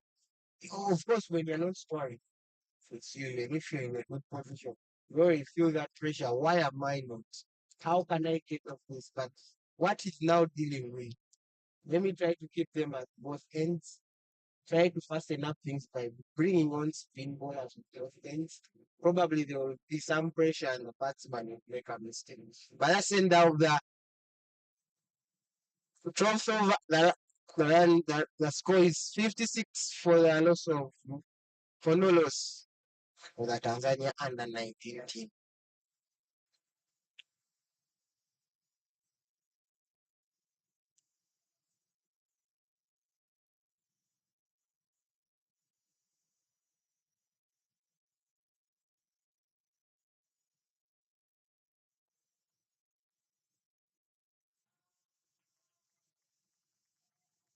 He is keeping it as tidy as he can. Yes. And that's the reason I said as earlier. Get that dot ball pressure to them. Probably it's now 3-over. They are not scoring. Just score at one. Keep it that simple. Chance. Oh, it has Grab was going to be a grab. Normally Bali Tower, but I said as earlier, the pressure will come and the chance was created.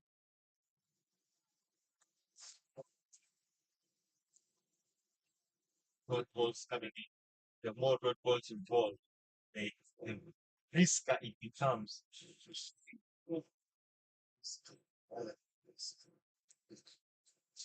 That was a chance for Uganda. Couple of chances there. Not close.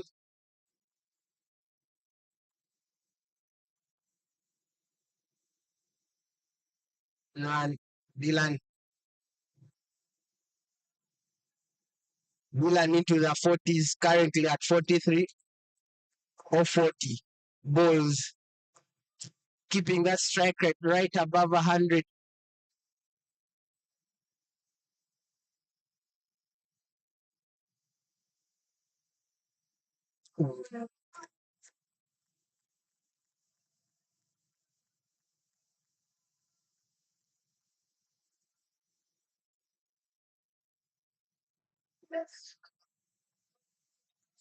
Oh, tiny stuff.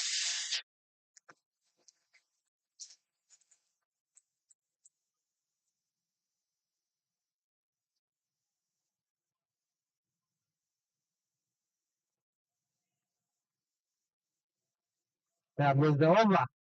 Quick for one. End of the 13th, the score is 56-59 for the loss, for no loss. Tanzania under 19 slowly progressing to the target scope.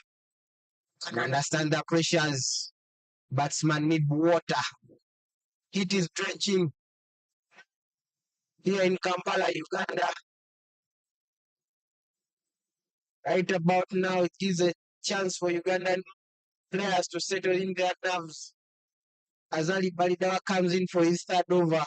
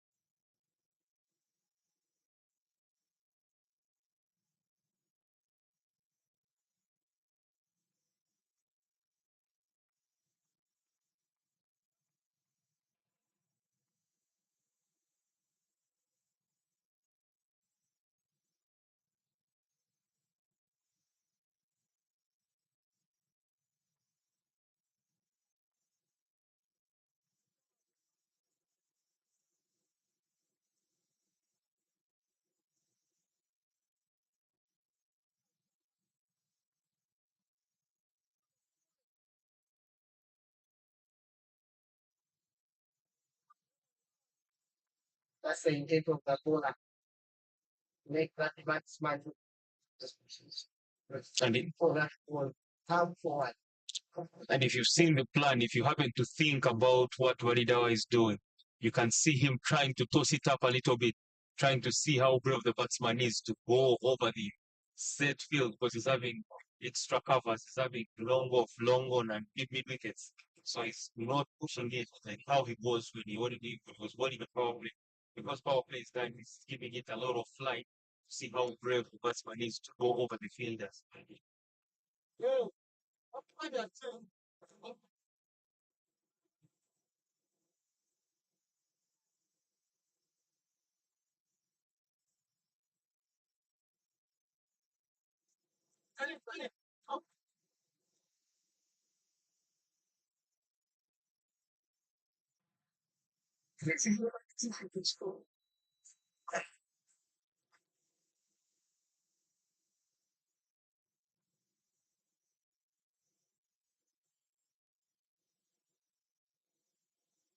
you reduce the run flow from the Tanzanian team?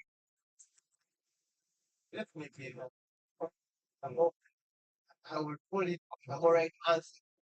Oh, the alright answer. It's great. It's partnership as John said. Chance of a run out. Good throw there from Christopher Chideka. Ali Baliga close, but not close enough. Just out before that batsman get into his crease side. Oh, that was so close. That was so close.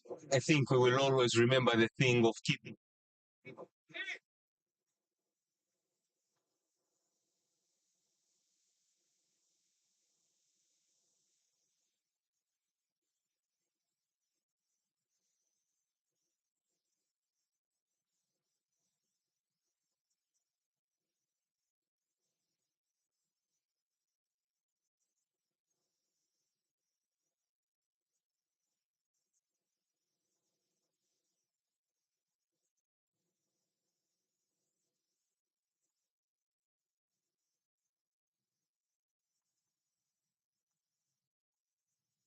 So, 61 for no loss for Tanzania under 19. Still required these 201 runs.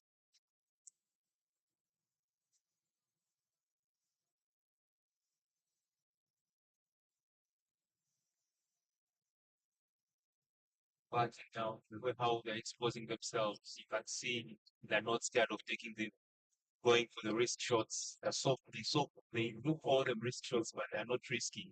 So me, I think the way how they are playing their shots, the way how they are rotating strike, especially against speed, you can see that at least they're finding ways. They're not blocking balls. They're not playing dead cricket. They're finding ways to rotate strike. As he stand here back in attack, falling to the calm batsman compared to the captain who for him is there. His role is more as he's playing the supportive role on the wicket now.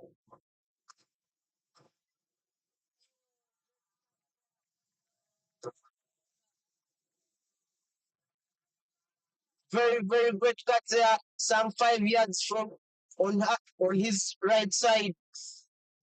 Gets the wicket of Ayan Ashik, who was just hanging in there. Ayan goes for a paltry 5 of 43 balls. Batsman compared to the captain who Score is 61 for the loss of 1 wicket for Team Tanzania. is playing the supportive role. That will give some good pleasure On to the Team wicket under now. 19 Uganda. Search of the wicket still goes on because Tanzania under 19 are still right above. Yeah, but still, me, I think that Tanzania is still happy that the one who got out was not the one who's been the scoring runs. So for him, he was more supporting the partner who's making the ball go to scoring runs. So for him, yeah, to Uganda, I'm sure the Uganda team will be thinking of how to get the aggressor out of the game. And the only way is to keep him off strike, to just keep him as long as you possibly can when he's not on strike. So after the time he comes on strike, he will try to find runs.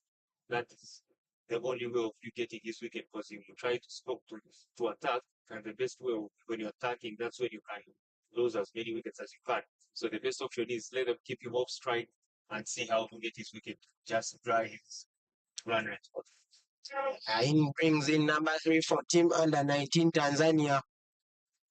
Dapan Ipakuma Jopampra. You can as well call him Temple. I had in the warm-ups, they were calling him Temple the home, I think, because of the technique he possesses. Because the first game I watched him bat, he was batting just fine. Temple Bafuma, I assume, is one bat like him. And if Tanzania has to chase him down, he definitely has to bat like the South African captain.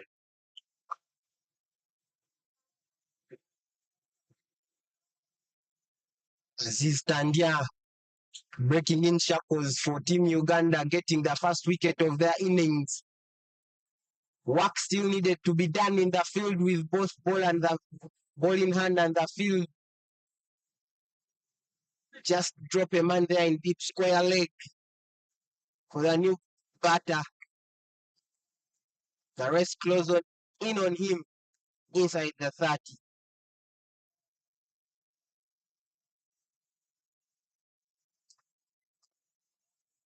Ooh, well shot.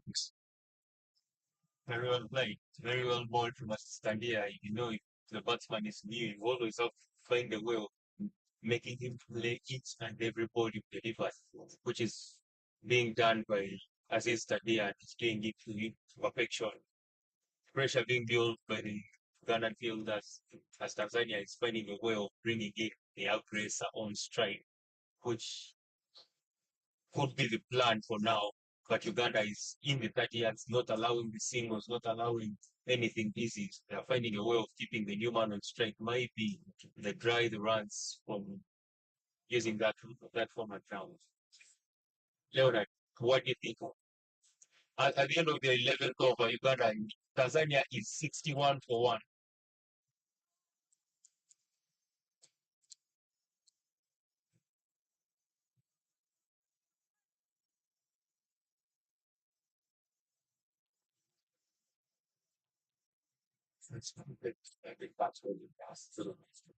Right now, I think Uganda under 19 Uganda team is getting things in control.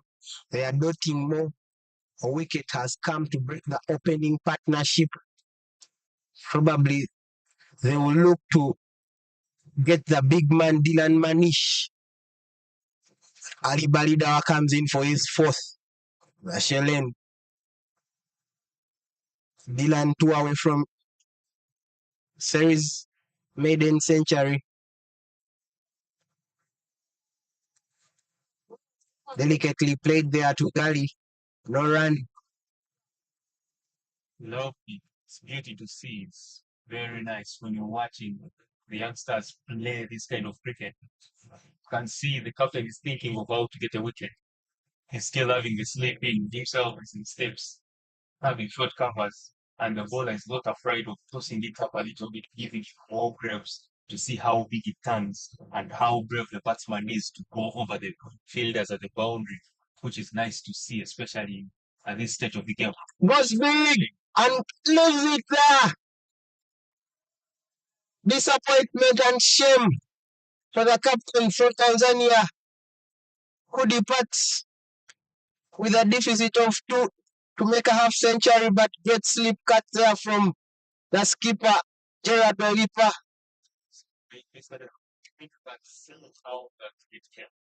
They pride his runs by bowling as many balls as possible to the other person, so they lost two in because of the dot ball pressure. They've just been bowling to the other guys because they are not aggressive as how it is. Then when Balidawa came to bowl to the captain, he just tried to just flight it up a little bit. Because the moment you're playing against the turn, you have to be too good for you to hit it over covers for 6, which invited the top edge when he was trying to take on the long on guy. Had he kept on punching it down for one, it would have been. Yeah, I think Dylan went it a shell for the first for the last 4 overs. After the introduction of spin on both ends, he looked rusty, looked too shelled in his own chamber. Runs were getting scarce for him. I think he just needed something, and we all know such kind of batsmen, modern day batsmen. They will not keep quiet. So he tried the big one, unfortunately, and very shameful by the way. He has to depart without making half century yet again. But I think I wouldn't mind him getting out. Because from the batting point of view, maybe the situation didn't need it at that moment. But for him, just because his role and the 48 scored it coming guns blazing. So I wouldn't mind this wicket, losing his wicket because he was coming hard all along. So you can understand that if you were the coach. So something to think about because when the situation changes, when they require it, when you're on 48, it means you have to stick there and work through the overs. one brings two, two brings many, as the saying goes.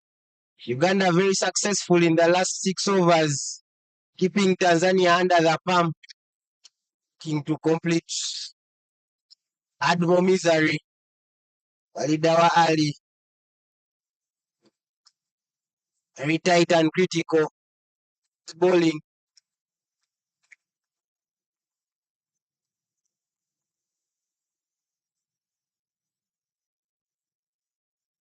But what do you think Tanzania batters have to do to get back into the game? We are seeing two new batters on the crease.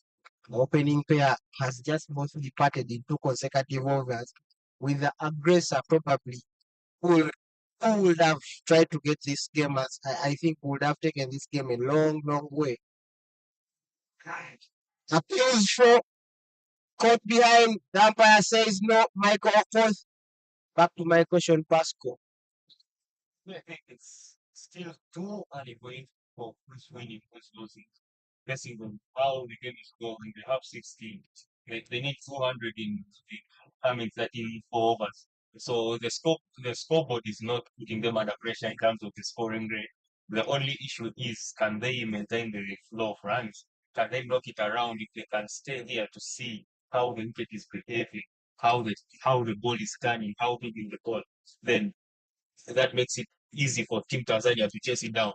But sure, the first game we watched, the way how they were batting, I think Tanzania is in a good position to still make it a very good game, if not chase it down. Yes, so it's a question of whether Tanzania can still click the scoreboard and get closer and closer to the target score. But we have new set batters who will look to create a new partnership. Innings Muhammad Ashafak and Dapan Dipakuma to make a new partnership. Each of the spinners either has picked a wicket for Uganda. Balidawa Ali and the young man Aziz Abdu Tandia.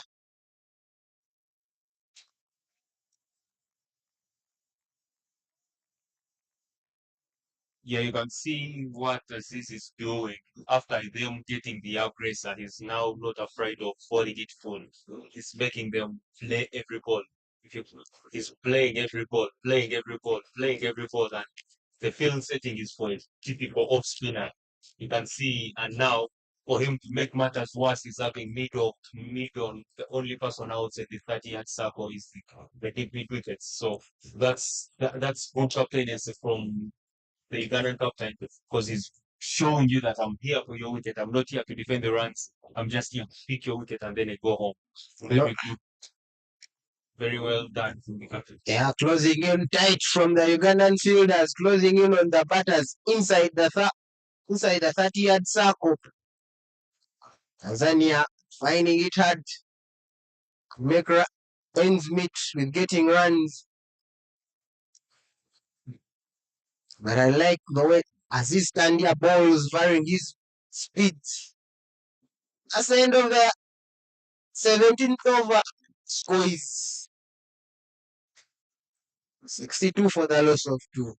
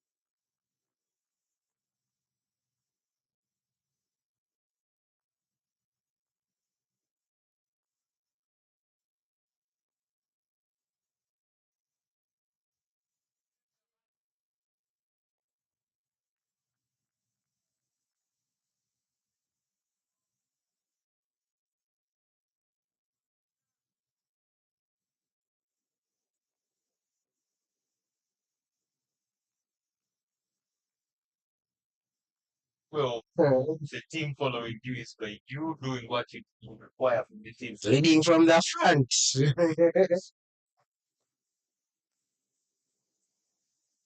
So Oliver being the captain, if he's telling you not to ball it short or not to ball it wide, and then you fail to do it, he will come and do it himself.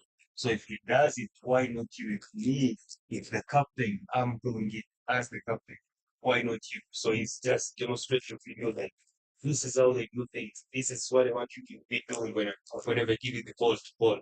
And at least you can see the plan is very simple. They are just playing with the sweeper guy, the sweeper fielder. So very well ball dropping outside. Good enough to see the Tanzanians getting into the screws, trying to find the singles as they get momentum. Hey, that find the fielder. Work from the Ugandans in the field, setting the field right is a basic cricket game.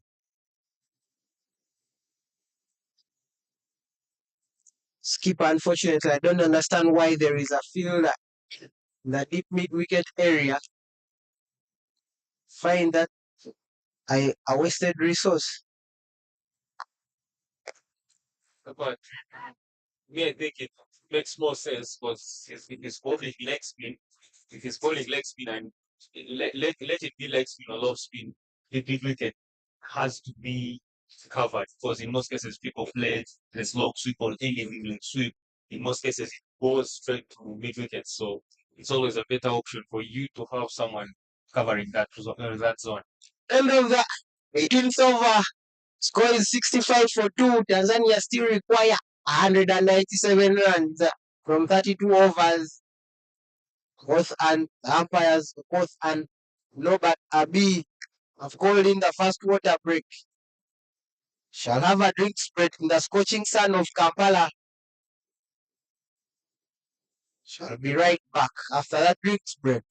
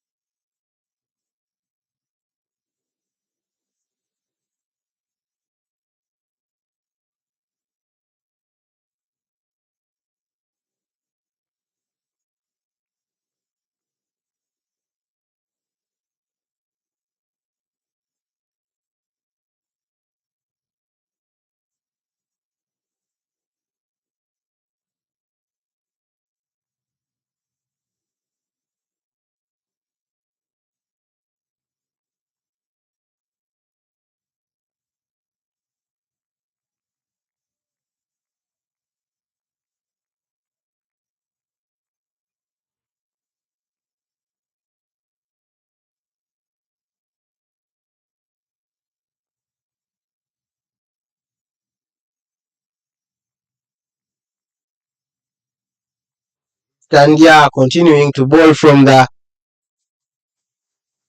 Ginger Road in his fourth over.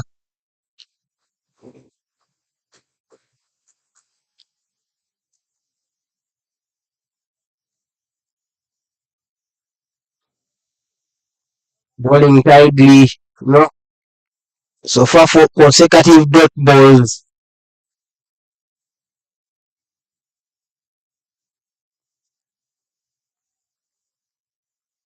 Aziz Tandia bowling it tight lines. You can see all the Ugandan fielders are in the 30, apart from one person who is in deep mid wickets, trying to keep it as hard as possible. Let them not score runs, nothing easy in the circle, because it's always a distress when you see someone getting an easy one when you're in the 30, so you as well will be at the boundary. But when you're in the 30, make sure there is nothing like an easy run being taken off you. Misfield from the senior man of the team, Christopher Chidega, allows for a single to be taken on the final ball of the over. Score is 67 for the loss of 2 wickets after 19 overs.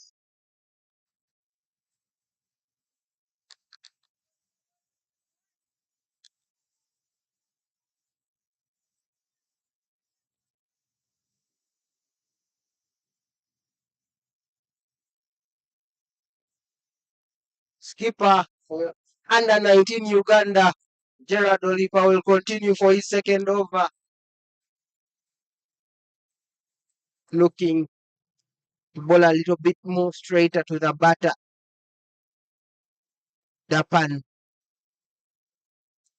looking confident and will stay on that wicket, giving no chance to the Ugandan fielders whatsoever. It was short. Oh, good fielding there. Good stuff from Davash Patel.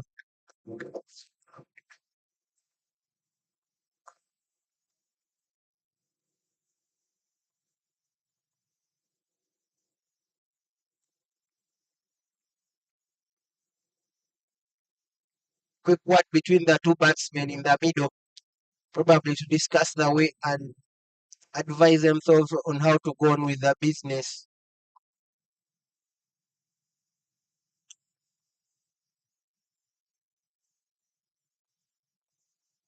Lofted, taken by Ochen Peter there in the mid-on area, probably got injured in the process of doing the business.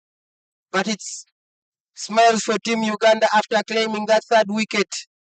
Gerard Olipa into the business. Gerard Olipa, after taking matters into his own hands, hasn't made Uganda look for that third wicket for so long. Uganda will be happy of the two teams. Things are going into the right way for the moment. Yet again, this session of play looks like it's for Team Uganda. Tanzania have to dig deep to get close to that target score.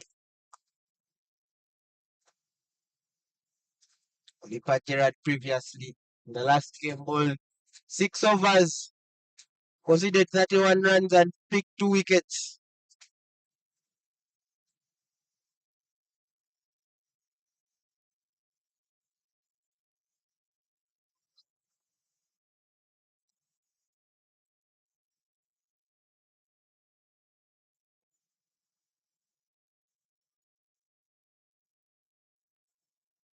In at number 5 for Team Tanzania is Akrepas Kowigo. Tanzania currently at 67 for 3. Look to make a sudden partnership, almost make things work. That was quicker to the stumps.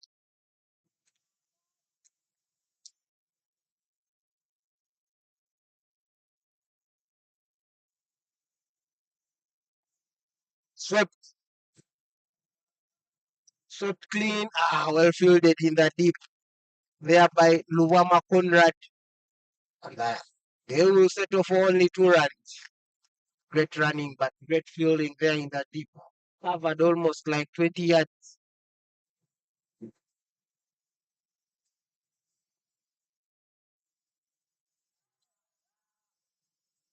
Called in for a wide after appeals from the umpire.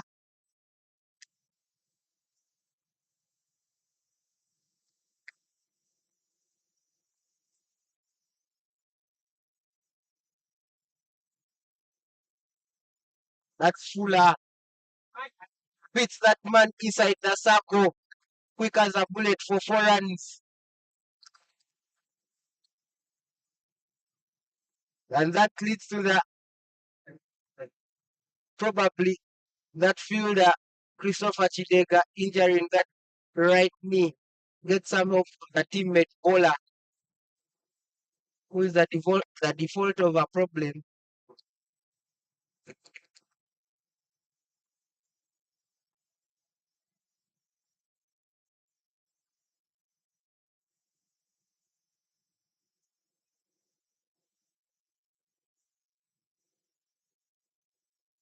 Hopefully he's okay. Looks a little bit of concern for the coaches, but we'll get back onto his feet and play will continue. One ball to go for the over. Score is 74 for 3 for Team Tanzania. So required is 188 runs in 30.1 overs. Pasco Akre. Think that boundary will break his nerves to feel a little bit comfortable on the crease. We've seen the previous batter didn't look.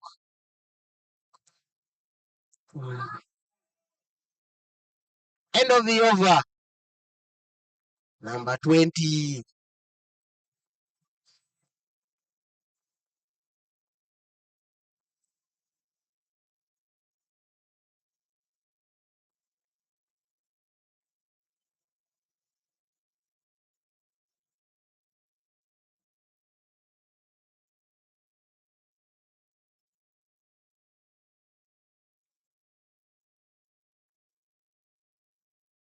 Can see now the captain is using off spin from both ends. Sazis here continuing from ginger red ends. Let's see what he does with someone who has just walked on the crease, still nervous. He's still bringing all the guys in. Let's see how brave it is. Which length is he going to ball? Oh, beautifully ball. I think Tanzania would be thinking of how to rotate strike on how to limit them to deal with the wicket column, because I think Leonard, what do you think? Because it's like Tanzania has lost plenty of wickets in like for few runs. I think losing the wickets is not a problem, but how do you go on from there? Do you go on attacking? What do you do to make that side of the squad tick? Because we've seen Team Uganda bat earlier in the morning. They were brilliant between the wickets. And I expect Team Tanzania to be better at this. Because they know what to do.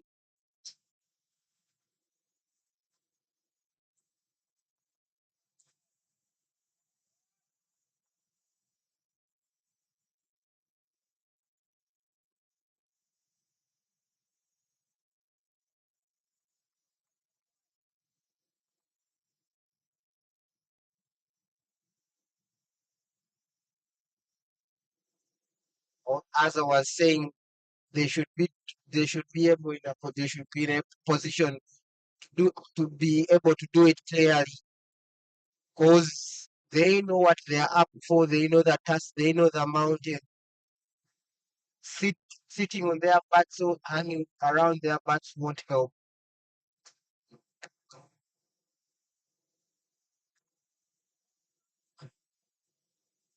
Sloppy in the field is Jordan not supporting the bowlers, especially after not supporting the bowler, especially after him being supported in his spell. Because you could see the fielders were giving in all they had for him when he was bowling service balls, but he did the same as we expected. But anyway, at the end of this 20 past over, the score is 75 for 3.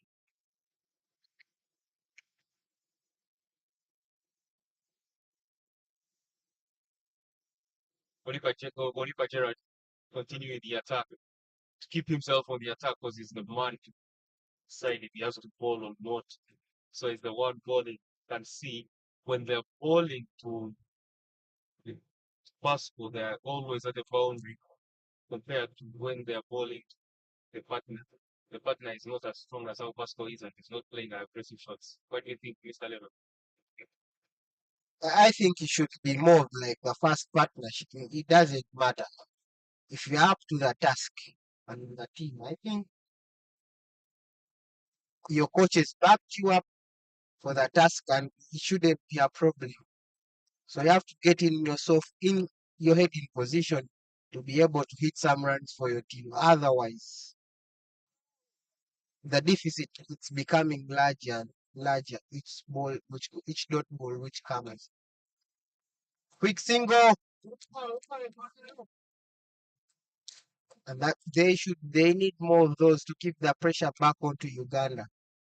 Yeah, but we've seen now Uganda is thinking that the captain is now doing something logical. After them getting a single, the big man going off strike, they've still brought in mid off and mid on. If he's good enough, if the batsman is good enough, let him go over them. And if he fails to, it means he's standing a chance to lose his wicket. They're only left with the guys on the strongest side or a batter that is on the home side. Let's see how it goes. That's a Short ball. Oh, miscommunication there. Easy work for the Ugandan fielders. And Muhammad Ashfaq is dismissed after some poor running between the wickets between the Tanzanian batters. And that's the fourth wicket for Team Uganda. And you can see the reason as to why they got the run out. Because the batsman, the Pasco was dying so much to be on strike because they had closed the gap. They had closed mid on. It was long on. So when Pasco got the single, they came into mid off and mid on. So they had cut off this.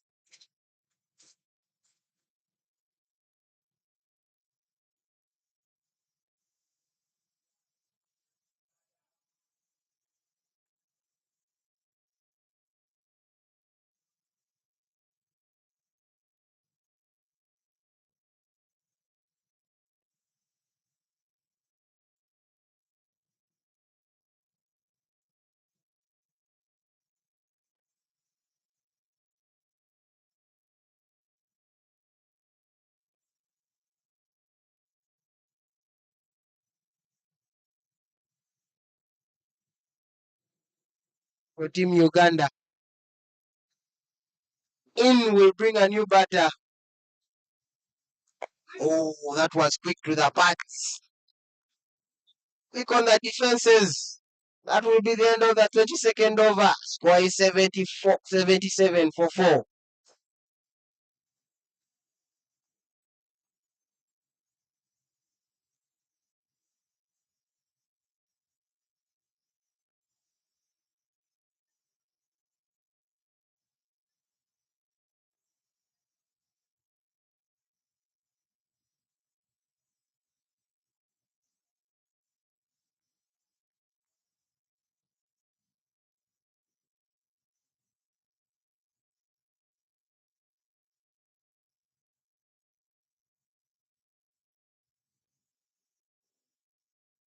He's doing a great job keeping Aziz Tandia because Aziz is not conceding. He's too economical. So if possible, and if the batsman, if you're losing wickets as the batting team, I don't mind Aziz Tandia bowling as many overs as he possibly can. If he can even bowl through all the way through his spell, I think that makes more sense compared to him taking them when they're not attacking. Yeah, that's a good team strategy, I think. First of all, it conserves energy resources in terms of how many players you get to use to bowl in an innings. Oh, boy, what a beauty! Mayor Mamwale didn't know anything about that delivery, but what a beauty! The bounce of that surface surprised him. Hit the top of the pail of that middle stump. And Uganda claimed the fifth. They are in the game. That was a beaut. I don't know how he bowled it, but it worked. I think it's only the replay that can tell us what happened because the batsman looks as if he's confused about what happened. Neyamwe Wale, after doing great things with the job, with the ball, with the bat, he will go without troubling the scorers.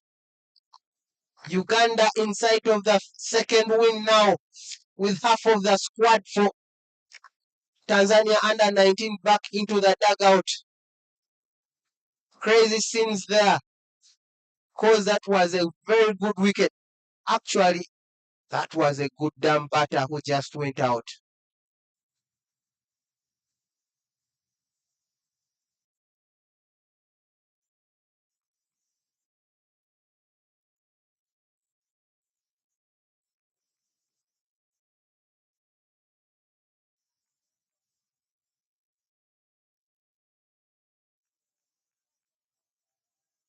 Muhammad Simba Mbaki, bowling all-rounder, comes in to get things right for Tanzania. Things are not going on pretty well for them, but they need to get back into this game. Mind you, Simba has represented Tanzania men's team, so we assume that he possesses the experience that is needed at this particular moment when Tanzania is in all sorts of trouble. Half of the team is already back in the dugout. Let's see what the Mr. Experience Simba can do. Seen some economical overs at Lugogo, but definitely this is up there. Having the numbers 3 maidens, 6 runs, and 2 wickets. Very tight stuff from Tandia. Short. Get some fielding work to do for Christopher Chidega. Great work there. You could see.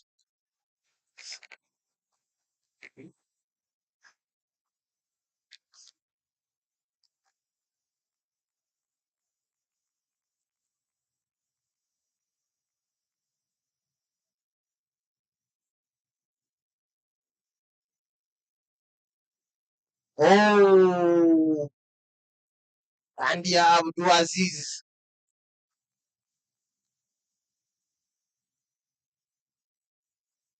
Just the varying speeds are always beating the batsman. You never know what kind of speed that ball is coming. Quick over. That will be the end of the 23rd. Uganda up and rising. Score is 78 for 5. Still required is 184 from 164 with 5 wickets at hand for Tanzania under 19. Commentator, what do you think, Mr. Leonard? What do you think, basing on what you've seen, compare the two innings so far? What have you seen? What's the biggest difference between what is being done by the Ugandan bowlers plus that was being done? Yeah, Zoliba comes back in the attack from the shell end. Still off spinner coming into ball. You can see now Uganda is looking to be defensive, which might not be the best option for now, just because it is Tanzania under pressure. I don't mind seeing the long off person, Chidega Christopher, who is in long off, to come in mid off to force the batters to go over him. Because if you're bowling off spin, it's hard for one to just come in and start going harder, especially against it. Oh, that is well struck. It's a good shot. I think this is the firepower for Tanzania. Yes, Tanzania has lost wickets, has lost 5 so far, but still, it's not keeping them on the back foot. For them, they are coming hard. It's either go hard or go home. You can see what they are trying out. That was a good shot. Hit over the screen, over the bowler's head for 6.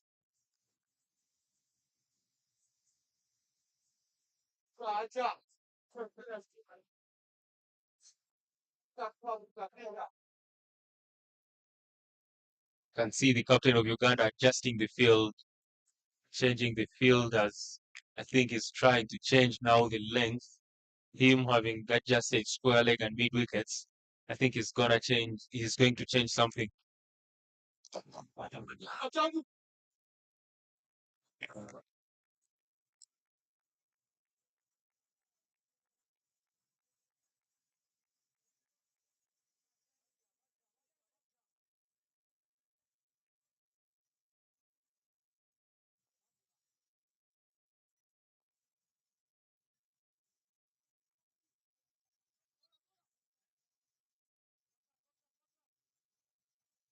It looks to be a productive over for Team Tanzania, as they've already gotten 8 runs off the over so far and still going.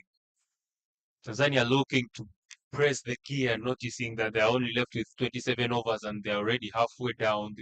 They've already lost half of the team.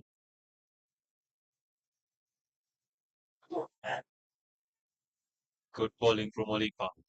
Very good bowling from him, knowing that everyone is looking to hit him straight. So he's trying to bowl it short so as they don't go under the ball.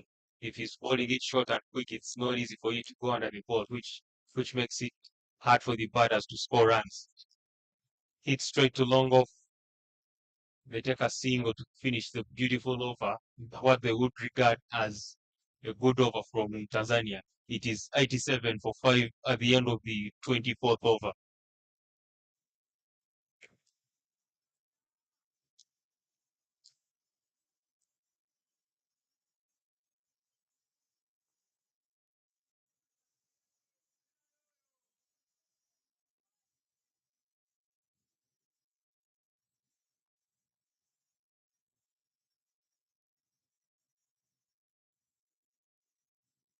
Over there for Team Tanzania, getting close to 10 runs.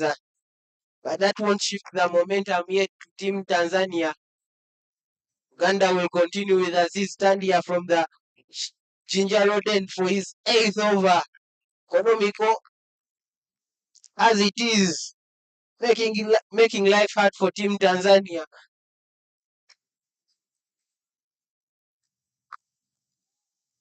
This partnership looks to go strong. Getting in the behind the ball hard.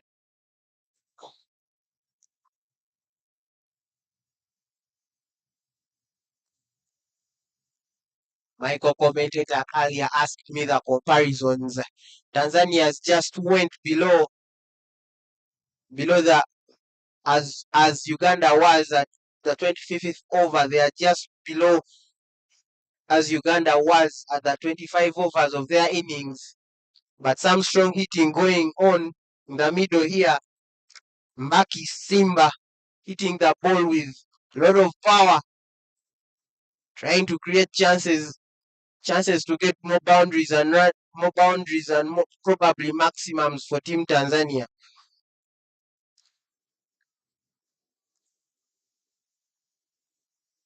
Looks again for the same fielder. This accurate pass.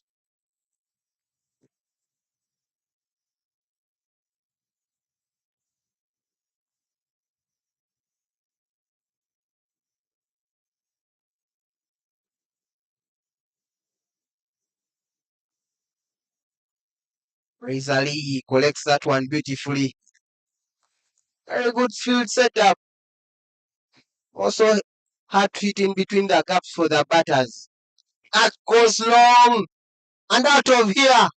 Oh, actually comes back, hits the wall. Very good shot there from Muhammad Simba Mbaki, stepping up the gears for Team Tanzania. That's the end of the beautiful 25th over. We are halfway the innings of our squad, of our chase. 173 runs still needed. Tanzania are at 89, at 95 for the loss of 5 wickets. Shifting momentum here in the last couple of overs. You can see the batsmen here. Very strong lads. Powerful hitters of the ball. Ugandans have to think about this partnership. Ali Balidawa called in to replace the skipper. Ball is 3rd over. Ball is 6th over. Sorry. Picked up 1 wicket and has just conceded 6 runs. Lofted up. Oh! had a bit of it towards the stump. That return shot, batsman was in his had covered back his ground beautifully. There, Akre Pasco.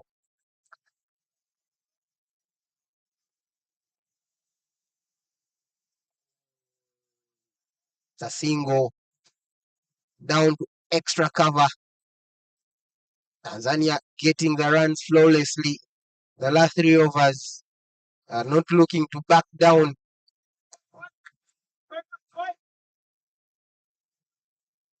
Ali Balidawa, consistent performer for under 19 Uganda. That was a little bit short. Full bowling didn't have the speed batsman wanted to work with. When it was eventually a dot there. In position, there is a slip.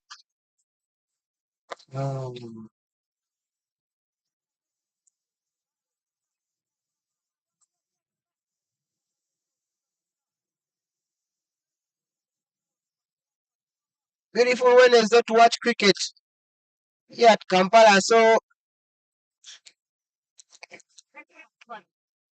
ID single there.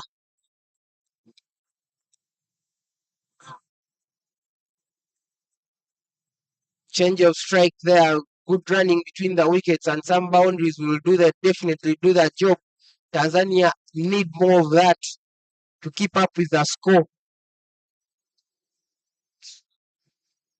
Oh, left to go through.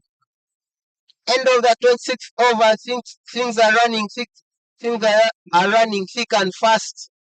Here, 165 still required in 24 overs. 97 for 5. Team Tanzania.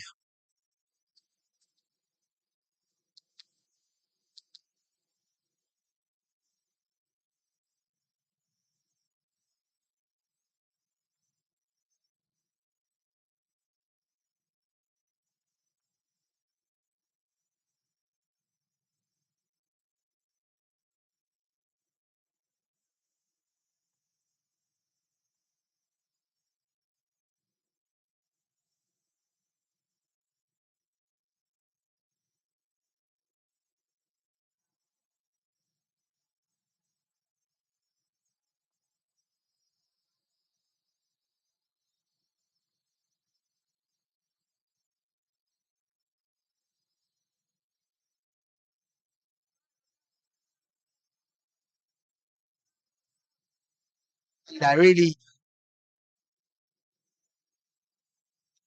making an errand of work here for the bowlers, especially as it's stand here from the Ginger Road end.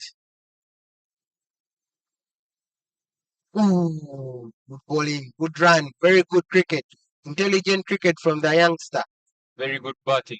Very good batting from the two batters, and you can see they're all trying to now attack Aziz because he's bowling it into them. It's turning into the two batters, so they're not afraid to go with the turn and hit on the short side of the ground compared to how they're batting against Validawa.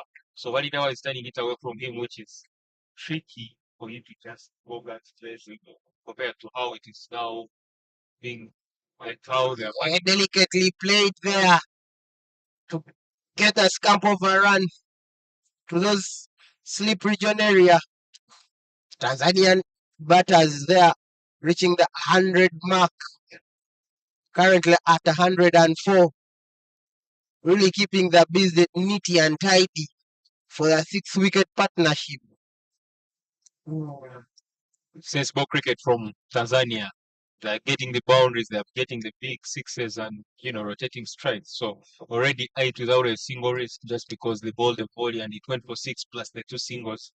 You can see at least what they're trying to do. But still, Uganda is also coming in, building in so well, not allowing the singles, not allowing the easy runs, the so-called easy runs, because they're closing up the runs. And At the end of the 27th over, it is 105 for 5.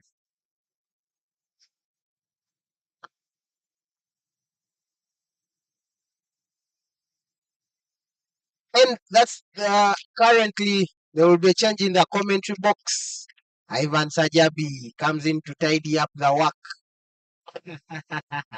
for Pascal Murunji, who was served from the first over to the 27th. Great to have you back, Sajabi. Currently, the WAM is at neck to neck. How do you see the game so far? Of course, we're happy to be back in the commentary box, Lennon. But the only question is now that at half, the Tanzanian batters have been set back to the dugout. So even if the one is neck to neck, if you just lose a wicket here now, we shall be already down to the bowlers. But our spin has been very, very fruitful for Team Uganda. The spinners have been bowling well, and I believe they are giving the maximum dividends that are really needed for them. A single to start Adwalida was the seventh over. Adwaida has been very, very economical. In his 6.1 overs, he's only going for 9 runs. It's double wicket. You need such handy bowlers at your side.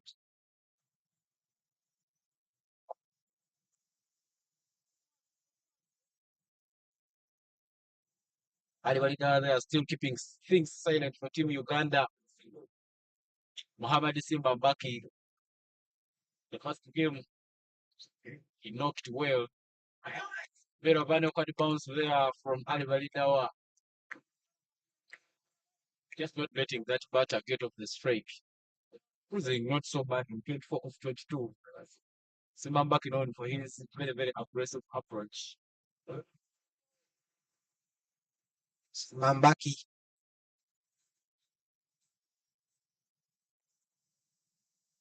Bit of wind onto that one. Slaps it downtown. They run very quickly, but they will only manage to get a single.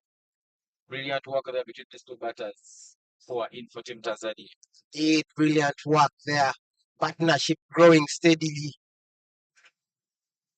Oh, beat that batsman. Beat that edge. It's always asking, where are you?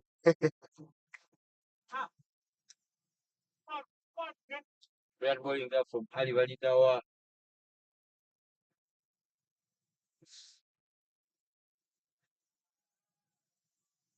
Came into this game, Ali Validawa was the leading wicket taker. He slept on top of the table with 4 wickets and has picked up another, meaning he now has 5 wickets in this series. The 29th over comes to an end. 107 for 5, Team Tanzania.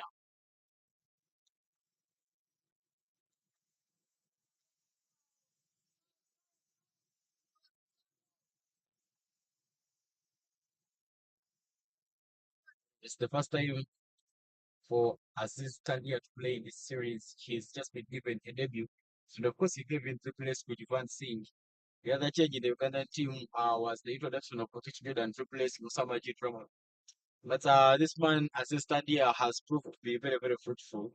One of the things I like about Assistandia is that he goes through his overs very, very quickly. When I comes back for Uganda, that is a hit, but hit well. Should be down to Chicha Road. Yes, it clears the boundary and clears the wall down to the road. Massive hit there from Muhammad Simba Mbaki. Yeah, umpire there requests for more balls from his third umpire. Well, beautifully timed there by Samuel Mbaki. Very powerful. Yeah, that had some width on it, but it was full and got that treatment it deserved. More balls, please. Yeah, indeed, that is a massive hit there. Simba Mbaki, the first game, he scored 41 of 40. And just for the benefit of our viewers, Mbaki Simba was the player of match in that game where Tanzania managed to beat Uganda during the opener. Uganda managed to bounce back to winning ways. Well, of course, with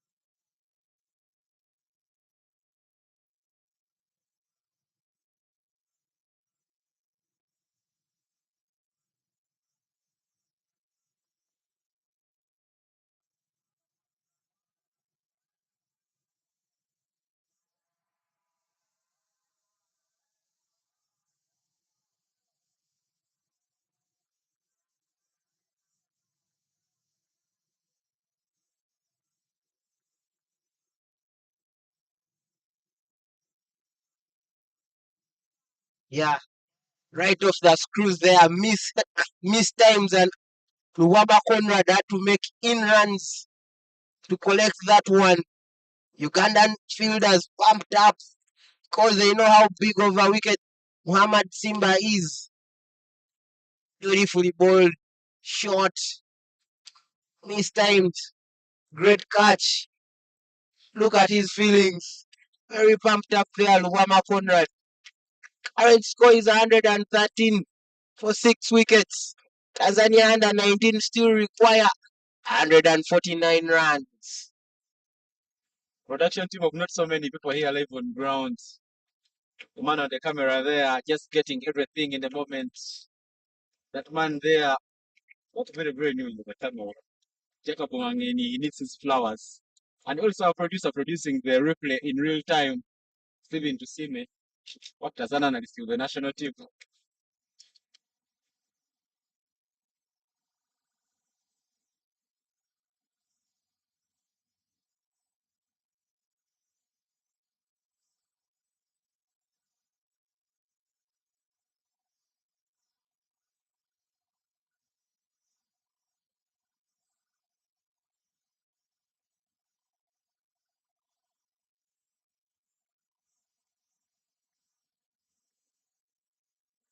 And yeah, bowling his last overs, picking 3 wickets in his spell. Very economical at a rate of 20, giving away just only 29 runs. Talk about the 3 maidens. Yeah, of course, we've seen him very economical, just keeping his economy at 3.05. Ali Dawa, very, very brilliant. Some good defensive shot there from Omari Koba. I think Omari is one of the common names in Tanzania. They have a lady who I think must have retired from last time. I haven't seen her in a bit. Omari Kibasu should be a common name that side. That's flicked off the pads. But look at that protection there. 3 fielders running to it. Just shows you how Uganda badly needs this victory. Victory is required there. Previously winning their last game against Tanzania under 19. A bit of a risk run. Oh, that was the chance we run out. Did their communication from the batters there. Omari not happy with Akri there, telling him he should communicate better. But that's the end of the 29th over. Score is 113 for 6. The required is 149.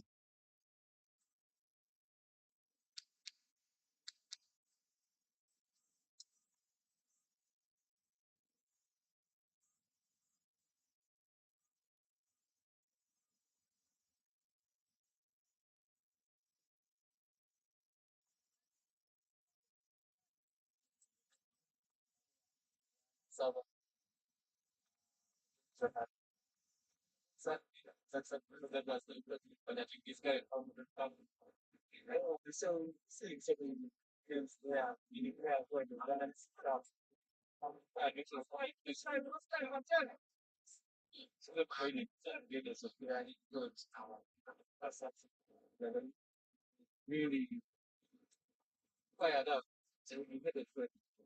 Good game tomorrow there. Starting at exactly 9 a.m. toast time. Shall be here right at Lugogo Cricket Oval on the Thursday, the 6th, the 7th, 6th, sorry.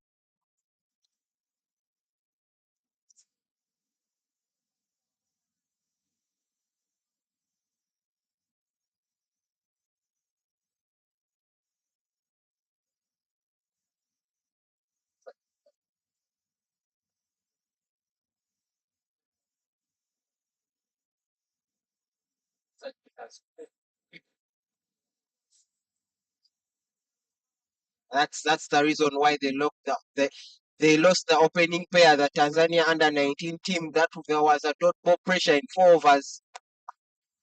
That's middle out of here by Omari Koba.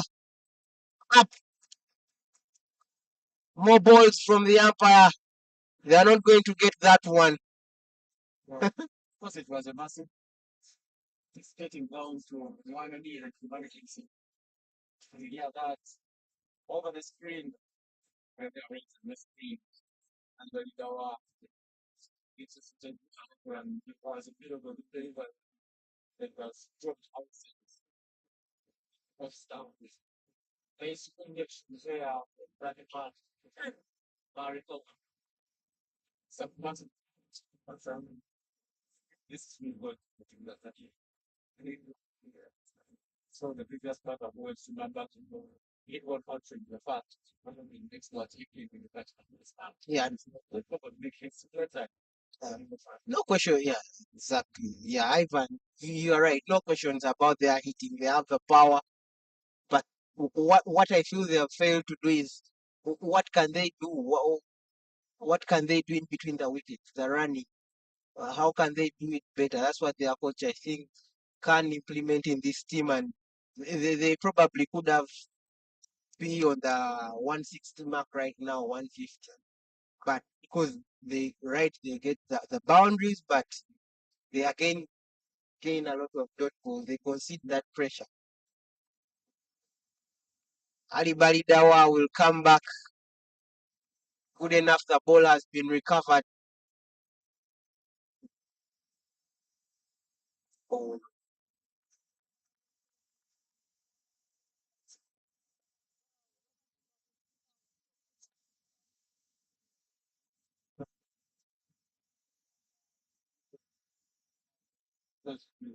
I comes back. Even when it starts down, not the batter knows that every time I make a risk or I drop risk the line, I will lose my wickets.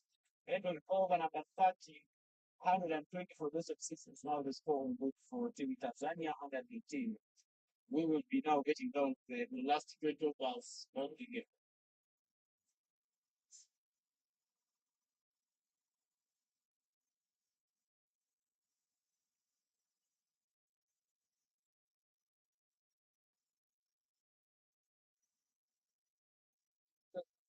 In versus Tanzania, replaced by new Jonathan on the side. Found the genius, you know,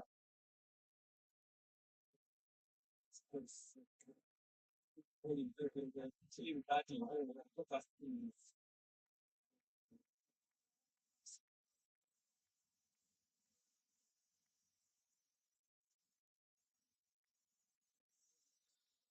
for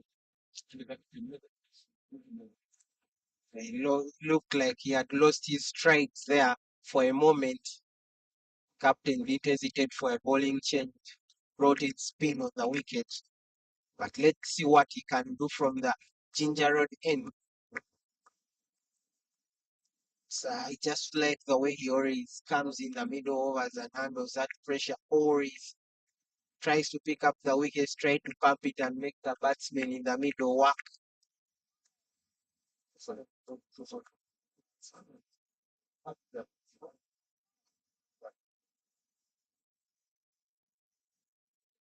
this very maybe it's better and it's better than this one that don't well that I hero yes just gonna dust up some big thing to accomplish. Downtown, I really had to talk about praise Ali posted it at that time scoring out in Kampala then way when stuff up that scene. But the truth was very, very brilliant because better this past people that being involved in perfect. Very, very brilliant chasing, no doubt. Brilliant fielding, no doubt there, Ivan. Brazali, fortunate in the batting today to just get out terribly, overrun out, probably miscommunication or something. Moving down the track, fails with that one, just directly to the point fielder. Omare Koba looking to be positive on the crease, no backing down.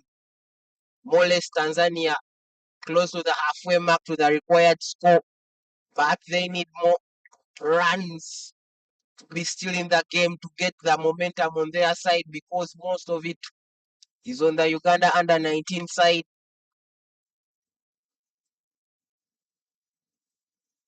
They shimmy down the track there. Not being critical, maybe wanted to scare out the batter. But Jonathan also not shaking. comes in with another delivery.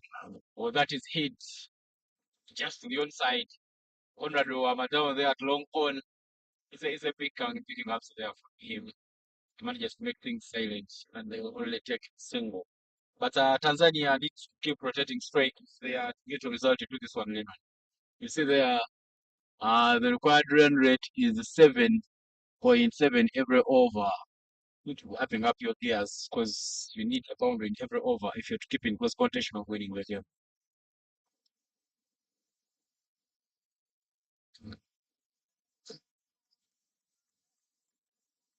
That out goal conceded by team.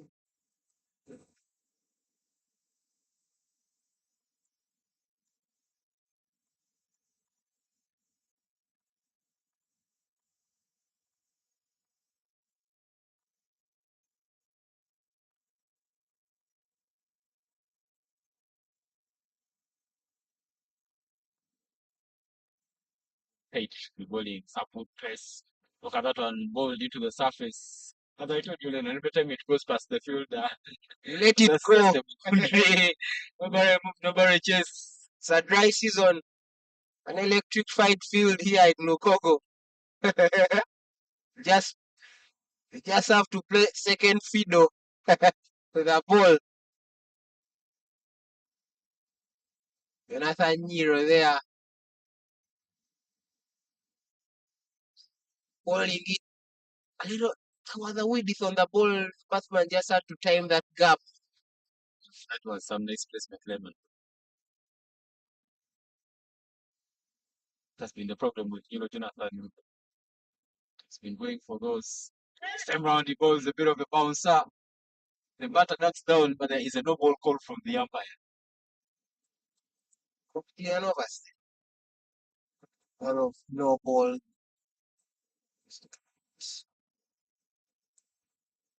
Bowlers penalized 1 overstep. Probably they will try to get in their stride. Hold a couple of no balls in the first over in his first spell. Probably needs to work on it in training. You don't need to be giving the opposition for those free runs. Of course, Uganda's fumbled 6 no balls compared to the two that we are bowled. That is hit up in the air. The catch will be taken, but of course, that's not out. But they will run and only take up a single. Brilliant fitting there from Abdul Tanzania and third man. That brilliant fielding will mark at the end to the 31st over. The runs were good 126 loss of 6.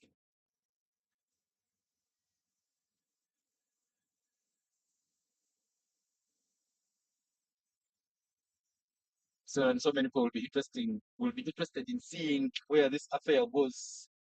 And we're having so many people watching. And I have another friend from Rwanda who's just sent me his comment right here. Coach Anselme Mugisha. Coach Anselme Mugisha was here when the Rwanda team for Rwanda as they came last year for this particular series. With him in Ginger, he came as the assistant to Adele to Izere. Watching in from Chigali and saying that we salute you guys. Well done and thanks for hosting such a beautiful tournament. There is a subsequent change in the bowling attack from the other side of the shell as Christopher Chidega for the first time comes the ball for Team Uganda. Very, very experienced and very, very handy. So him very, very good with the bat. Now it's time to see him shine with the ball in the hands. The experienced under 19 player, Christopher Chidega. So I'm seeing Chidega ball and Willie Keep remembers me of a cute story where these two led Colorados to the semi-finals of the Nationals just about 2 years ago. Chidega could come and bowl his 4 overs and Willie could keep. Then Willie could go also bowl his 4 overs and Chidega could keep. Just like that, they managed to play up to the semi-finals. So it's really a brilliant duo. I'm surprised that these two, who were very, very exceptional, made strides and made it to the national under-19 team. And scamp of a run. Scamp of a run and somewhat there from the players. exchange between Omari Koba and Christopher Chidega there. It looked like it was an exchange between Chidega and the wicketkeeper. No, Closely looking at that because, or maybe some collision at the wicket. at the wicket, the running between, I think there was an obstruction between as Omari was trying to get beyond the crease line there, blocked Chidega. Yeah, but could be Chidega's right hold because clearly the wicket or that area is the area for the fielder or the bowler in that case. So Chidega could have been right. Well, that is hit and hit well. Oh, not so well. But that's not called there at third man. A catch is put down by Jordan Okecho. And very, very disappointed there as that one will race away for 4 runs. Chidega will not be happy. You know, Chidega is one of those players who will put up that pressure. He is not happy seeing mistakes. You see, he's already holding his waist. Not satisfied because he knows he has created a chance for a catch. And that chance has just been put down. Nerves in the middle there. The batsman going hard at that ball.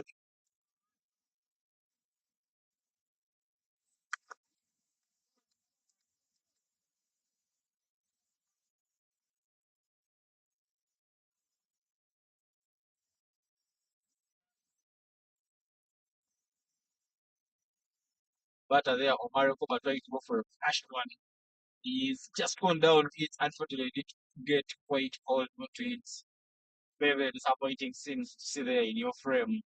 But Uganda will just need to keep their heads up and make sure that they fight back on the game.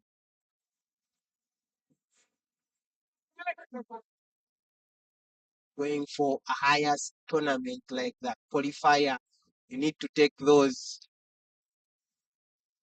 Ooh, that one was slow. Because the experience of Christopher Chidega be very, very evident that he will give all these variations. Just love the group of fans who've come here to the Gogo Cricket Oval.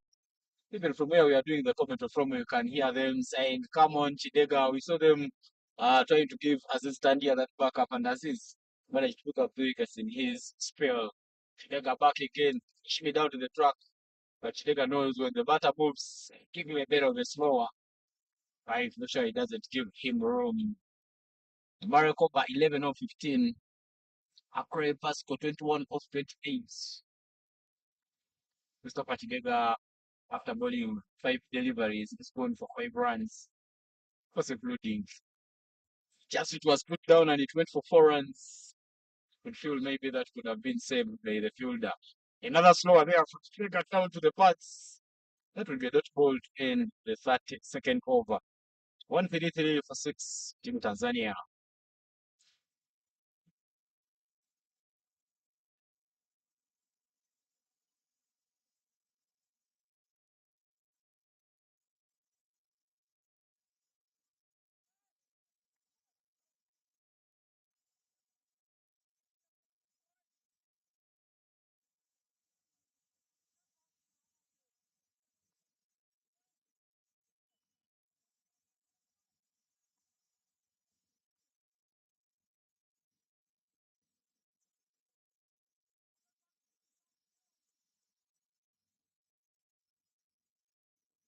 Uganda,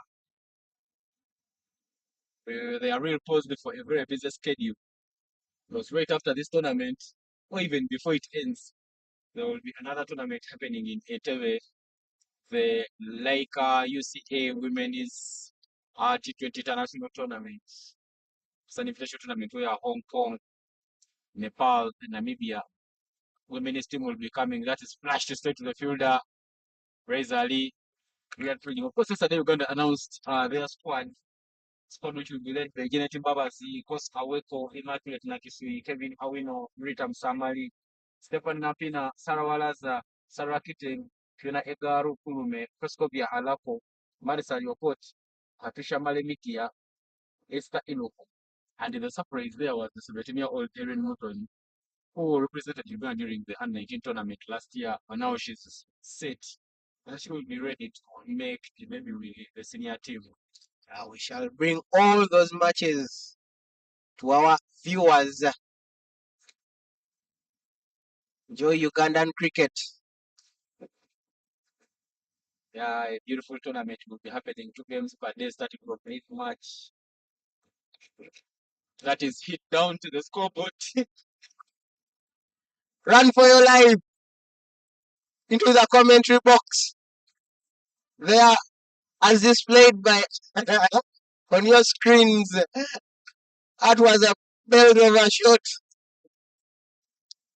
Great batting there, picking up the length quickly.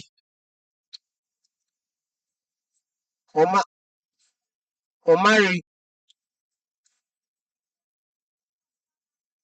Tajabi Ivan here doing some scampy fielding instead of getting the ball and returning it to the field. Of course, maybe I could have returned you to the field, but a microphone in one hand and a phone in the other hand as Nilo Jonathan gifts Tanzania under 19 another weight. But Lennon, one of the questions that these coaches should be looking at address is the number of extras. In the first innings, we saw Tanzania giving out some extras, and the extras were 27 in the first innings. And now Uganda is also giving back in the generosity. Tanzania, our neighbors, Uganda has given them 13. Another slow delivery there from Nilo Jonathan. It flies up in the sky. Well, that will still be a symbol for Team Tanzania. Keep the scoreboard ticking. Good batting there in the middle. Sorry, is what we've talked about. Find ways to score those easy singles and doubles. Keep the field busy. Keep the work going on. Get yourself deeper into the game. Don't give up. It's true sportsmanship.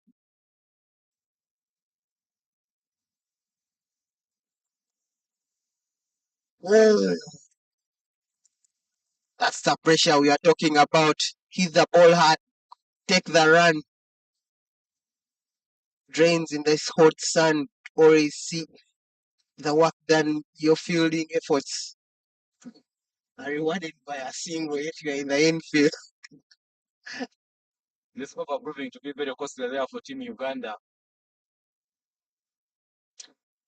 The required run rate before this over was about 7 every over, but right now it's dropping down to 6. The last slower there, chipped up in the air, not quite in the gap. Conrad Ruame is there to do those easy pickups. This over has so far gone for 9 runs, and it's remaining with 2 legal deliveries to come to an end. Bit costly there for Team Uganda. And since we saw spin leaving the attack, this bowling has not made a difference for Uganda. Good drive there. Settle for a single.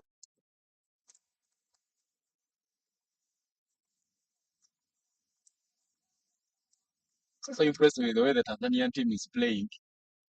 Because I saw, okay, the games which were in Tanzania were not actually streamed, though they could provide some few highlights for the social media and everything. But then you look at the scorecards and everything which was coming from Tanzania during the because that happened last year. What a shot. Right. The next wave shot there. Very, very brilliantly done there. Just bowling police and the batter very equal to the challenge. Clinical from the textbook there. Good shot. Good cricketing shot. And that will be the end of the 33rd over. Score is 148 for 6. 114 still required as we get down to the wire. 17 overs to go. The umpires will call that is enough. Players will go and have a drink. And we'll be back shortly.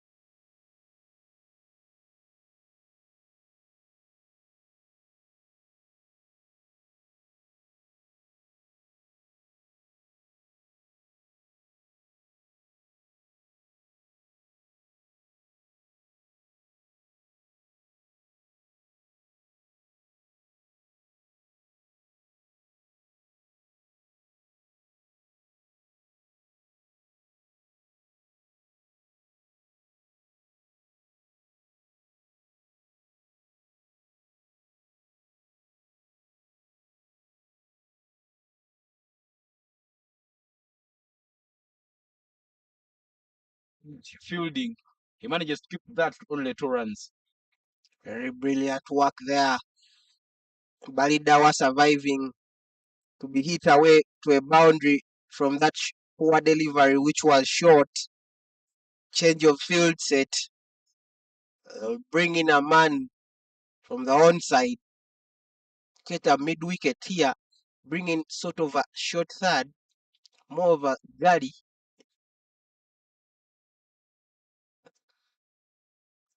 Tossed up. Beautifully played.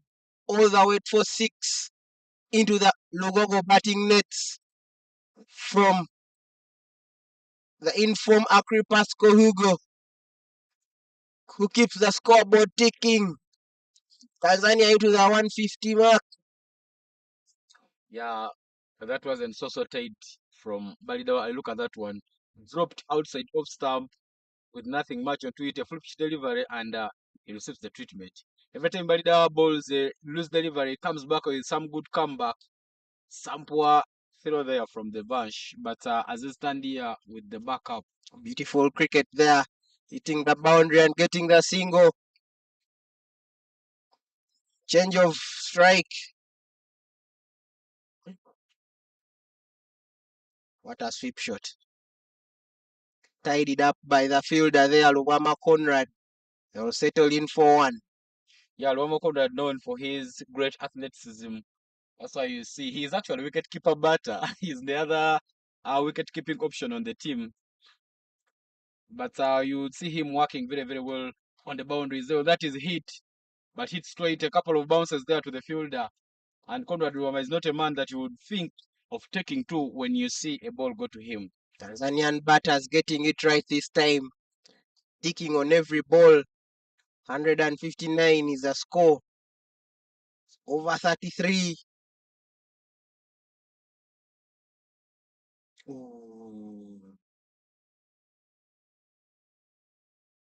End of the over. The score is 159 after 34 overs. 103 more runs are still needed in 16 overs. We saw a beating in the Champions Trophy as New Zealand managed to set 362 for a loss of 650 overs. They are taking on South Africa in the second semi-final of the ICC Men's Champions Trophy happening. That game is happening in Pakistan, whereas the final will happen in Dubai. But we saw 2 centuries, Ken Williamson and Rachin Ravindra, coming up there. Then, as I was saying, for the benefit of our viewers, Tanzania was in the Division 2, and they managed to qualify for the Division 1 last year, the Division 1 of the Under-19 last year, as they beat Sierra Leone during the finals by 36 runs. That game was decided, of course, by the Duckworth and Lewis method. But of course, Sierra Leone and Tanzania will be the team coming to Division 1 to join Nigeria, Kenya, Uganda, and Namibia. My guess is right. Christopher Chidega replaces Gino Jonathan from the Ginger Road end. Exactly. You could understand what the captain is thinking there. Great captaincy. Let's limit the runs, the leakage of runs. But Tanzania under 19 looking to dig deeper into the match to take the game to the wire, probably have a sight of the win.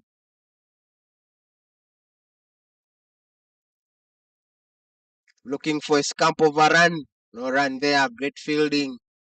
The Ugandan infield there, Jordan Okecho. He's out on an opportunity to break this partnership after dropping a catch off Chidega's bowling in the 32nd over. Didn't make the bowler happy. Making pulled away down into the deep square region for 4 runs. Beautiful cricket shot there. You feel like these batters will stop, but they never stop getting those runs. That is a brilliant pull shot, Lennon. Very, very good. Those are the shots you love calling the shots from the textbooks.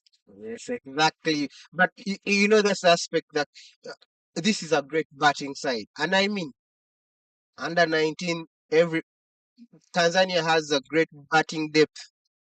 If these guys can't play such shots, and on top of those shots, they can include the singles and doubles.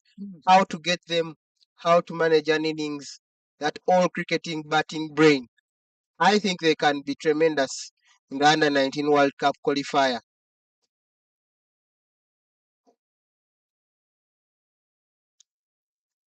That is hit, and they run very quickly for a single. The required run rate, of course, has been kept at 6.62. But the DLS pass score says at this moment Tanzania should have been at 190.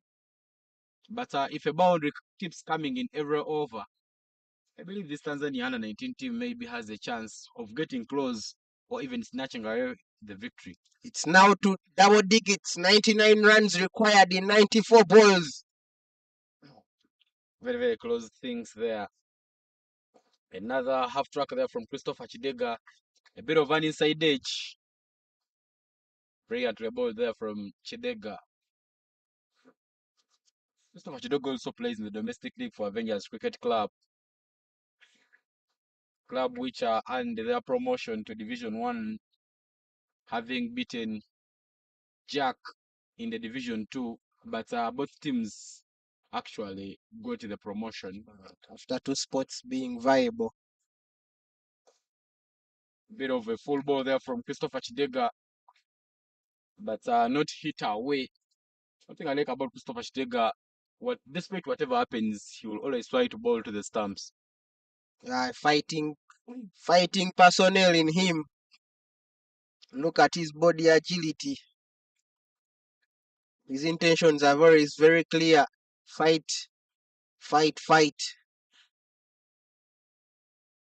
Oh, little bit of slow. Too bit of slow. Wary of the batsman. It's okay. His partner calls chip chat there in the middle of the crease. Score is 164 for 6, 98 required in 92 balls with 4 wickets at hand.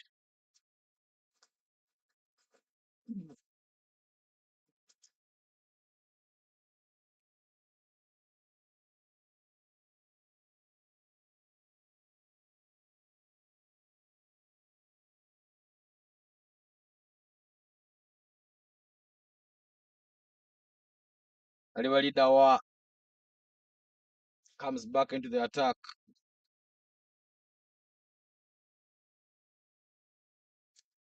As South Africa loses the first wicket in the Champions Trophy, Ryan Rickelton is caught in covers. South Africa are now 20 for 1 after 4-point favors. Just an update from the ICC Men's Champions Trophy to make sure that our viewers are not missing anything. Ali Dawa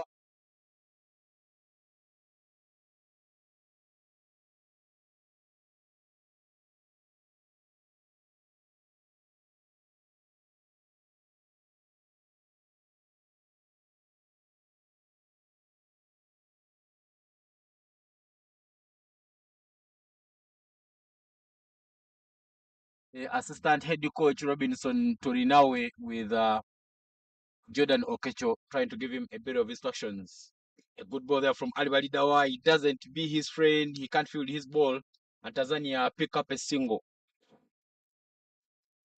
Great batting from Akre Pasco. Looked composed in his innings, currently at 39 of 38 balls. Doing the business for Tanzania. Balidawa closing in off his over.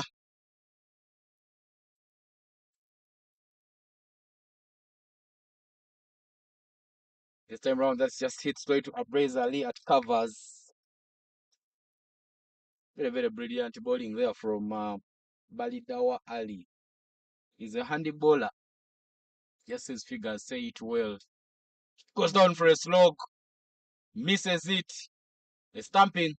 But the umpire says, that's not out. Great bowling there from Balidawa. He saw the batsman get down on one knee. Even before that ball was bowled. In the end, the batsman missed that out completely. Yeah, one thing that Balidawa Ali has is that magic of having those balls that turn in to the bat and those that turn away. So you could easily make that variation. One of the days I was chatting with one of the players who will be playing for the emerging team, Ochaya Jaffa, and I was asking him why is that he was bowling so many balls that are turning in. He told me that he can bowl on which turn is away, but it needs a lot of efforts and it constrains the fingers, though it was the most economical ball from him. But Ali, he keeps those variations coming in. We've seen Joseph Baguma also bowling those ones. So it gives him a very, very big edge to other bowlers who just bowl flat and in for the bats. Joseph Bagum, a beauty of a talent. No doubt at all. All know what he can do. And then over the 36th of the innings comes to an end. 156 for a loss of 6 is now the score for Team Tanzania.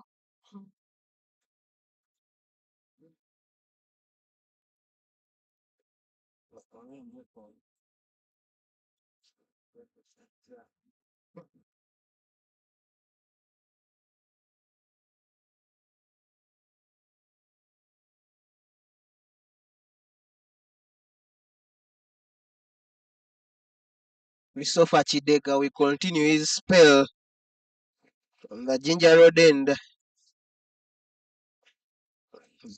Tanzania under 19 batters will look to capitalize.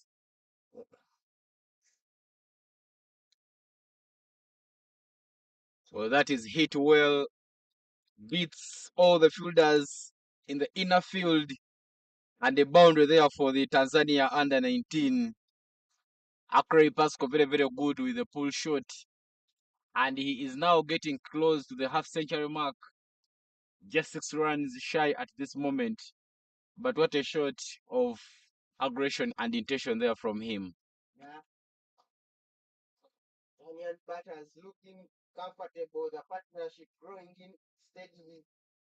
Currently, partnership at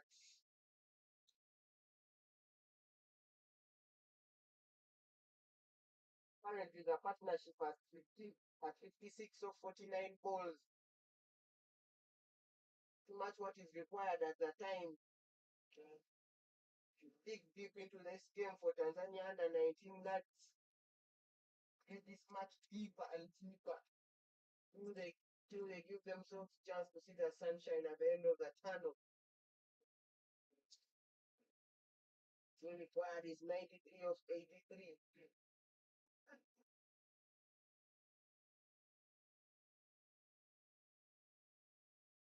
Another single there for the Tanzania under 19. Akre Pasco getting close to the half-century mark. 45 of 41 is what he has on board.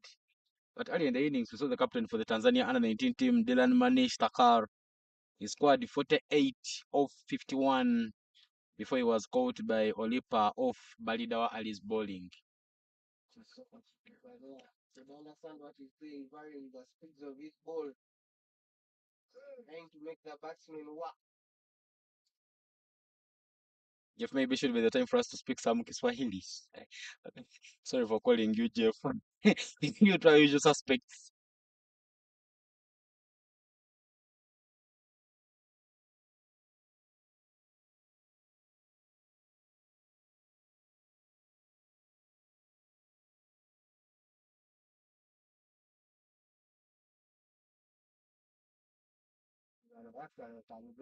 I know we actually it's now your turn to speak so that the people in Tanzania grab you. Telling it has never been an easy task.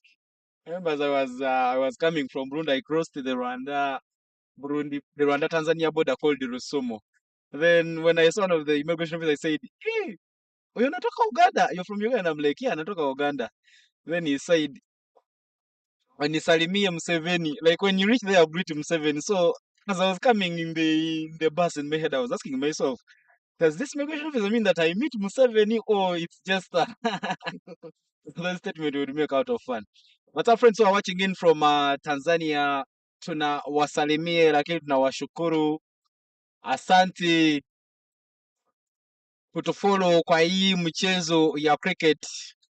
Tanzania under 19 imecheza na Uganda under 19 hapa kutoka kwa Kampala, Uganda. tuko na mshana munji sana, lakini kila kitu kinaenda vizuri. The boys from Tanzania are being treated well, so make sure that you take peace. Everything is safe. You know, Tanzania, Kenya, Uganda, Rwanda, Burundi, Congo, Sudan, we're all brothers. But Christopher Chidega trying to make things silent for Team Tanzania again. A short pitch delivery there, just played to point. Brilliant fielding there from Baridawa Ali. No run is taken, and that will be a dot ball to end the 37th over. The runs on board are 170 for a loss of 6.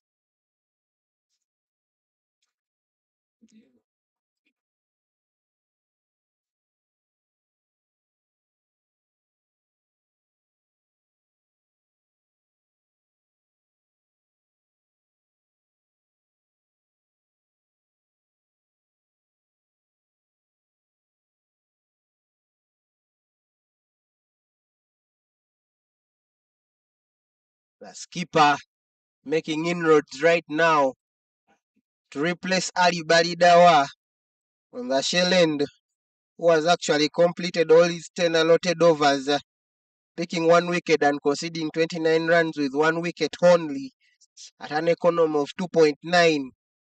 The skipper, Gerald Olipa, bowled beautifully his first spell, actually picking up 1 wicket. Will now make inroads for his 5th over.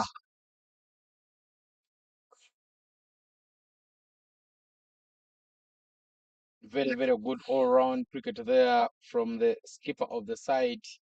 He was very good with the bat, scoring a half century. And now he's very, very handy with the ball. Getting those dotty balls. Those dotty balls are very, very much needed for Team Uganda as they keep the pressure on. Equally for Team Tanzania, they have to hold that wicket. This 7th wicket partnership is trying to be stubborn for the Uganda, but paying dividends for Team Tanzania. It keeps them close to that target score without risking or forcing the issue.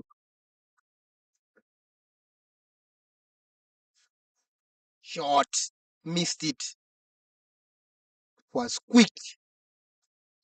Variations in speeds by a skipper. Short run up. Caress down there, driven. Tidied up there in that deep extra cover region.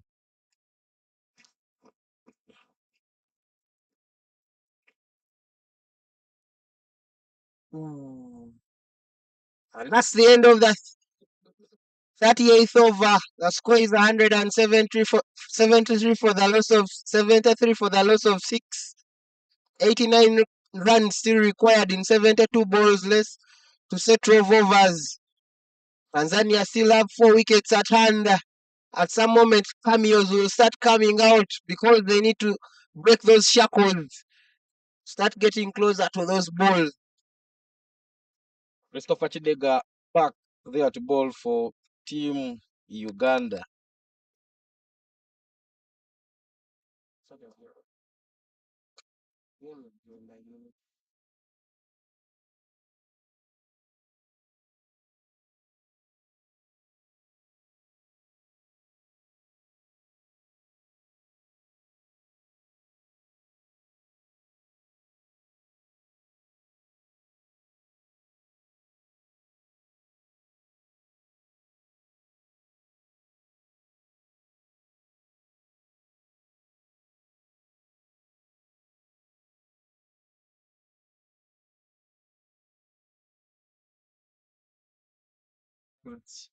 That Taula is live in cricket by the Lennon is saying that the boundary fielders have those quick time reactions. Get the ball and send it back. You delay with the ball. Batsmen are hungry for runs. They always take 2, not 1. Tries to go for wild swing but doesn't make contact. Remember, it is the Easter Youth ODI series. Tanzania won the toss and elected to bowl first. Tanzania imeshinda toss, choose kuball. I have a friend who plays for the senior women's team of Tanzania called Agnes Kweli. She told me that when you're speaking Swahili, don't make things hard. Be natural, but Imeshinda toss, choose kuball. Tries to go for a wild swing, but just doesn't get it into the slot. Christopher Chidega, in the last 3 overs he has bowled, he has been conceding a boundary in every over. But in this one, he's trying to make it very, very tidy. And that is really needed from him because he's one of the senior players on the side. You need to be banking on him to win you games. Chidega making things look quite nice and easy. Not forcing the issue. It's bowling tidy. That is it. Up in the air, flies up in the skies, gets his fingers onto it, Conrad Ruama, but doesn't get hold onto the catch. We've seen Glenn Phillips flying and taking those in the Champions Trophy. Alex Carey took one, but unfortunately, Conrad Ruama doesn't get hold onto that one. It was actually Ali Balidawa. I think there was too much inward movement for that. Another chance dropped for Team Uganda. Yeah, but that was a bit hard to take because that ball was a few inches away from Ali Balidawa. I confused him with Christopher Chidega, but both of them are wearing sun hats. So, I beg your pardon, I confused him with Conrad Ruama. Despite both of them wearing sun hats, Ruama has a body harm on him, and he's slightly taller than Balidawa Ali. But Christopher Chidega, a man who will always get hungry when you put his chest down, balls a bit of a full pitch delivery there, but the batter not dispatching that one away. That marks the end of the over. Very, very brilliant over there from Christopher. And that puts it at 176 for a loss of 6 after 39 overs here at Logogo Cricket Oval.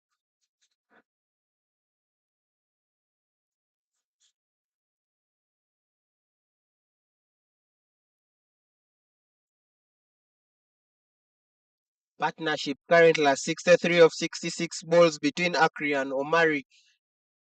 Captain comes in for his 6th over. Olipa Gerald there and Rudi Kubol. Amepiga a chance for a run out there. Just for the direct hit. The umpire says not out. Oh, Olipa Gerald thought he had gotten it right. Maybe you could have a close look there at the replay. A 50-50 chance there, but miscommunication from the batsman. Undecisive in the middle. There, Omari had gone miles into the middle of the crease. Let's just have a close look at the replay there. Maybe Umpire comes in for his 6th over. But it was with some wild running there between the batters. Gerald there and Very, very Rudi uncalled Kubol. for. Look at that one. Oh, that's tickled Bigger fine. a chance for a run out there. Look at that one. Straight direct Yeah, but the hit. batter made his grounds.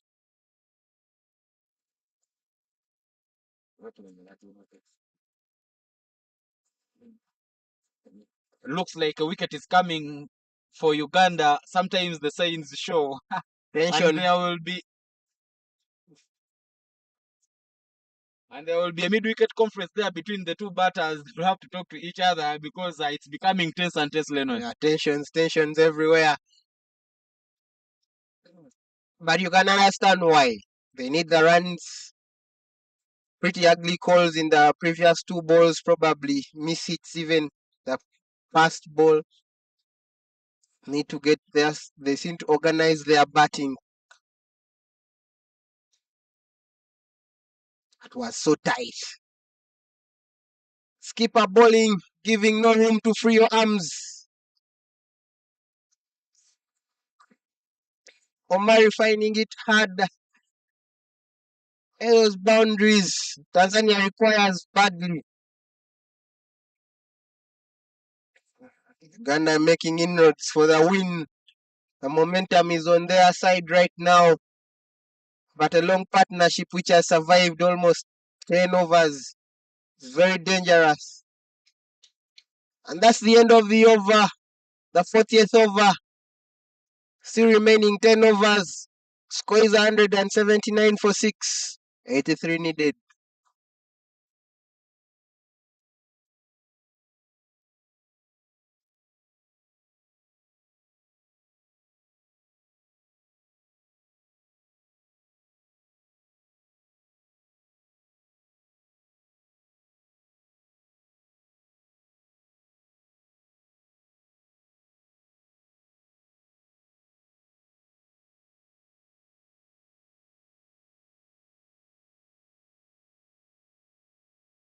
Christopher Chidega back in the bowling attack there for Team Uganda from the side of the road.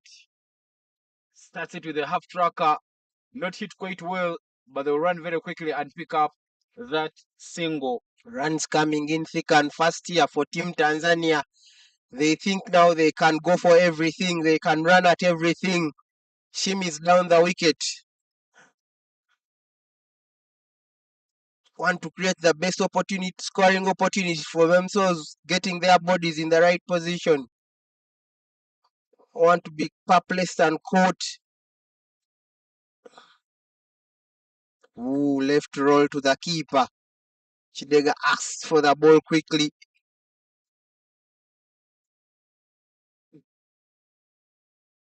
They are down to the last 59 deliveries, make it 58 deliveries of the innings. Tanzania inahitaji 82 runs kutoka kwa mpira 59, lakini Uganda nayo inahitaji 4 wickets to win this game. Anyone who wins this one will be leading in the series. Remember, as we came in for this one, the series are leveled at 1-1. But Tanzania under 19 will take on the Uganda emerging tomorrow. Then later on, Uganda under 19 will take on the emerging the day after tomorrow. Then we shall have the tournament culminating into a final, which will be played between Tanzania under 19 and Uganda under 19. This is the Easter Youth 50 over series, a build-up series to the under 19 Men's World Cup qualifier that will happen in Lagos late this month. A tournament which is slated to kick off on the 26th of March. Will be featuring 6 teams: Tanzania, Namibia, Kenya, Uganda, Sierra Leone, and the hosts Nigeria. Brilliant cricket to be displayed right from the western part of this African continent. A bit of a full pitch delivery hit downtown. That was going to be misfielded, but Abreza Ali, remember that he played some football maybe when he was young. Uses history to stop that. Body and soul, if you could call it in cricket terms. Very good infield fielder. Abreza Ali looking sharp there. Stopped many in the cover region. Ooh, buys from the keeper. Frustrate that bowler. Comfortable 2 buys. I tell you, every time Kidega sees those runs coming in very, very free and easily, he will be very, very unhappy. He's now asking, oh, Willie, why? But Willie clearly could have maybe held onto that one. But with that ball still being squeezed in, I believe in no time, maybe it will be over 10.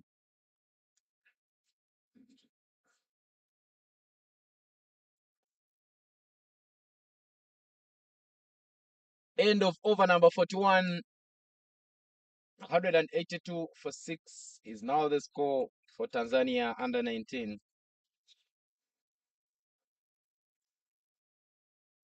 Things running in quick and fast for Team Tanzania. The run rate is increasing. Balls are reducing quite rapidly. Still a mammoth 89 overs. Quite understandable that the partnership had to stick there on the Chris Ivan.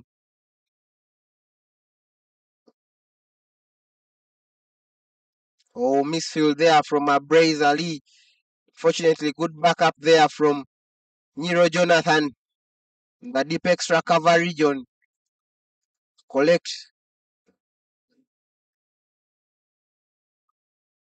Yeah, that's some good backup there from Jonathan Nyiro. Try and make sure that you keep your teammates in the game.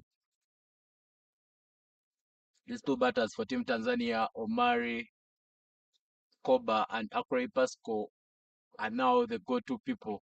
That's given some bit of width and hit straight downtown. They're running very quickly for two. Chance for a run out. Fitzgerald appeals, but the umpire Michael Koth says that's not out. Very good officiation, top notch from the umpires, Michael Koth and Norbert Habib. Tell you something. Just about 2 weeks ago, these two, Norbert Abi and Michael Koth, were in Nairobi for the ICC umpire tutors course, and they are fresh returnees, given a duty by the Uganda Cricket Association to and make sure that they show us what they learned. But they learned how to teach umpires, though they are applying it well, and they are looking very, very good on the day. Yeah, that's the level of the game, the speed of the game. It's growing fast and thick in Uganda. Uganda is embracing the game rapidly.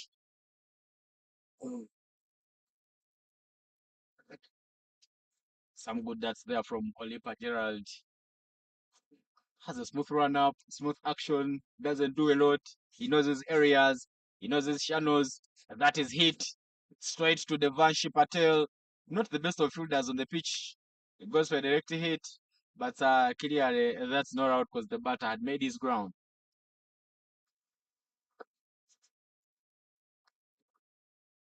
Tanzania's task is getting bigger and bigger each and every ball bowled for now. Mind you, they still have 4 wickets at hand. So at a certain point, they will get that license will be open for them to go big anywhere. As we came into this over, Lennon, the required run rate was in 8, but right now it's shot up. It's now 9, and it's even getting closer and closer to the 10s. But after 42 overs, 186 for a loss of 6 is now the score for Team Tanzania.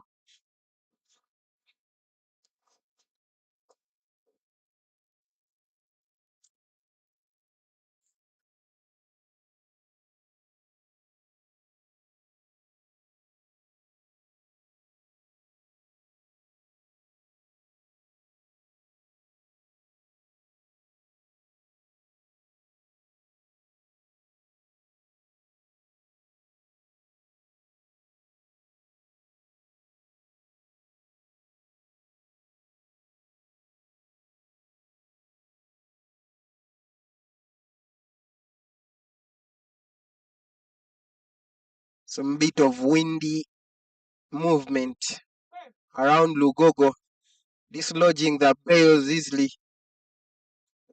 Christopher Chidega comes in. That slow down chance gone, and that's the game probably for Game Uganda. Olipa Rogers dislodges Omari Koba, who was hanging in, getting a balance between him and Akri Pasco Hugo. Uganda claimed the 7th wicket, a very vital 7th wicket partnership which has been growing over time around Lugogo, dislodging the bales easily.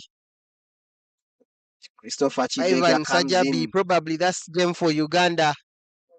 Not saying it's all done, anything can happen, but looking at the way things were going on for Team Tanzania and Team Uganda, this partnership was I want to give Tanzania, to reach Tanzania to the promised land.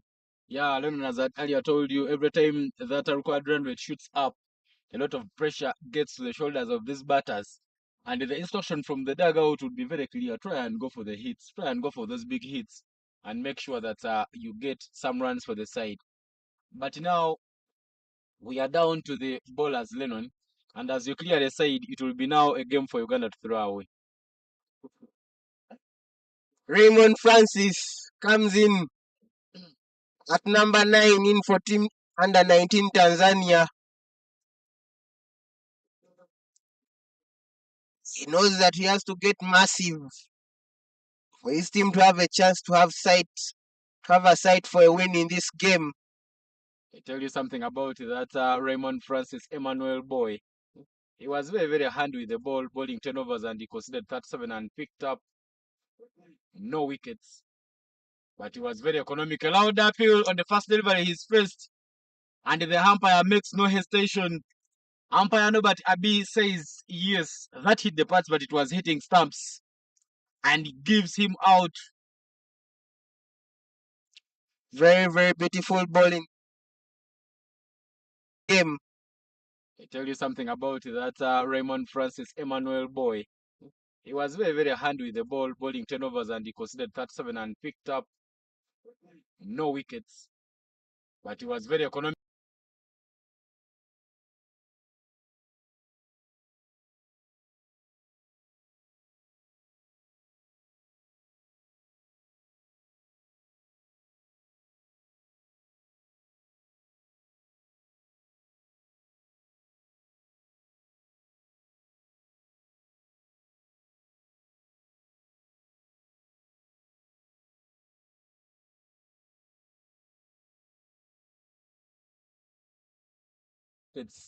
Now has a chance to get that hat trick. The senior man of the team, commonly known around Logogo since Saturday or Sunday as the star boy for Team Under 19 Tanzania, Khalid Amiri, has come in to face the hat-trick ball. Man who also features for the Tanzania senior men's team will be now the one to face that one. Hat-trick ball coming. Christopher Chidega, let's see what he does. Oh, some bit of movement there from the delivery. But Juma Khalid survives that scare of a hat-trick ball. A bit of sigh of relief from the Tanzanian dugout,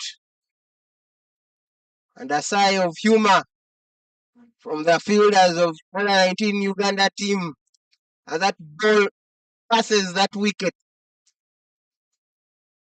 Could see fighter bowling inside Christopher Chidega. Ooh, slow that speed of the ball. Christopher Chidega, the man making things work for Team Uganda, seeding 19 runs, picking up 2 wickets, 5.4 overs, currently bowled. Yeah, but of course, Christopher Chidega's 2 wickets in this over have not only given him morale, but it has also lit up the fans a bit. You could hear the fans clearly saying, Uganda no, Uganda no to mean we are going with him. Christopher Chidega, they are just maintaining that lane and length, not doing many. Very, very brilliant. I don't know what's happening in the mind of Khalid Amiri Juma. Khalid Amiri being given the same treatment he normally gives his opposition batters. Currently is facing the fire from Christopher Chidega. Khalid Amiri loves bowling it to the outside of stump area. That is getting a taste of his own medicine. Well, that is hit straight. Brilliant fielding there from that's Okecho Jordan. And that dot ball will mark the end of the over. Uganda now all over Tanzania after 43 overs. 186 for 8 is the total on board for Team Tanzania. And they need 76 runs from 42 deliveries.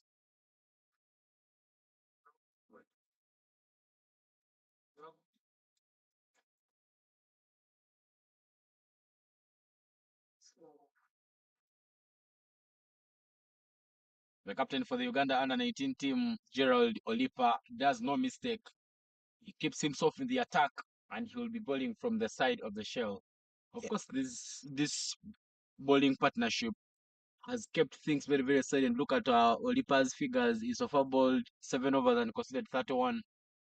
Bit of a half tracker there from him, but Apre Pasco not working it away. They always say that keep the right thing on the field is what the skipper is doing. Gerald kept on the bowlers who have bowled well. He's not trying to do anything funny or change a lot.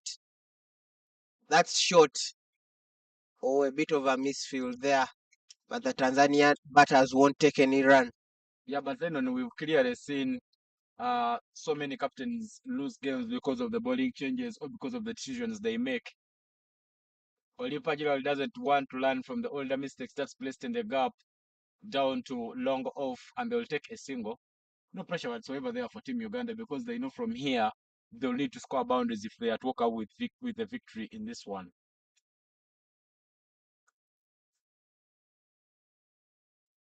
Uganda got an early wake-up call, losing the first game by 3 wickets.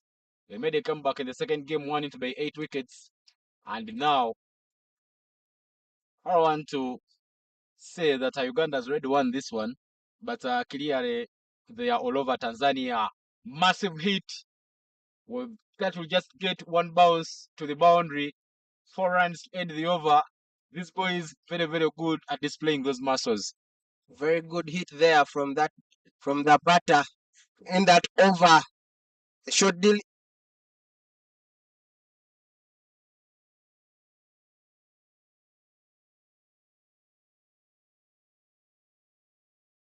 I want to say that Uganda has already won this one, but clearly they are all over Tanzania. Massive hit. Well, that will just get one bounce to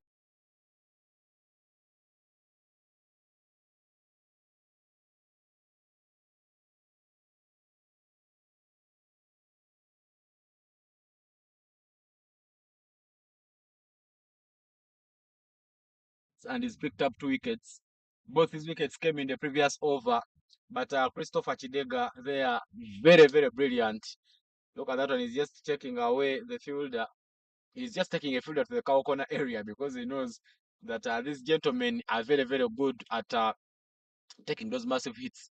But the protection there from Christopher Chidega, he has long on, long off, cow corner, deep square leg, and he has a fielder at deep extra covers to do the sweeper work.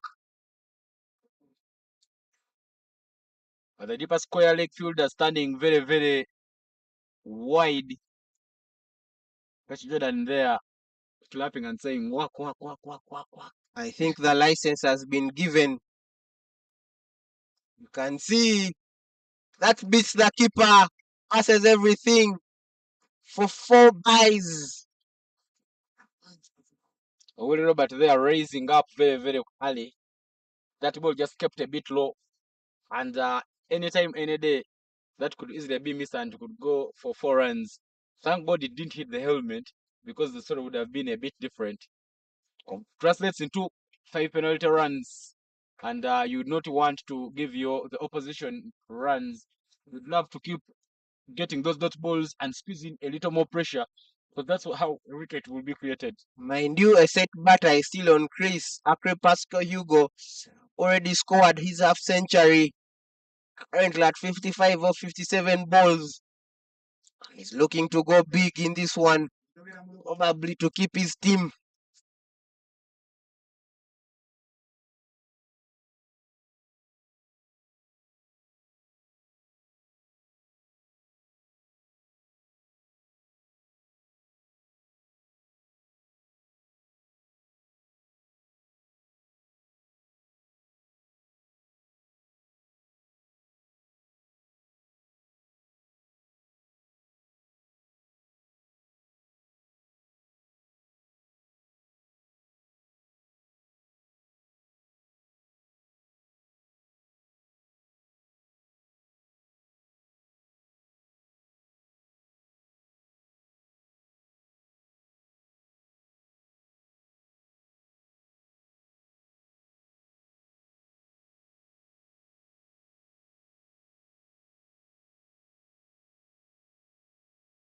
Brilliant fielding, brilliant thinking there. Christopher Chidega turning out to be very, very unpredictable. You'd never know when he bowls a slow ball. You'll never know when he gives a quick one. But he's turned out to be very, very handy. Of course, Tanzania has already lost 8 wickets. He's hit up in the air. But is it hit well enough? Yes. It just clears the boundary. Massive slogging and a maximum for Team Tanzania to help them cross the 200 runs mark. 200 up for Team Tanzania, but what a hit there from the batter. Yeah, the game is still within sight for Team Tanzania. They are not losing hope. As I said earlier, a set batter is on crease. After Pascal Hugo, and the license has probably been given.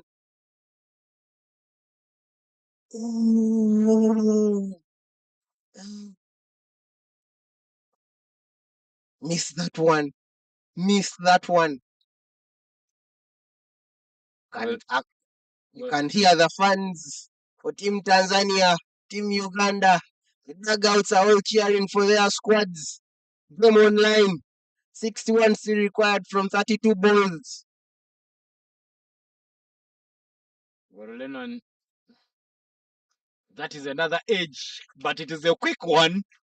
Runs as a bullet past the wicket keeper, past the third man area, which is actually vacant, and a boundary for Team Tanzania to end the over. There is some cameo there from the last 3 balls from Pascal Hugo. Really giving some entertainment to the crowds. So not only entertaining the crowds, you see some Required from 32 balls. Well, Lennon, that is another edge, but it is a quick one. Run.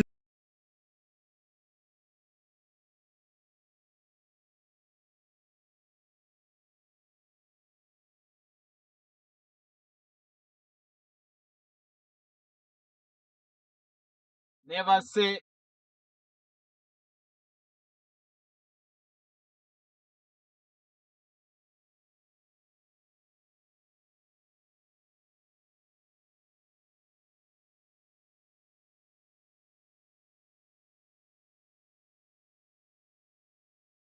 set one that is played straight to cover. Zabreza Ali gets it up.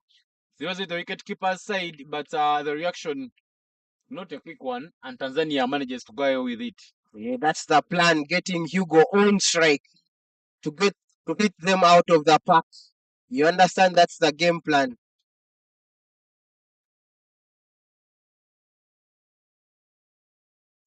Tanzanian dugout very enticed by umpire calls a wide. The pressure is getting on the Ugandan bowlers. Yeah, but you look at the plan there from Olipa General, very, very clear. He's trying to bowl outside off stump. That one just stands away. This time he gets it right and he manages to get a dot ball. Pressure is on. 2 sixes here automatically shift momentum. Good work there in the deep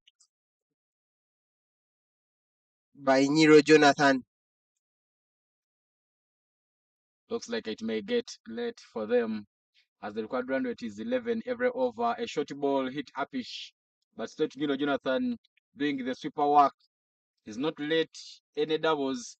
He's just given them singles to try and make sure that he keeps the pressure on and keep the game in the reach there for Team Uganda.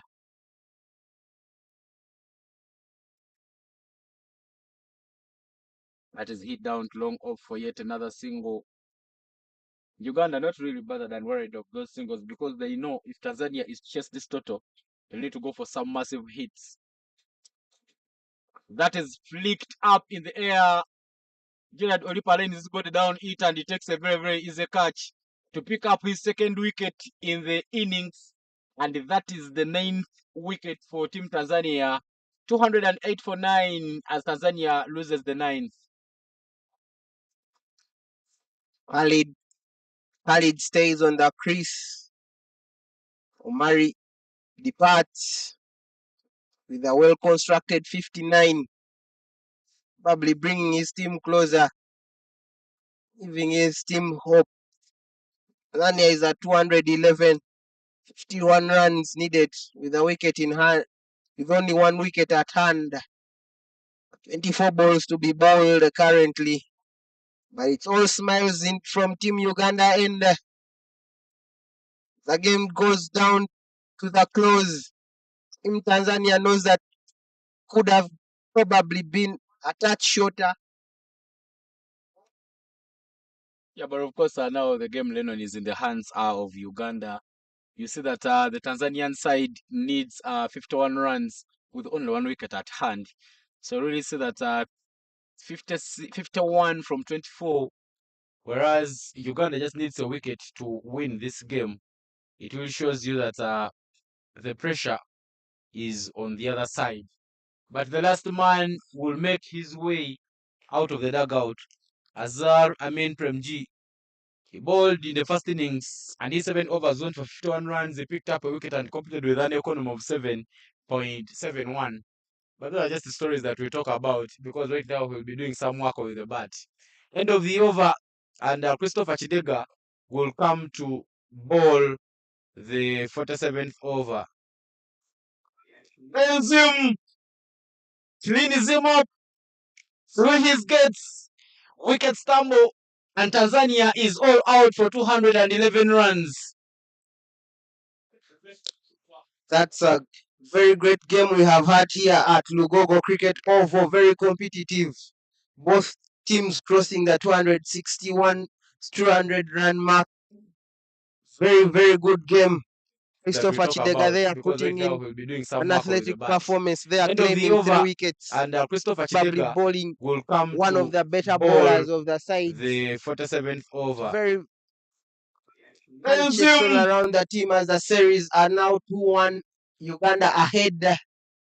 Smiles all around, but kudos to Team Tanzania for the great fight. They gave themselves chance.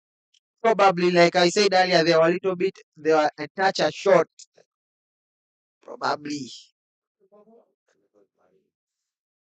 After giving away 27 extras, maybe could have brought down the total of Uganda to 240 or 30, which could have been a psychological score for them to reach. But well done, Team Uganda. Well, it's match day 3 of the Easter Youth 50 Over Series. A tournament happening and being broadcasted live here at the beautiful, iconic Lugogo Cricket Oval. Of course, Tanzania under 19 won the toss and elected to bowl first. Uganda managed to score a total of 261 runs for a loss of 6 in the 50 allotted overs. 2 half centuries for Team Uganda, 63 from Gerald Olipa, 24 from Nyiro Jonathan. Very, very brilliant there. In the bowling cast there for Team Tanzania, Mohamed Simba back with 2 wickets. Khalid Ahmed, the most economical of all the bowlers for Tanzania, managed to bowl 10, considered for 33 and picked up a single wicket. A single wicket each for Azar Amin and Augustine Meya Mawale. And in the chase, Tanzania eventually falling short by 50 runs. Dylan Manish Takar gave them a solid foundation to start on before being caught by Gerard Olipa off Balida Ali's bowling. He put on 48 runs from 51 deliveries, and Akre Pasco Hugo, before being caught and pulled by Olipa Gerard, also put on the only half century there for Tanzania, 58 of 62. Muhammad Simba Mbaki, 31 of 25. Omar Koba Ramadan, 27 of 54. But the fight eventually being not won. 3 wickets apiece for Abdulaziz Tandia and Christopher Chidega. 2 wickets for the captain for Uganda under 19. And only a single wicket for Ali Balidawa as Uganda managed to go ahead in the series. From me and the great commentary team, ladies and gentlemen, we'll be coming up with a post-match presentation later. My name is Ivan Cyprian Sajabi, and I haven't been alone here today. We had the beautiful voice of Pascal Murungi, former under-19 captain, and a man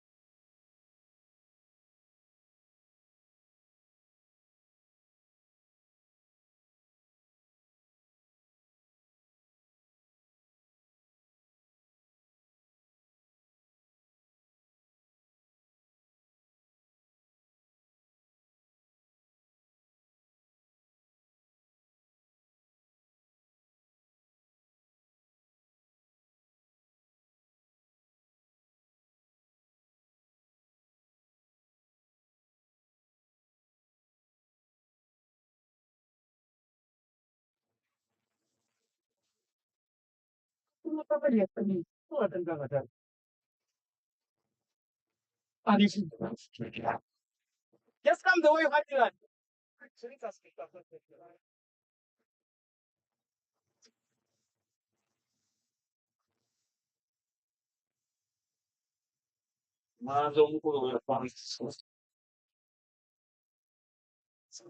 Shama. Kama vile walisho.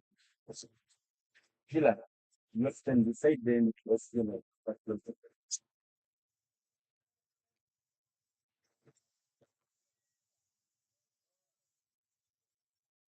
Good evening and welcome to the post-match presentation of the third match of the Easter Youth 50 Over Series that happened between Tanzania under 19 and Uganda under 19.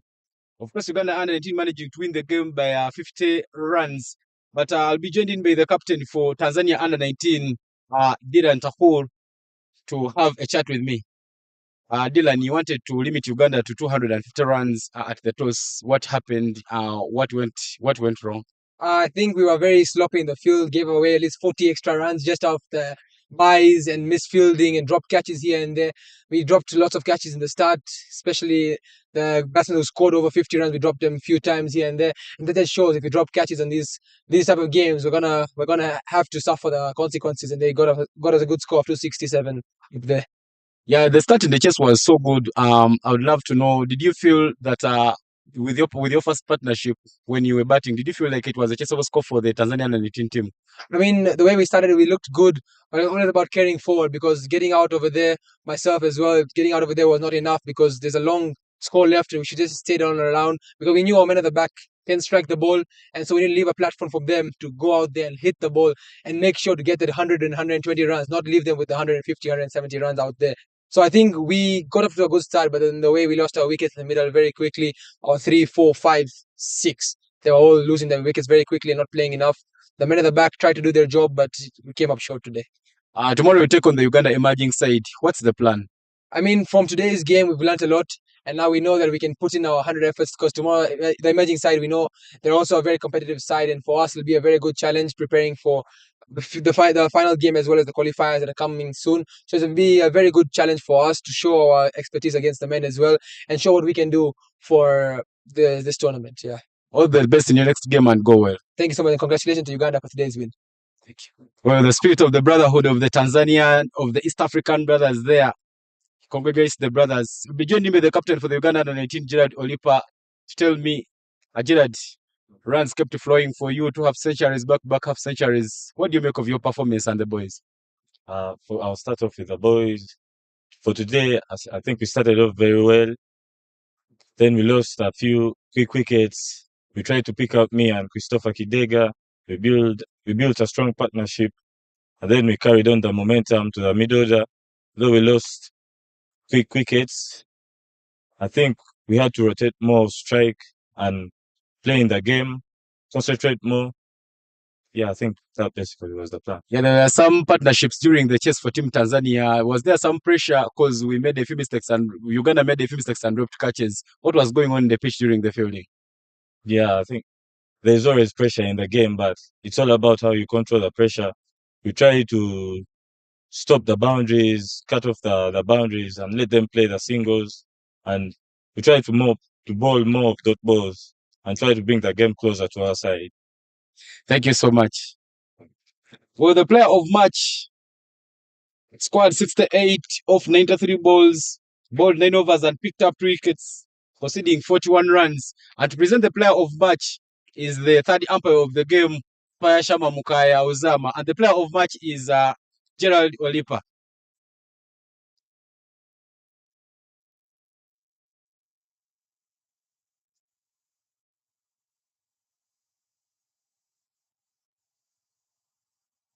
Thank you so much, Shama. Gerald, stay back for a chat. Congratulations upon winning your second consecutive player of match award. I would love to know the feeling and what should we be expecting from you going forward in the series? I think it's the best feeling ever, winning man of match back to back. For me, basically, my plan is to keep it simple and play the basics, rotating strike and playing according to the ground, how the ground plays, and backing my teammates up. Thank you so much and go well. Thank you. Well, ladies and gentlemen, tomorrow we shall be back with action as the Tanzania under-19 team takes on Uganda emerging. But for now, we've come to the end of the post-match presentation.